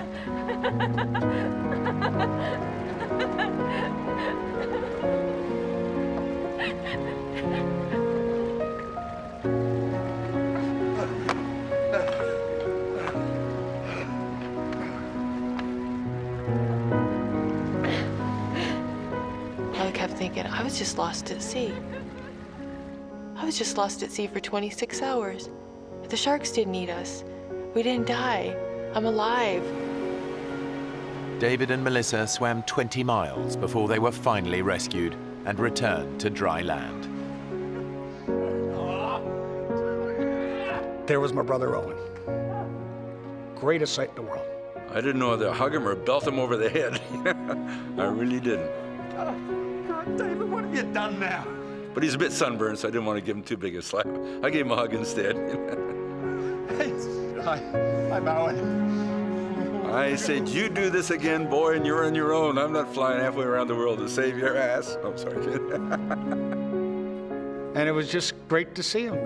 Ever since then, every morning you wake up, it's wonderful to start a day, standing on dry land. David still lives in the Solomon Islands and dives regularly. But Melissa returned home and hasn't done an open water dive since. The two of them remain good friends.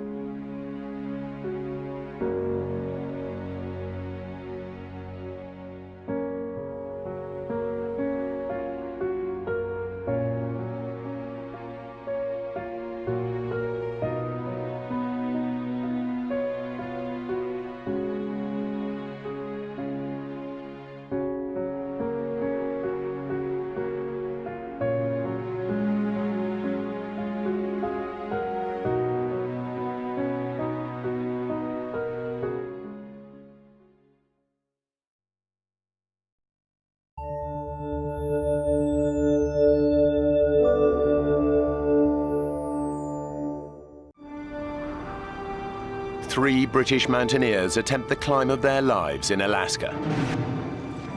But within sight of the summit, the weather stops them in their tracks. Steve! When frostbite threatens the life of one climber, the others must decide. Stay together and hope for a rescue that may never come, or leave their friend behind. If we leave Nigel here, he dies.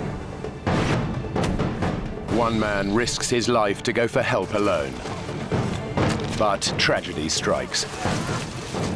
He faces almost certain death, knowing his friends have little hope of rescue. I've let them down. I've let my mates down, and they're probably going to die.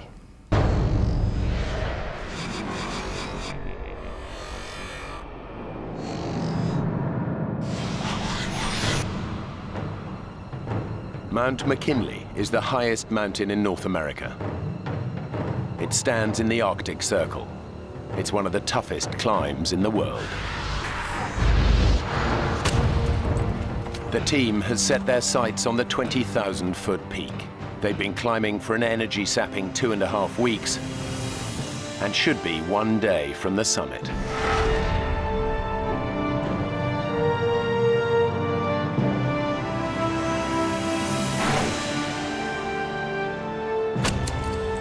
Steve Bull has been climbing for 18 years and has conquered some of the highest peaks in the world. For me, the mountain environment is a very special and beautiful place. Particularly Mount McKinley, it's one of the great wildernesses of this world. It's been one of my ambitions for a long time. Anthony Hollinshead is Steve's best friend and his longtime climbing partner. Climbing is predominantly having trust in your climbing partner. It's paramount that you know what the other's doing. Nigel Vardy completes the 3-man team. This is his first expedition with the others. He's an experienced climber, but he's never attempted a mountain as treacherous as Mount McKinley. I sometimes suffer a little bit with confidence, and sometimes I have to say, Nigel, you can do this, you'll be fine. Originally, Steve had the dream of climbing McKinley, and really we perhaps followed his lead.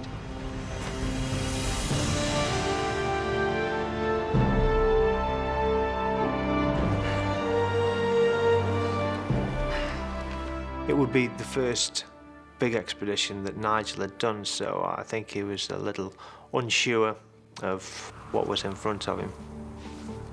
With Nigel coming into the team, it's obviously changes the team dynamics slightly, I suppose. Stephen and I were used to making decisions. Right, you ready? There's an awful lot of pressure to work together well, because you are reliant on each other. Absolutely reliant. There is nobody else there. Come on, let's get going.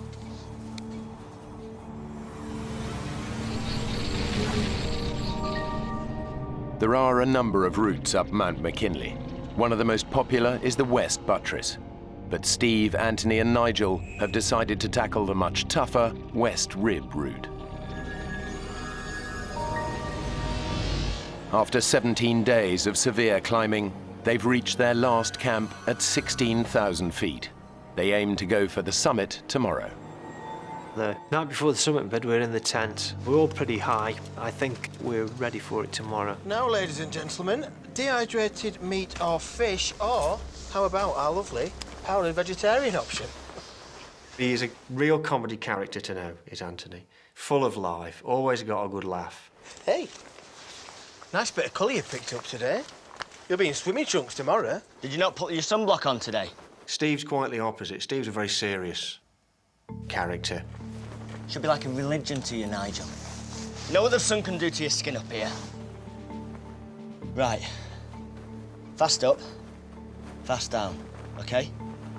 So let's strip all the unnecessary gear and pack a kit. What we agreed? Frillies in tutus? The conditions can be extremely hostile at this altitude. The team must be sure of the weather before they decide on making the challenging climb for the summit. Base to Jensen. Weather's looking fairly fairly good for the next 24 hours. Copy that, base. Good night. Good enough? We better get some beauty sleep then, eh? To infinity and beyond.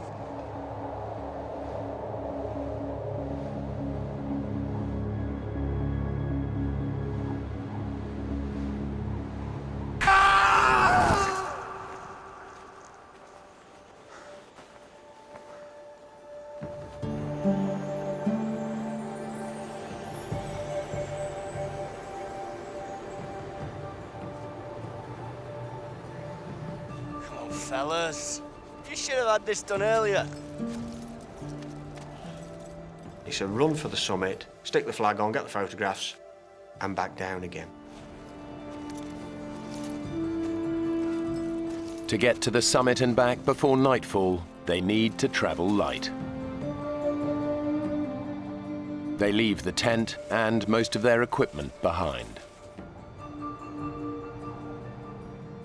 The climb to the summit is about 4,000 feet from here, maybe a little bit more, and it's a lot to do in this altitude, so we've got to go light and get back down before it goes dark. They now face one of the toughest sections of the climb. Steve was sort of, come on, let's get on this thing, bang, bang, bang, and away he went. On the opening stages, I'm not doing bad at all. But as the day is progressing, I'm thinking that we're moving pretty slow and we need to keep it moving a bit faster. It takes us such a long time to cover this. The time's really ticking away. After hours of hard climbing, the team are already behind schedule. They've now reached an area known as the football field, a flat plateau just below the summit. But the weather is changing. As we walked across the top of the football field, the wind started to increase rapidly.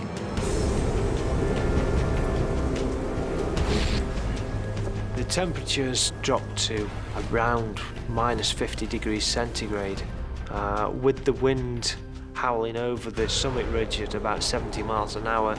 I don't know what that takes you down to, but it's cold, believe me. Every step is just draining. You're almost crawling, really just to sort of get your face out of the wind. It can be like being hit with hailstones, frozen peas, if you've got exposed flesh. Weather conditions on Mount McKinley are some of the most unpredictable in the world and can cause death by flash freezing in seconds.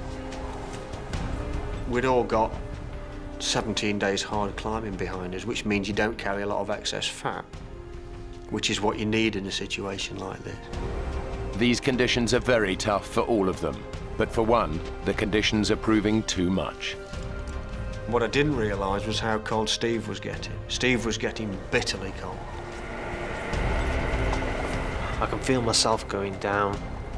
I'm shivering, my teeth are chattering, my thought process is slowing down, I'm becoming lethargic.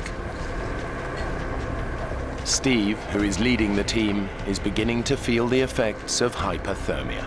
He's literally freezing to death. They're at over 19,000 feet, and the temperature is plummeting. At such altitudes, the impact of an unpredicted storm like this is devastating. Steve is suffering badly. Anthony and Nigel know that they have to get him out of the freezing cold. We need to look for shelter! Get somewhere safe, now! Finding anywhere to hide up there is very difficult. You really are out on your own. Right! Up there! By the grace of God, we found a crevasse at the base of the summit cone. We took our ice axes and opened the face of it up, which was very hard work. I can feel myself going down. I'm shivering. Hypothermia is going to come soon if I don't get out of this wind.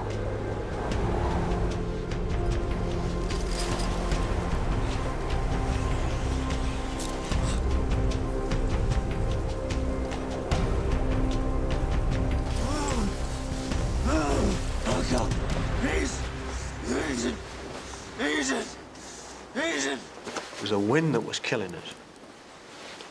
And once we were in there, I'm not going to say it was warm, but it was warmer. Oh, God. Please. Easy. As the cold's taken effect, your mind's slowing down, your reactions are slowing down, thought process is slowing down. So I'm relying then on others to take care of me. Easy. I need you to hug me. I need you to get some warmth into me. Steve asks me to sort of cuddle him, keep him warm, really. You ever tell anyone about this at climbing club? And you're toast.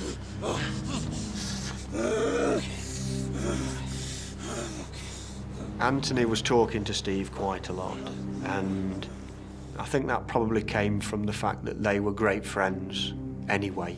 They'd known each other a long, long time, and Anthony just wasn't going to let him go. Thirsty. Give us a drink. Nice drink. Let's see what we've got here.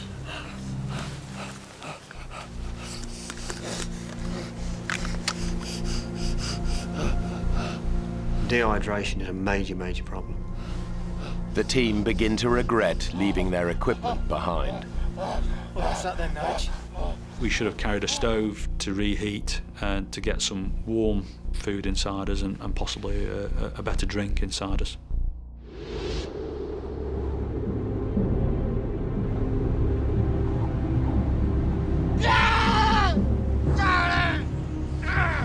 It's all right, mate. It's all right. Just calm down. I'm here, all right? So shh. We got to radio for help. Get them to send help. We'll never get Steve down on our own, not in the state that he's in. We've got no choice. Oh, he's still shivering and moving. That's a really good sign. Nigel and Anthony know that Steve would want to carry on, but they now must decide if they should call off the climb and send out a mayday call. It's a very difficult decision to actually decide that we've got to make this mayday call because we don't know how Steve's going to react. We need to call now rather than waiting till it's too late. Just hope there's enough charge in the battery to get through. Tried to keep it warm, but it's so cold. Is it okay? We'll get a better signal outside.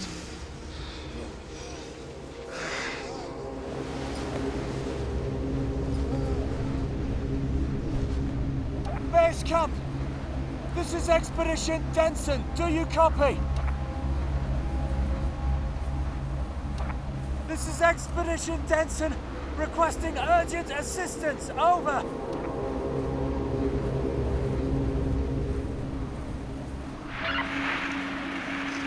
This is Base Camp. Base Camp receiving. If you're trying to reach us, we can hear your button being pressed, but no voice transmission. Repeat, your button, but not your voice. I felt very happy to hear somebody else's voice, that there was somebody there. But they were really struggling to hear us. We need you to respond by clicks. 1 click for yes, 2 for no. And so they started off, are you this expedition? 1 click for yes, 2 clicks for no. Are you Expedition Zambesi? We just went down until they got a click for yes. Are you Expedition Denson? And at that point, they've got who you are, what route you're climbing, next of kin, equipment, all this information they can use. The storm is too bad to rescue you tonight. We need you to call again in the morning.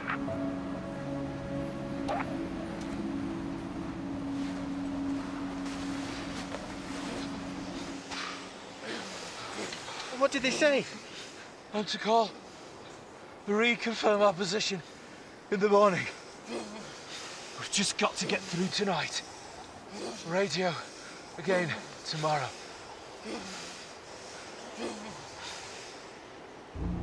Steve?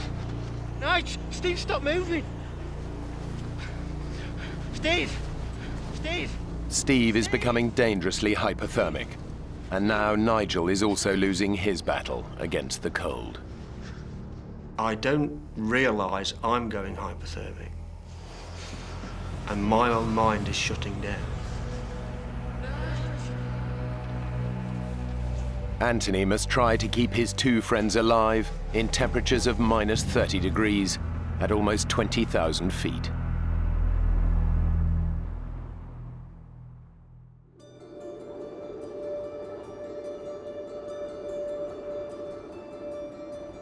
It's been a long night, but eventually Anthony emerges to see if the weather at least may be changing for the better. With daybreak comes another surprise. Morning. You seem disgustingly fit for a man who was a shivering wreck last night. Obviously these big manly arms of mine are stuffed. Overnight, Anthony managed to slow the process of hypothermia by holding Steve's body close to his own, providing much-needed insulation against the cold. It was a vast improvement from the previous night. Steve actually was in a good condition. Come on, let's go and check where we are. What about Nige? Oh, we can get him later. Look, just like you and I, let's go and have a look at this mountain that we've been talking about for so long. Okay? At this point, I'm still hoping to make it to the summit, for all three of us to get there.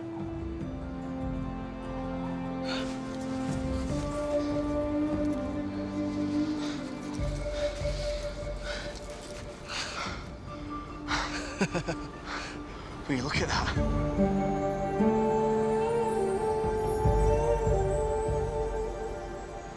It's there for the taking. Come on, let's go for it. Steve, last night you were pretty bad, you know. Nigel thought, we both thought that he should radio a distress call. What the hell did you do that for? And what did they say? Nigel went outside to make the call. He said the radio didn't seem to be working. One last push and we're there. So let's get back radio base and tell them that we're all fine now. I'm sorry, mate, but you were a real mess. It's fine. Really.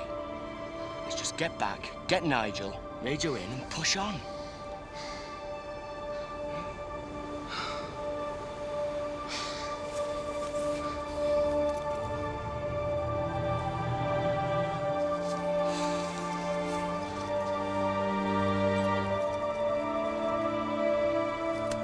Nigel still needs to radio in to confirm their position and let base camp know that their emergency is over. I took the radio and I put it on the edge of the crevasse top while I hauled myself up and my rucksack. And I knocked it with my elbow. And just watched this little black dot go flying down the slope. And I thought, you prat.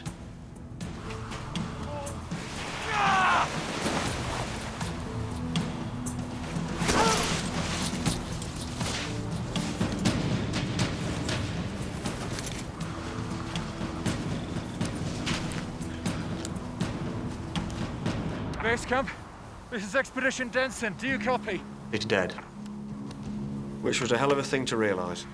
Base camp, this is Expedition Denson. Please come in. Your only means of contact with the outside world was gone.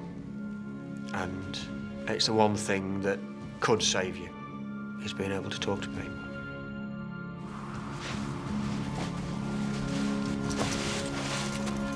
Nigel! Is everything okay? Guys, I'm so sorry. I've dropped the radio. I've broken it. Nige, your face. I'd missed this completely. I'd not realised it was happening. And he looked at me and I could feel his hand come up and pull. I got balaclavas here and just pulls them over. And I can't feel this cold. I can feel numbness, but I can't feel any further.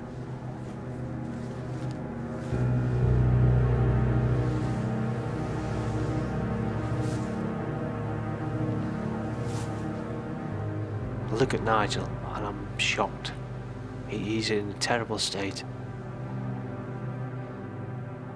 The day before, he got sunburnt on his cheek, and overnight frost must have got into this because his face was swollen up the size of a football.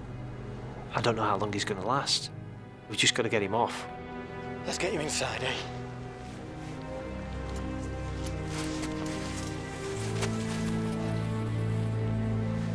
Look, Steve, So sorry. Maybe the two of you can push on. I know how important getting to the top is for the both of you. Look, let's not worry about that now, okay? Steve and Anthony took it fantastically well, actually, and I felt immensely guilty. Still do. We've got to get down. Get him to a hospital and quickly.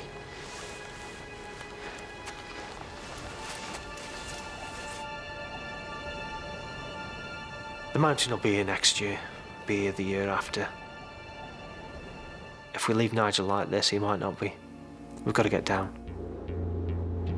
With the radio now broken, all chance of communication is gone. It's a race against time for Steve and Anthony to get Nigel down the mountain. As soon as they start their descent, the team realize that Nigel is suffering from more than just frostbite. When we set off back, it's obvious that Nigel is struggling, and we didn't realise that his eyesight was quite as bad as it was. The swelling on Nigel's face has forced his eyes shut. He's becoming weaker and confused, slower with every step.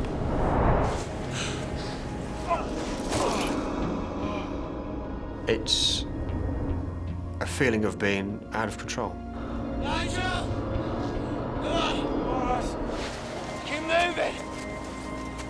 He was falling over and tripping over. It was painful to see. Steve was starting to cool down as again, and that was becoming a concern for Steve. I am worried about both Steve and Nigel at this stage. Put it round me. Go on, fellas! Keep the pace! Come on! Put it round me. Come on! Come on!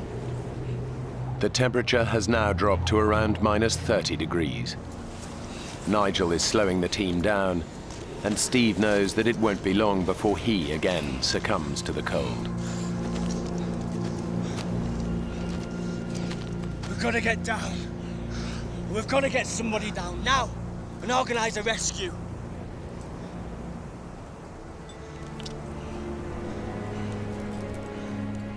Tony, I can't keep going at this slow pace. I'm going to go hypothermic again. I have to go down on my own. The decision when Steve says this to me is do I stay with Nigel or do I go with Steve? If we leave Nigel here, he dies. I didn't think Nigel was in a fit condition to sit it out on his own. I don't think he would have lasted very long if he'd been left to his own devices. You're the only one who can make that descent on their own. It's up to you, mate.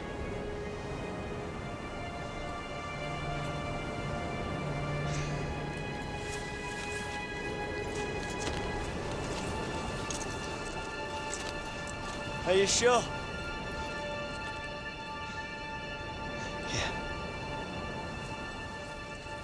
It's very selfless of him to stay with Nigel. You be all right? Will you? See you later. Steve.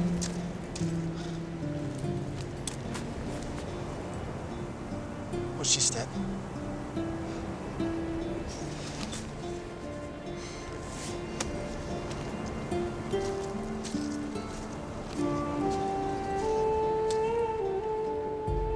Somewhere in the back of my mind, I can hear some mumbling going on.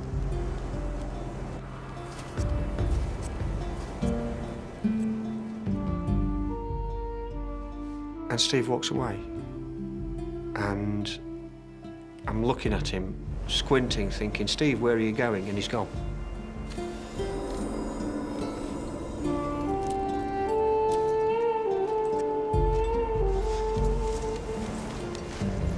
Nige, we're just gonna settle ourselves here for a while, okay? Yeah? I'm trying to keep it from the forefront of my mind, but it's obvious that there is a chance that Nigel could die. It's a weird experience seeing Steve go off on his own. It's a massive responsibility for me to get down, and I feel the weight of that responsibility. It's on my shoulders to make sure that these pair live.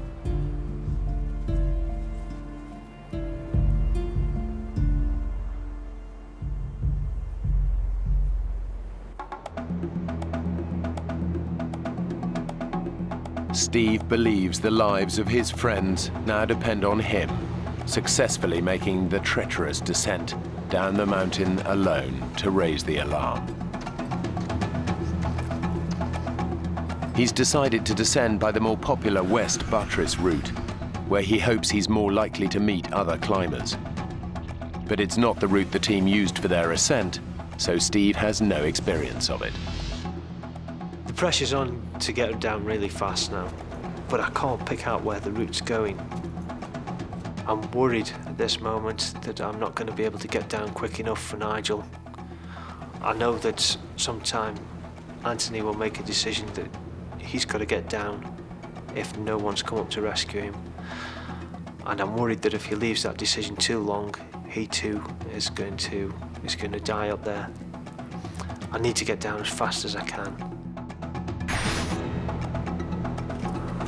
Steve knows he has to find the most direct way down, no matter what the risks.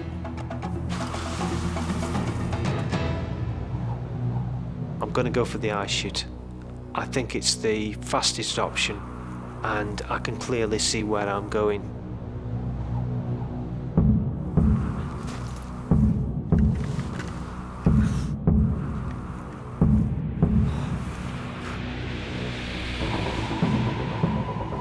Down climbing is much harder than up climbing, and when you've not got a rope on or someone to care for you up above, the risk's high. My heart's pounding a little bit.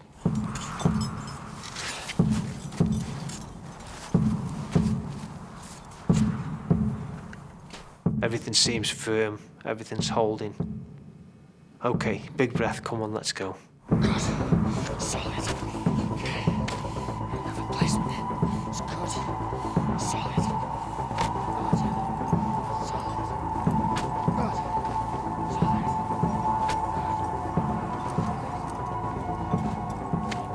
All of a sudden there's a crack. And I'm off.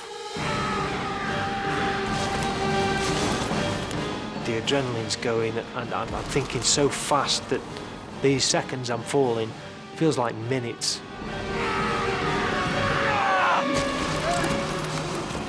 There's absolutely no way I can plant this ice axe to stop my fall. It would just rip my arm out of the socket. I need to stop.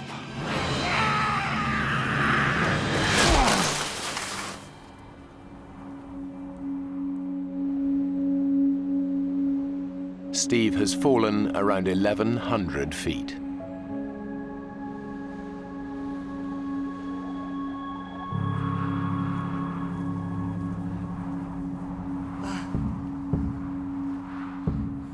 Oh, I can't believe I'm still alive. The fall should have killed me.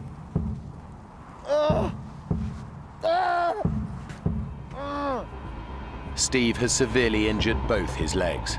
The right is fractured, but his left is shattered in 12 places. He's over 17,000 feet up, and in his condition a huge distance from the route where he had hoped to find help. Over 2,000 feet above him, his friends are waiting for the rescue that may now never come.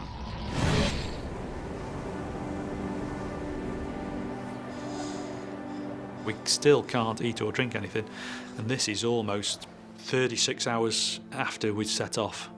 So, you know, it's a long time to go without taking anything on board. There is little we can do to stay warm without using our energies up. Not knowing quite what the next step is going to be. And we're telling kiddies jokes, which aren't very funny. How do you keep a dog from smelling? Hold his nose.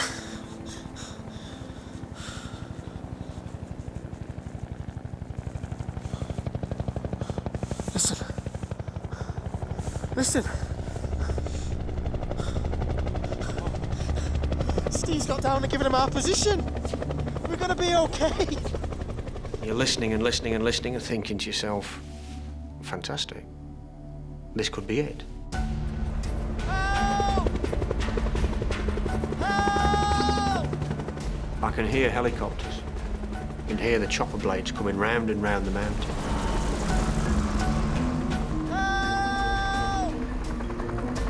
Thinking to myself, are they looking for us? There's a rescue party coming up the mountain now, or we're going to be safe.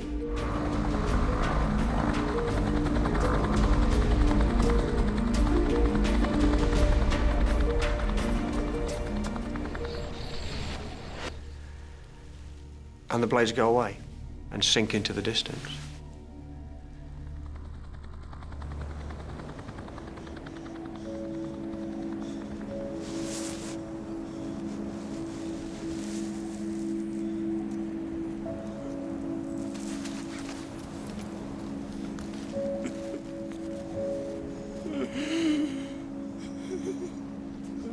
At this kind of altitude, a helicopter rescue is virtually impossible. Whatever they can hear, it's unlikely that it's deliverance.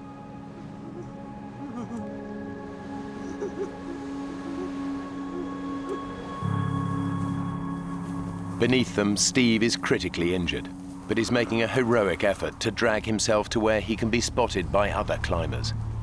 His injuries are so bad he might not live, but Steve believes that if he fails, all three of them will die on the mountain.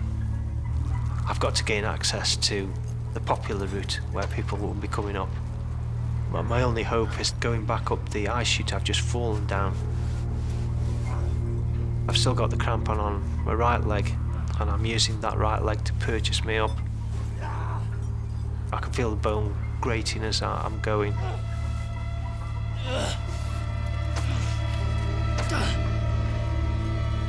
I get so far up, and my crampon slips, and I'm sliding back down again. On the way down, I bang my left leg.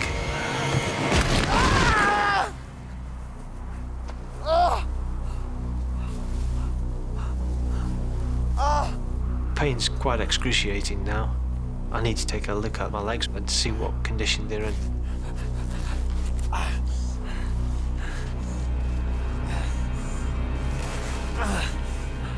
I roll up my trousers.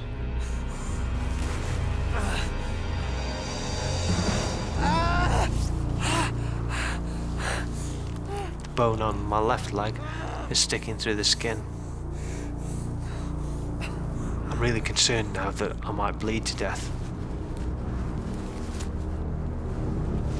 And try to put pressure on the wound to stem the flow.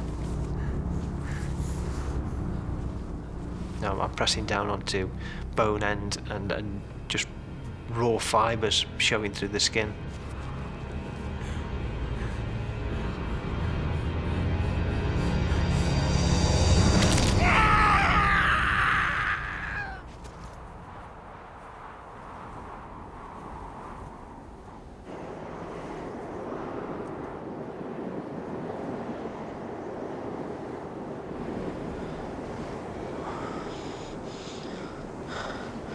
Knock, knock. Who's there? Lettuce. Lettuce who? Lettuce, and it's freezing. Sorry. That's bad. I feel very helpless. I really do. And to have somebody there with you is fantastic. He's being like a nursemaid and being a very, very good one. Frostbite has started to affect Nigel's hands and feet. They're deteriorating fast.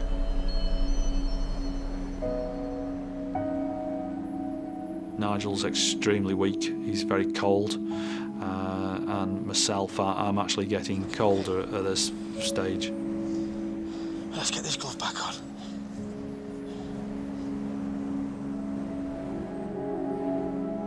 As time ticks on now, I am becoming a bit disconcerted about being out another night with Nigel in a very weak condition. Come on now. Won't be long. Could be on the way any minute.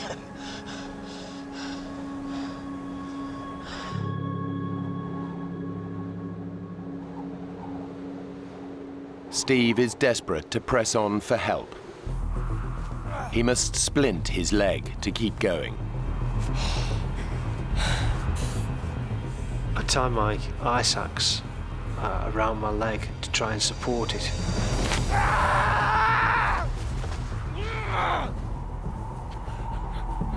Everything's lined up now, and I'm looking in better condition.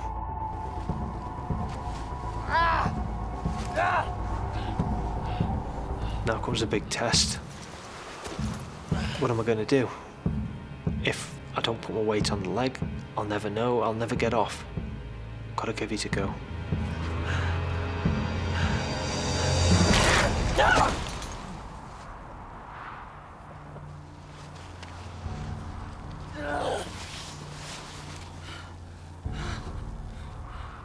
I'm sitting here in the snow, wondering what the hell I'm going to do. I can't stand up and walk. I've tried crawling.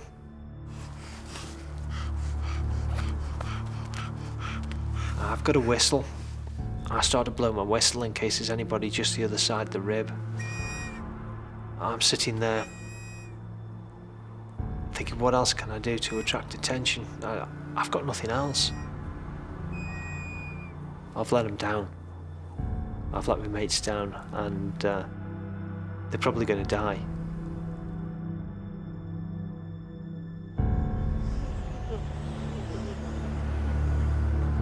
They have now been exposed on a barren mountainside for hours. And even though the Arctic nights are very short, as the sun gets lower, it just gets colder and colder. It's getting close to sort of 9, 10 o'clock, 10:30 time, where I'm starting to realise that at that time of the day, it'll be very unlikely that a rescue party will come to us. And as a result, it's starting to hit home that we could be out in a very exposed area for a second night.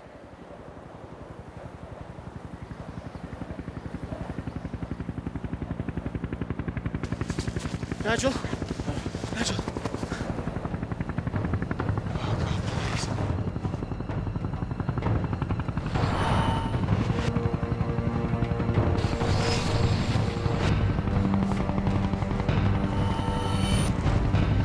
Nigel!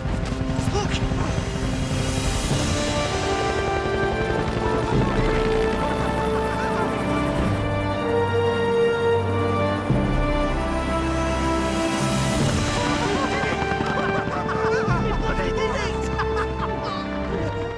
We thought Steve was the hero of the day for raising the alarm and getting the helicopter to us.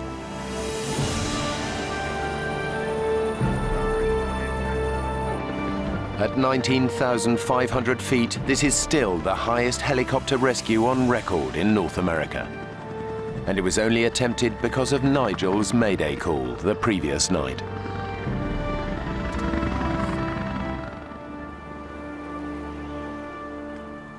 But it's not looking good for Steve.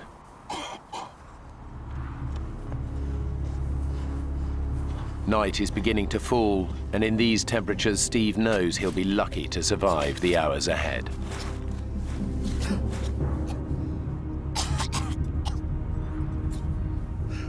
I've got to look after myself for the night now.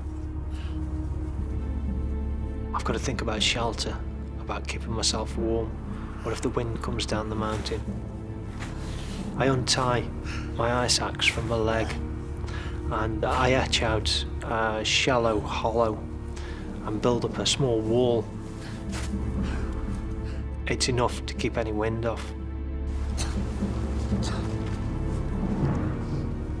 I need to make sure that I stay awake when it's dark. If I don't stay awake, I die.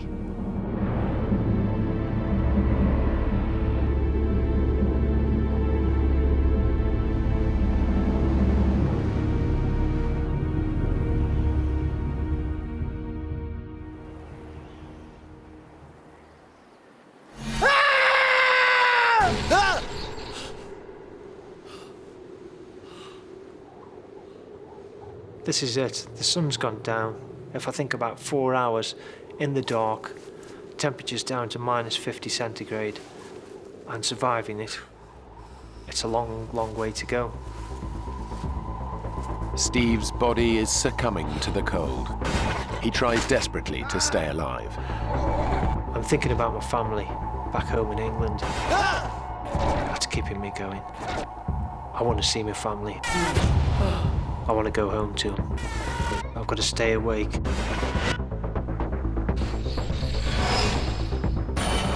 I'm messing with my leg. Putting my goggles over my eyes so my eyes don't freeze. Even tapping my leg to stimulate some pain so that it keeps me awake.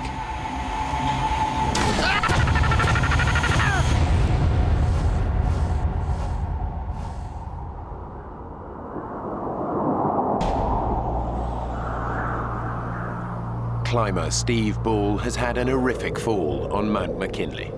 He's been stranded for 15 hours with terrible injuries in unbelievable cold. His fellow climbers, Anthony and Nigel, have been rescued. All he can do now is hope someone finds him before he dies. Steve! His friends have no idea that Steve is still lost on the mountain. Somebody came into my room in the hospital to ask me what Steve was wearing. It's only then I actually realised that Steve wasn't in a place of safety. He'd been there for up to 12 hours out, exposed on the mountainside, and nobody knew where he was.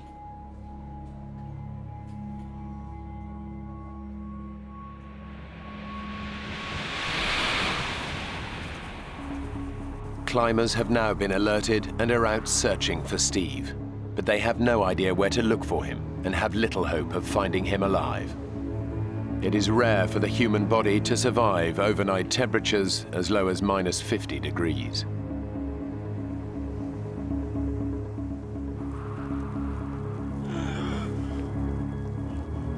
I can't feel my feet anymore. My nose is cold. I don't want to take my fingers out of my pockets. I just want to stay huddled up. I haven't got a lot left. I'm starting to lose it. Steve's lost all hope of being saved. He hasn't made it to the path. All he can do is wait for death.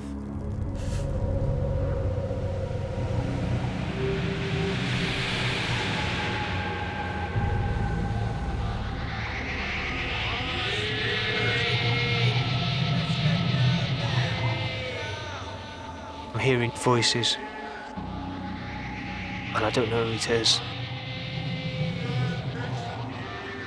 I think I'm dreaming. But it's not a dream. These voices are real.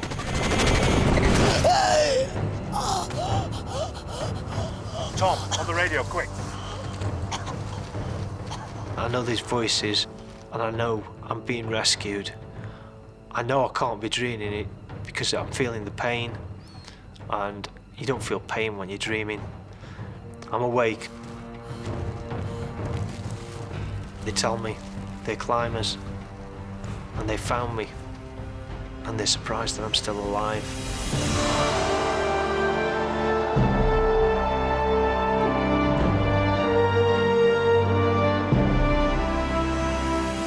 I'm cold, but I'm alive, and I'm going to stay alive. I want to go home.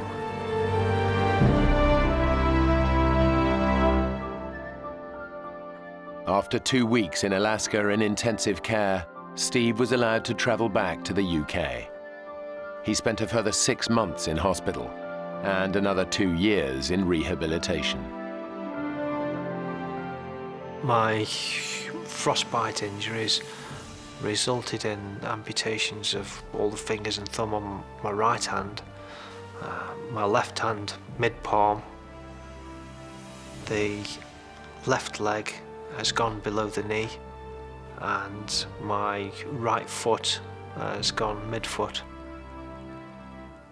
and of course a little bit of nose.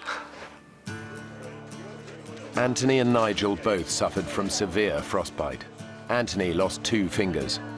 Nigel lost all his fingers and all of his toes, as well as needing skin grafts to reconstruct his cheek and nose. I've managed to travel the world numerous times since all this happened, and go into the Arctic, the Himalayas, and climb. A little slower. Steve's asked me, as he would, whether we could go back and do it again, and I'd like to think that we will get back and get another expedition planned, possibly all 3 of us together, and do something. But we'll have to wait and see.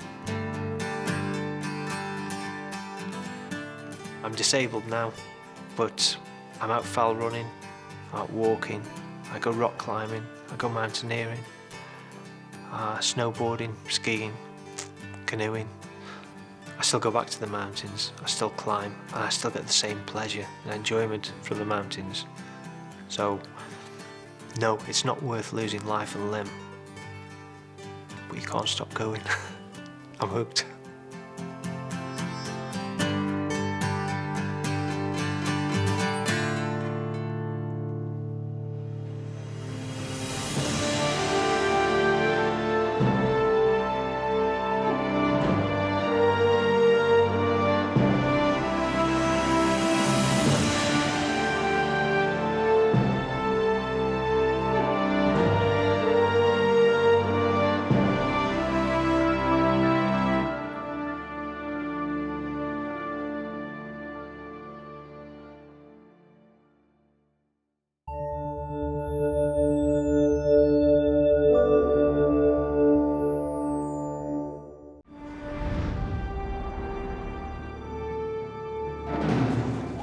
Five Boy Scouts and their leaders take on one of the toughest trails in the Grand Canyon. How comes it's so hot? But they're soon at the mercy of a freak heat wave. And as their water runs out, what started out as a fun adventure quickly turns into a fight for survival. 3 15-year-old boys risk their lives in a desperate race to find water.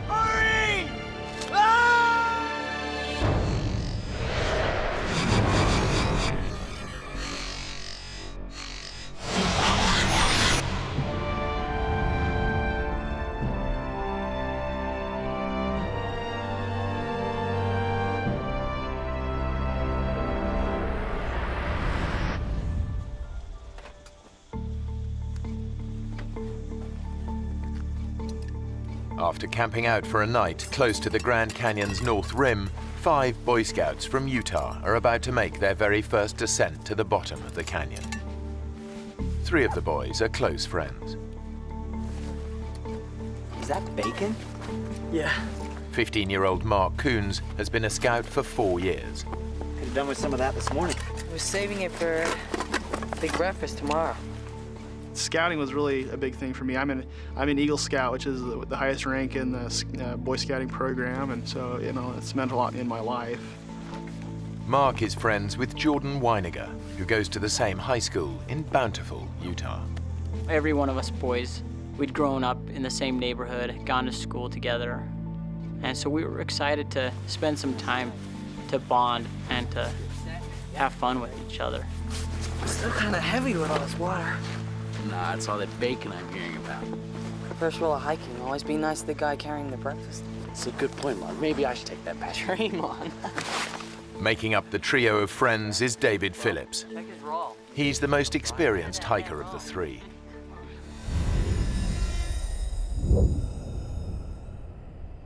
It's June, and the day is shaping up to be blisteringly hot. The leaders are following the first rule of Grand Canyon hiking. Take water and plenty of it. Okay, boys, don't leave anything behind. It's a real deal today. We're going over the rim. Guy Davis is the Scouts' leader. Most of the boys that went, I knew very well. They were about as high as kites. They were excited for the experience. I still remember my first time in the canyon. Veteran hiker Lauren Pace is in charge of navigation. Earl. He's also brought his brother Earl along. They're having a good time. Yeah, why not? Time of their lives. After a couple of hours hiking, the boys reach the canyon's north rim. When you walk around that corner and you see a huge panoramic view of cliffs, that go a mile down, there's nothing like it.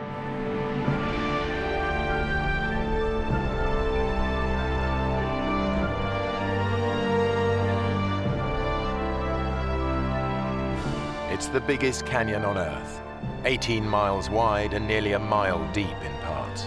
Its sheer size makes it one of the world's most extreme hiking environments. That's where we're going. All the way. Whoa. It's amazing.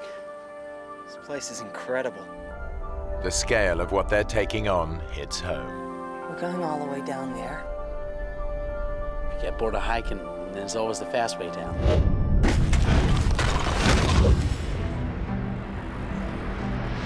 The group have already hiked 3 hours to their first night's camp. Now they'll make their descent, following the unmarked Little Nankoweap Creek bed. It's a tough hike with steep descents that drops 4,000 feet down to the Colorado River. There they'll fill up on water and take an easier route back up. The whole trip should take around 7 days.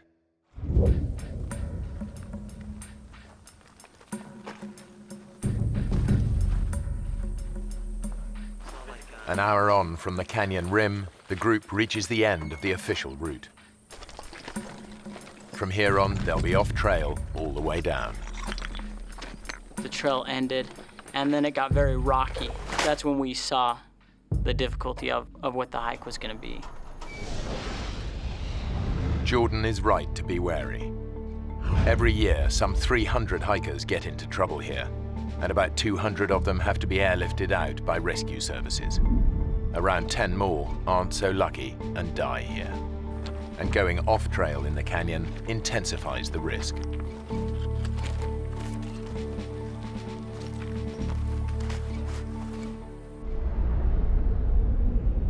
Yep, this is it, fellas. The big chute.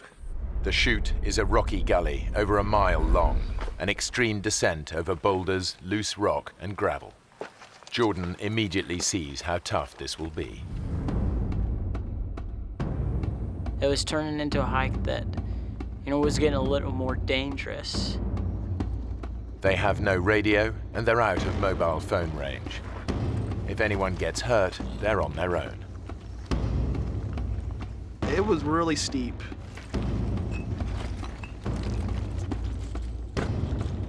As the most experienced hiker, David takes it in his stride.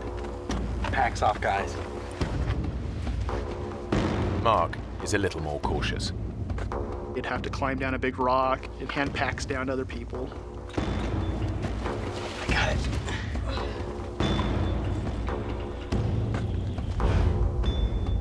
So at that point, it wasn't just a hike, it was more of a climb. A section of loose shale makes the going even tougher. If you did put your foot wrong or something, you definitely could take a nasty fall, maybe not stop until you go all the way down to the bottom of the Grand Canyon.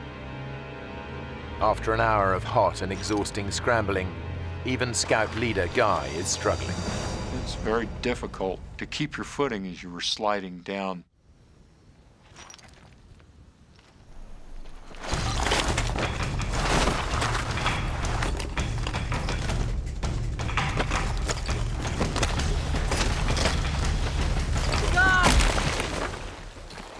God, you okay?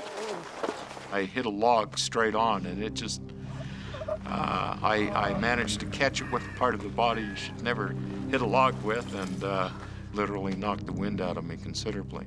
You okay to stand? Come on, let me take this pack. On 3, 2, 3. Careful. It's a lucky escape. It could have been much worse. 2 hours after starting down the chute, the exhausted group reaches the bottom. They've descended over 1,000 feet. Now, there's no going back.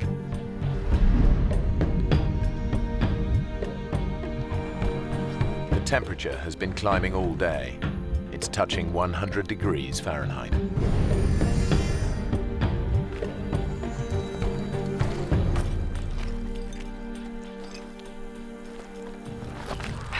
so hot. It's gotta be a freak thing. It'll be cooler tomorrow.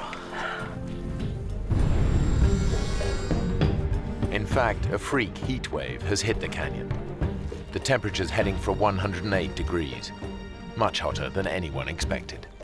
Lauren had been the year before, and it was hot, but not 110 degrees hot, you know, not cook you alive hot.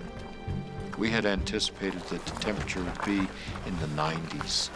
90-degree weather would have been bad enough. And the route down offers no protection from the ferocious sun. This is when we realized that we don't have any shade. We're not going to have any shade from now on.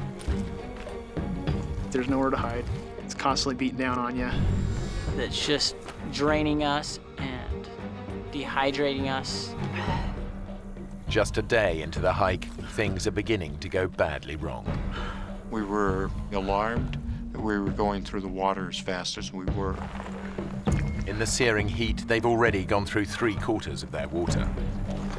The only place they're going to get more is the Colorado River. But it's over 2,000 feet down, and they're still a day and a half's hard hiking away. In this heat, they'll run out long before they get there.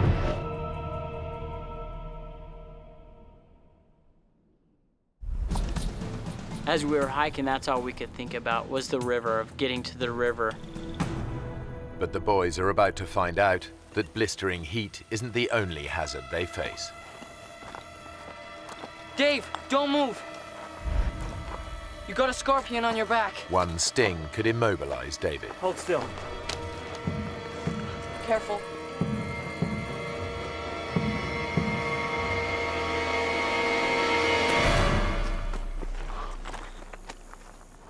You think it could kill you? I don't know. I don't really want to find out. It's a reminder of just how hostile the canyon is. As well as scorpions, there are thousands of rattlesnakes. Stepping on one would be all too easy. And getting bitten out here miles from medical help could be fatal. Come on, let's go.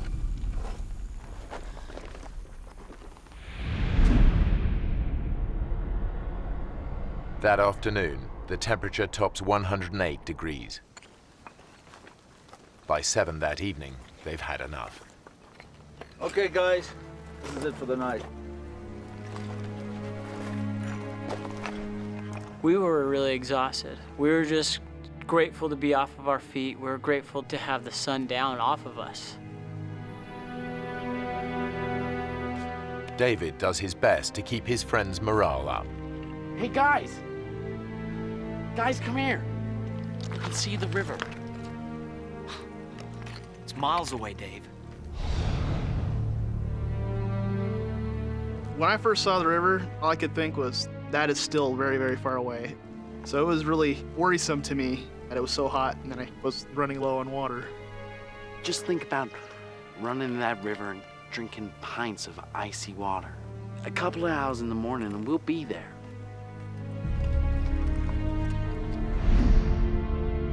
In fact, they're still a tough day's hike from the river, and their water is almost gone. We begin to say, gee whiz, am I going to be able to make it down to the river tomorrow? Have I got enough water?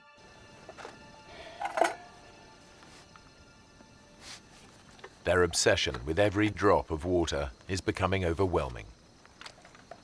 Hey, Jordan, don't let it boil. It's a waste. Just gonna heat it a little. Hey, George, they're much better dry. They're nutritious and delicious. It's like having loads of little worms in your mouth, just wriggling about. I'm not hungry. Come on, Mark. You gotta eat something. I thought it was odd that I wasn't hungry after all that work all day. I don't know if that's some kind of side effect of dehydration or not.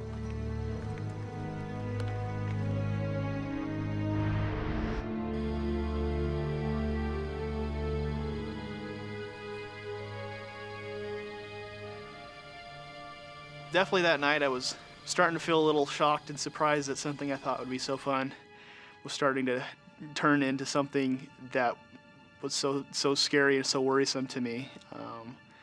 And I felt like I had started to lose control of the situation that I was in. Dave?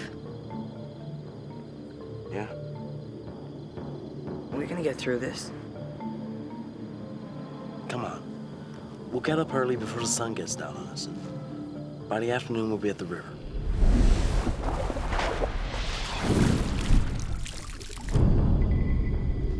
I'm gonna stay there all afternoon. Before sunup. That's when we need to get going. Like David, Jordan is convinced there's only one way to avoid being cooked by the sun again. We knew that we had to get up early. We knew that we had to beat the sun, that if we didn't, we knew that we would be in trouble.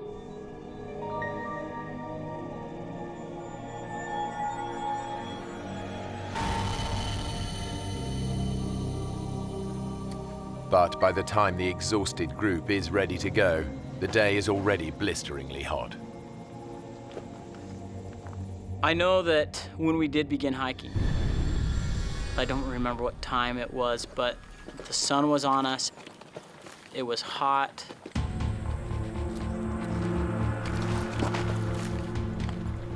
We could feel our bodies were dehydrating. We could feel the heat. They're sweating up to 4 pints of water an hour and dehydrating fast. They face exhaustion, hallucinations, and as their blood pressure drops, collapse.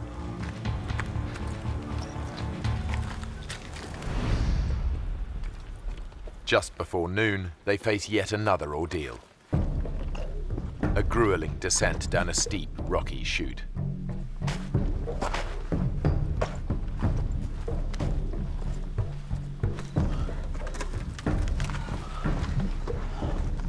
The few hours the boys hoped it would take to reach the river have long passed, and they're not even close. And now, the water situation is critical.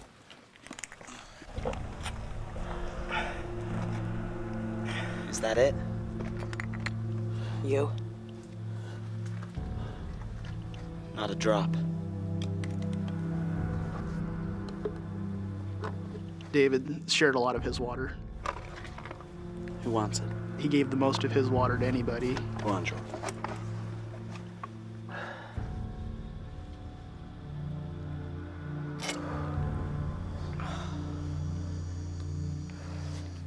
Thanks.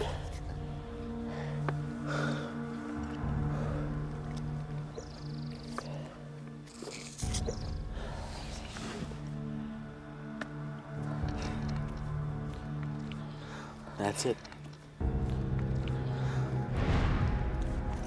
Their life-saving water has gone, and they're still a good half day from the river. I knew that we were out of water. I knew that, if we fooled around or wasted our time, I knew that we would run into trouble. Come on. Let's get to the river.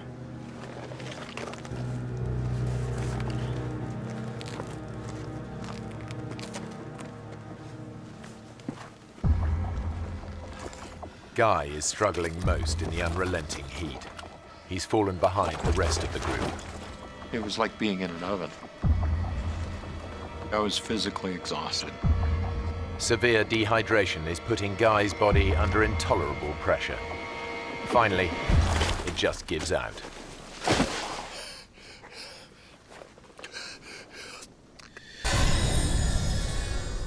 If you take a deep breath, that sensation that you have where you can feel the oxygen going through your body, I couldn't do that. The best I could do is reach a shallow breath, basically.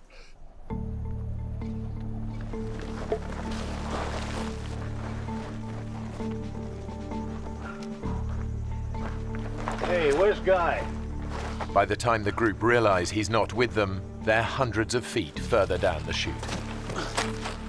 Guy! I need some help up here! Can't you get down? I can't. I gotta take a break. At that point, I began to really question whether I'd ever make it down to the river. We need to keep going. Look, we can't just leave him. There's some shade here. We'll sit in the shade and wait for him to catch up. We can't leave him behind. But Jordan thinks that waiting for Guy could be a fatal mistake. If we don't go now, we're all gonna die. I'm not just gonna sit here and wait and die. When Lauren said we needed to wait for Guy, I was mad. I knew that if we didn't leave, that we would die. What he needs is water. Let's get down to the river and get him some. Come on. It's a tough call. If they leave Guy behind, he could die. But waiting for him to catch up could kill them all.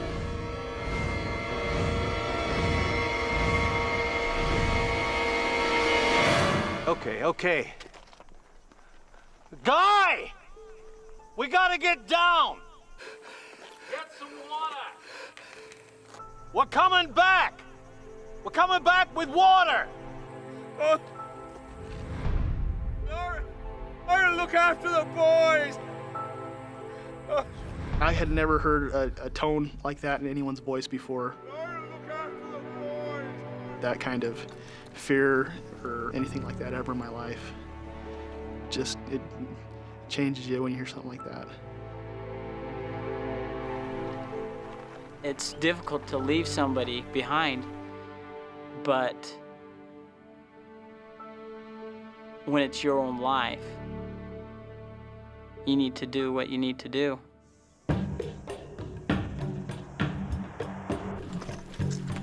Two hours later, the whole group is desperate for water. Anybody got any water left? No, I'm out. Then Lauren remembers something that might just save their lives. Hey, wait a minute. Wait a minute. There's a creek runs up there. Half a mile along the ridge. There was water in that creek last June. I'll go. Give me some cans. See trees along the creek bank, okay? In these conditions, the extra hour of hiking puts a huge strain on David's dehydrated body. But if he finds water, it'll be worth it.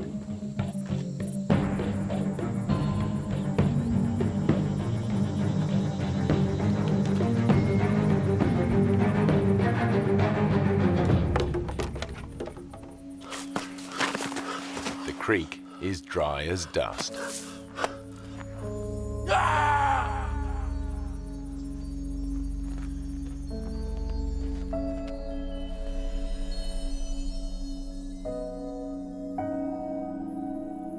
Hey, Mark. Mark, wake up. Wake up. There was nothing there. Just an empty riverbed.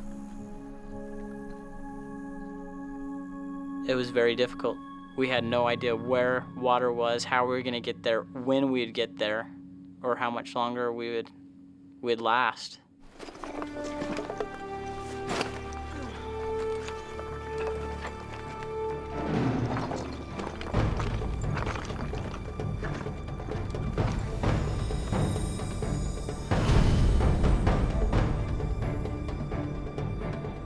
After 6 hours tough hiking, they're still a long way from the river. The temperature has climbed to a searing 112 degrees Fahrenheit.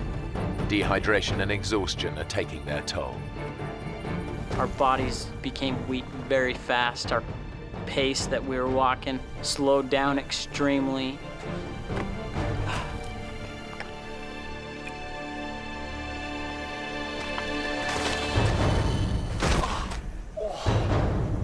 For 71-year-old Lauren Pace, enough is enough. Lauren, you okay?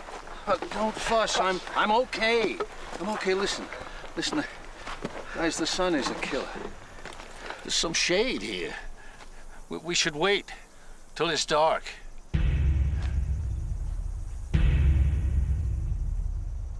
Lauren reckons that hiking at night will be less strain on their dehydrated bodies. But the boys think that if they stay here, it could be the last thing they ever do. There's no easy answer.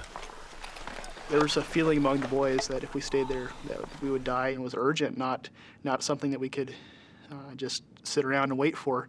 It's hours till sunset. We stay here till night, we're all dead. Well, Lauren knows where to go. Right, so he can tell us where to go. Come on. You want to just sit here, or do you want to do something? Let's do it. Mark? Okay. Going against their leader's advice is a big decision for the boys.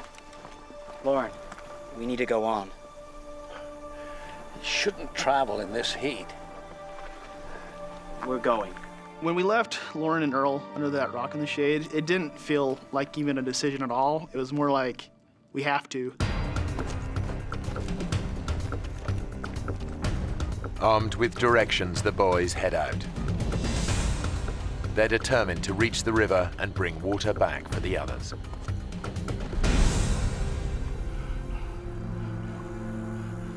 Back up the canyon, Guy is deteriorating. His fluid levels are so low that his body has cut off the supply to his sweat glands. I can't believe a time in my life when I wanted to sweat. I knew that if I could sweat, that it would cool down my body. And I physically tried to will myself to do that, and I couldn't do it. Without cooling sweat, any physical exertion could send his temperature spiraling out of control. If it reaches 108 degrees Fahrenheit, his brain will begin to die. Guy is trapped. If he tries to hike out, it could kill him. Come on, guys. Let's go. Further down the canyon, Lauren is worried about the three boys hiking alone and sends his brother and the other scouts after them. But the three boys are making good progress, and they're now way ahead. They're less than a mile from the river. They just need to make the final descent.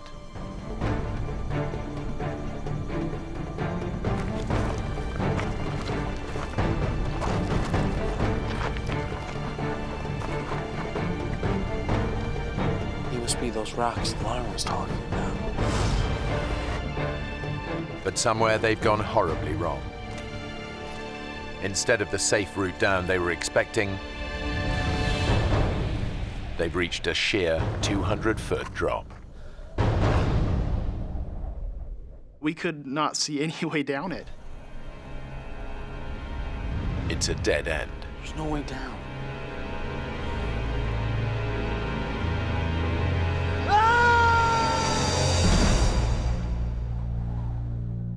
Their water has run out, their leader has collapsed, and the three 15-year-old boys are on their own. Their desperate bid to reach the Colorado River is over. It's the final straw. They've run into a dead end, a sheer 200-foot drop. What do we do? I don't know, Mark. Nothing, I guess.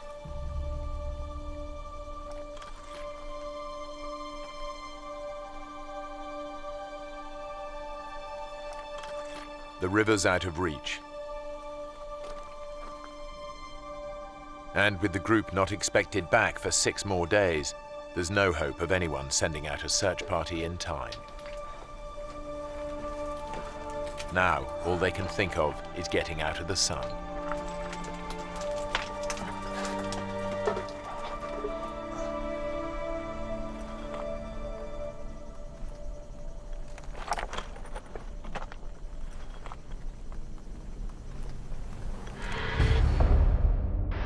Back up the canyon, Scout leader Guy is also losing hope. Out of sheer desperation, he comes up with a plan to make himself visible to any passing planes.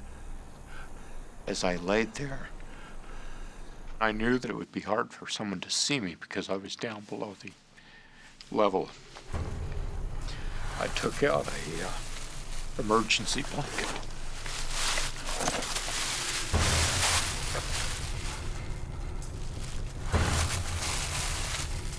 Guy is totally alone and virtually helpless. It's his darkest hour. When I realized how much of my strength it took just to do that, I was absolutely certain that there was no way out without help from somebody else. Sheltering under cliff-top boulders, the boys realize they face a slow and painful death from dehydration. In my mind, I knew we were gonna die.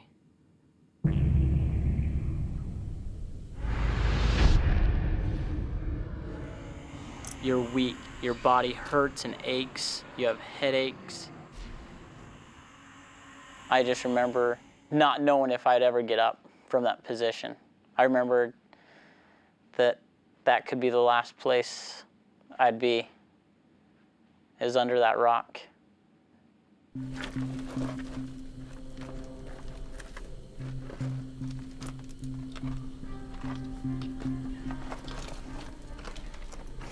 It was a pretty sad situation there, you know. And I was almost turned 16. I wasn't gonna get to drive or anything. You know, you think about your family, that you're not gonna see your mom again or your dad, and it's really sad.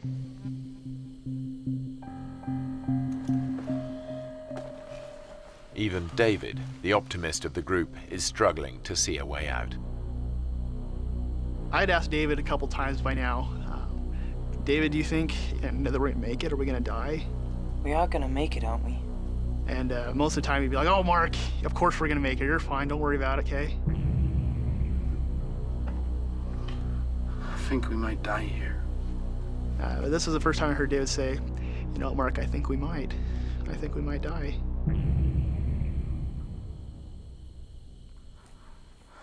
Hey, Jordan, can you get me a pen? Why? I want to write a letter to my mom and dad, you know. Say goodbye.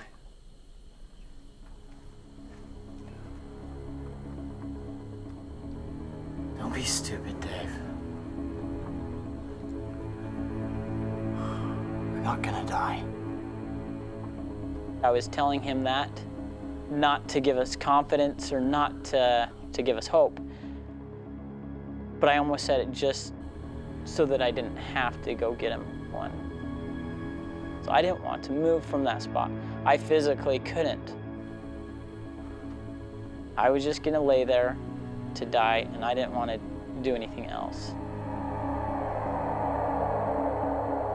The boys start to drift in and out of consciousness. I had a dream of myself in a coffin. You know, my family walked by, but my littlest brother just broke down in tears, covered his eyes.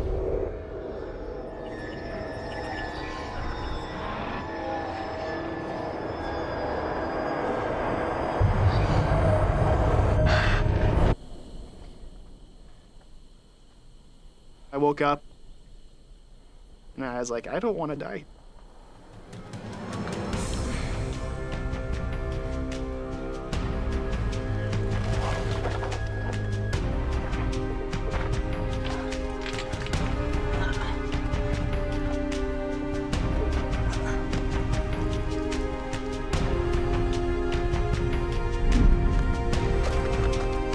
I had no idea where I was going, and I'm not a mountaineer or anything like that, but I decided we can't stay here.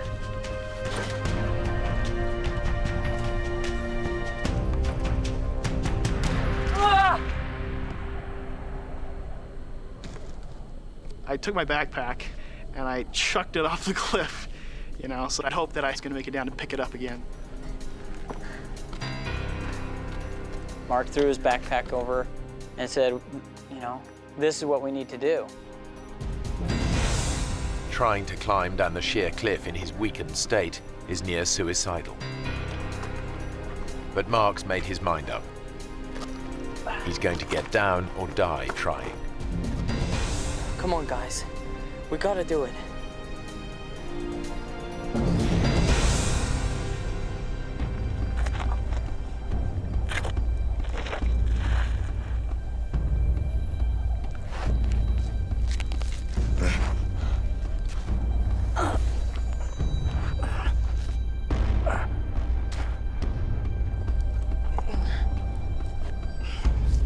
Even for experienced climbers, this would be a dangerous descent.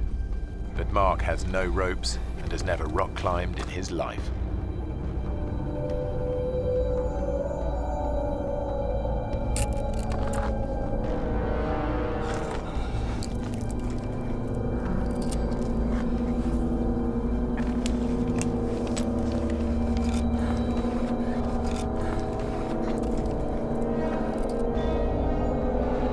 Guys!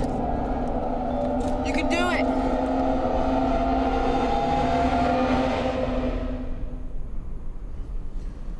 Come on. I thought we were gonna die anyways. To me, death was gonna happen. And so it seemed like anything would be better, even if it was a ridiculous plan.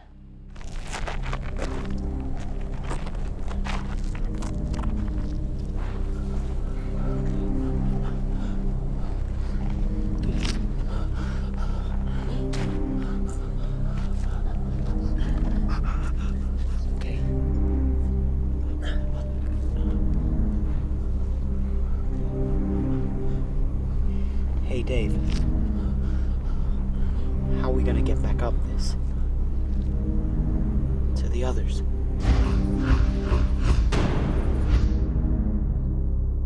We knew that it would be too difficult to get back to the top of that. And at that time we knew that there's no way we'd be able to make it back to them with water. But the boys have no choice.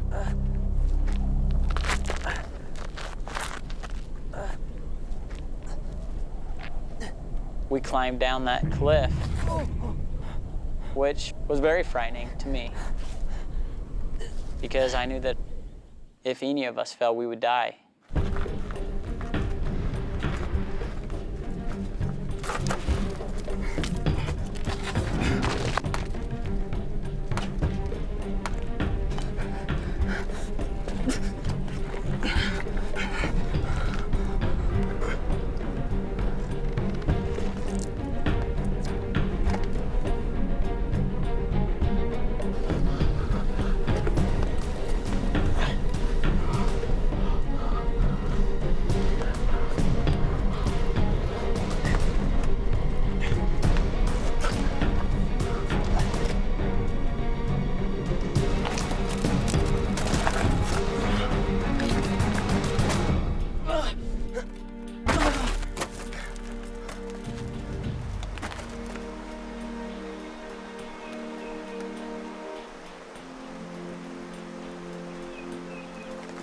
Hey! I can hear it! The river!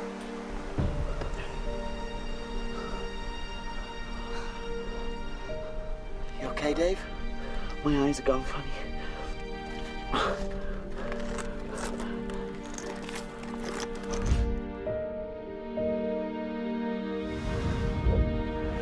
It's a terrifying climb, but David and Jordan finally make it down as well.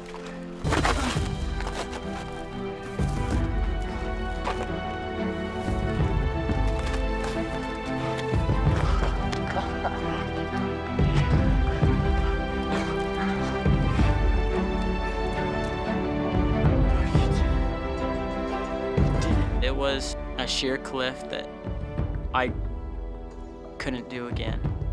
I think we were all amazed that we were still alive, I guess. But David is in trouble. You okay, Dave?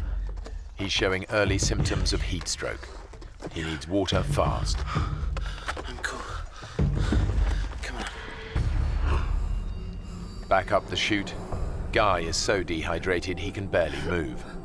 He's now at the mercy of the canyon and its inhabitants. There was a rather large rattlesnake that was a few feet away from me. The western diamondback rattlesnake is one of the most aggressive snakes in the US. A bite from an adult can deliver enough venom to kill in as little as 6 hours. I remember experiencing the fear that that snake would turn and sense my body heat. Guy is so weak he can't move out of striking range. And that experience lasted for about an hour while that snake was there.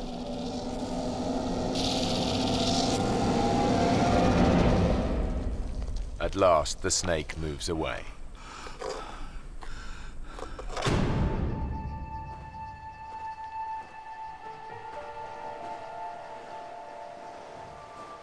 Since making it down the cliff, the boys have walked for over an hour, but they still hadn't reached the river.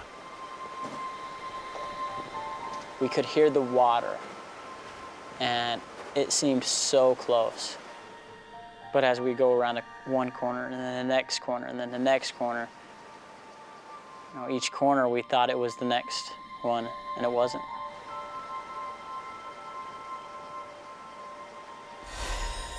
I just remember how bad we wanted the water. Our tongues were like a rock wrapped with sandpaper. The pain of it was just excruciating.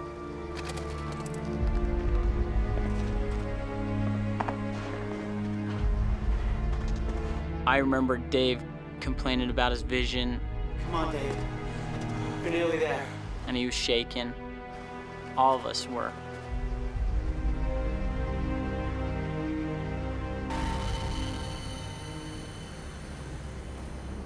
We got to an area where there was a tree that had fallen.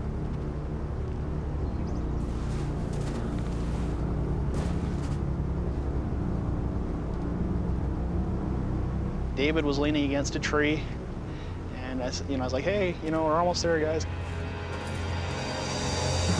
And at that point, David collapsed. David? Dave? You okay? Me and Mark went over to him. Dave. And I remember seeing Dave's eyes roll back in his head, and his breathing is really jumpy. Hear us.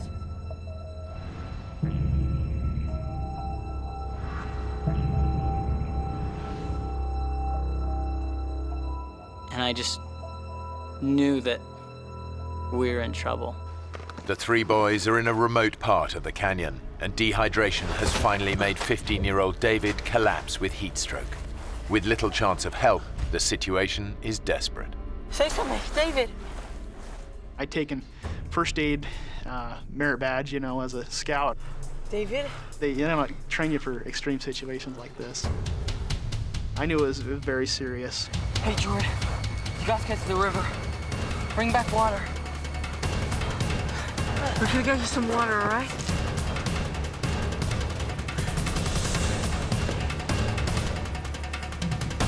And as I went around the first corner, I could see the water, and it was about 100 yards away.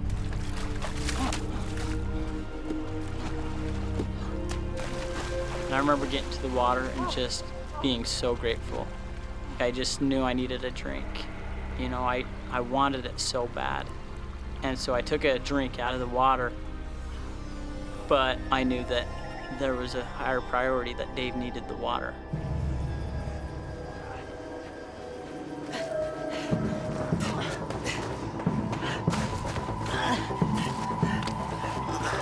Why isn't he swallowing it?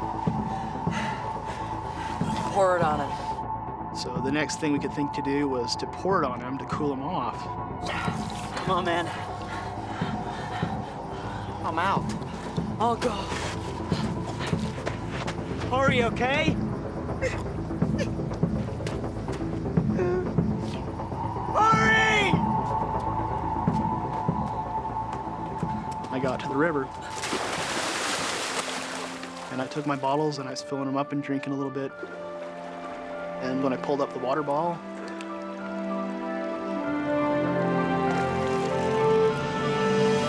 I could not believe it. I saw two big yellow rafts coming around the corner. Hey! Hey, over here, help! Hey! My friend is dying! Help me! The next thing I knew is I heard Mark yelling, "Help!" from the distance, and I was just hoping for something. It's an incredible stroke of luck. A minute earlier or later, and the rafters would have passed by without finding the boys. David. David, can you hear me? What's more, the rafting party is made up of off-duty doctors and paramedics. Let's get him back down. Let's get him wet.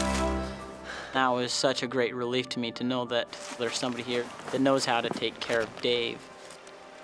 Mayday, mayday. David is in good hands, but with night falling, there's no chance of a helicopter rescue before dawn.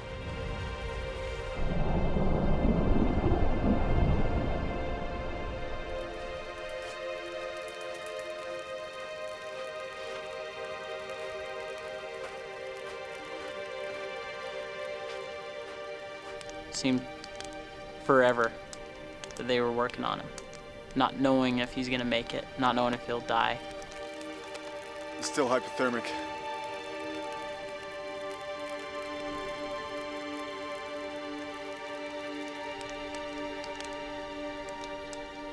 It was dark, so I can't really put a time on it, but somewhere around 10 that night, the one that said he was a doctor came over and said, "I'm sorry to inform you, but your friend has just passed away."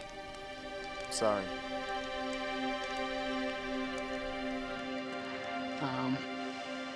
And it was a hard experience.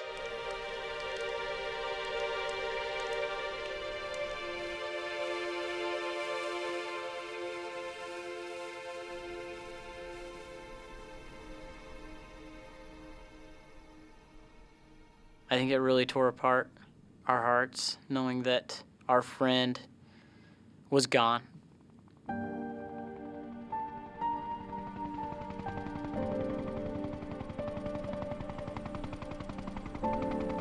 By the time rescue helicopters arrive the next morning, Earl and the other boys have made it down to the river.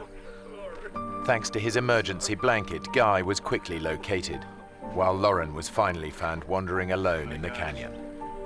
They're all devastated by the news of David's death.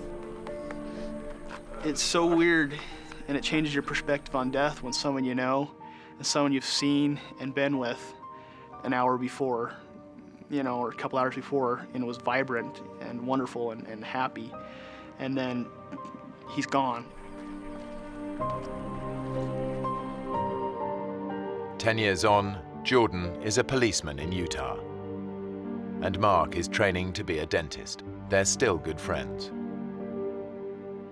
Neither of them will ever forget David Phillips, and both men stay in touch with David's family.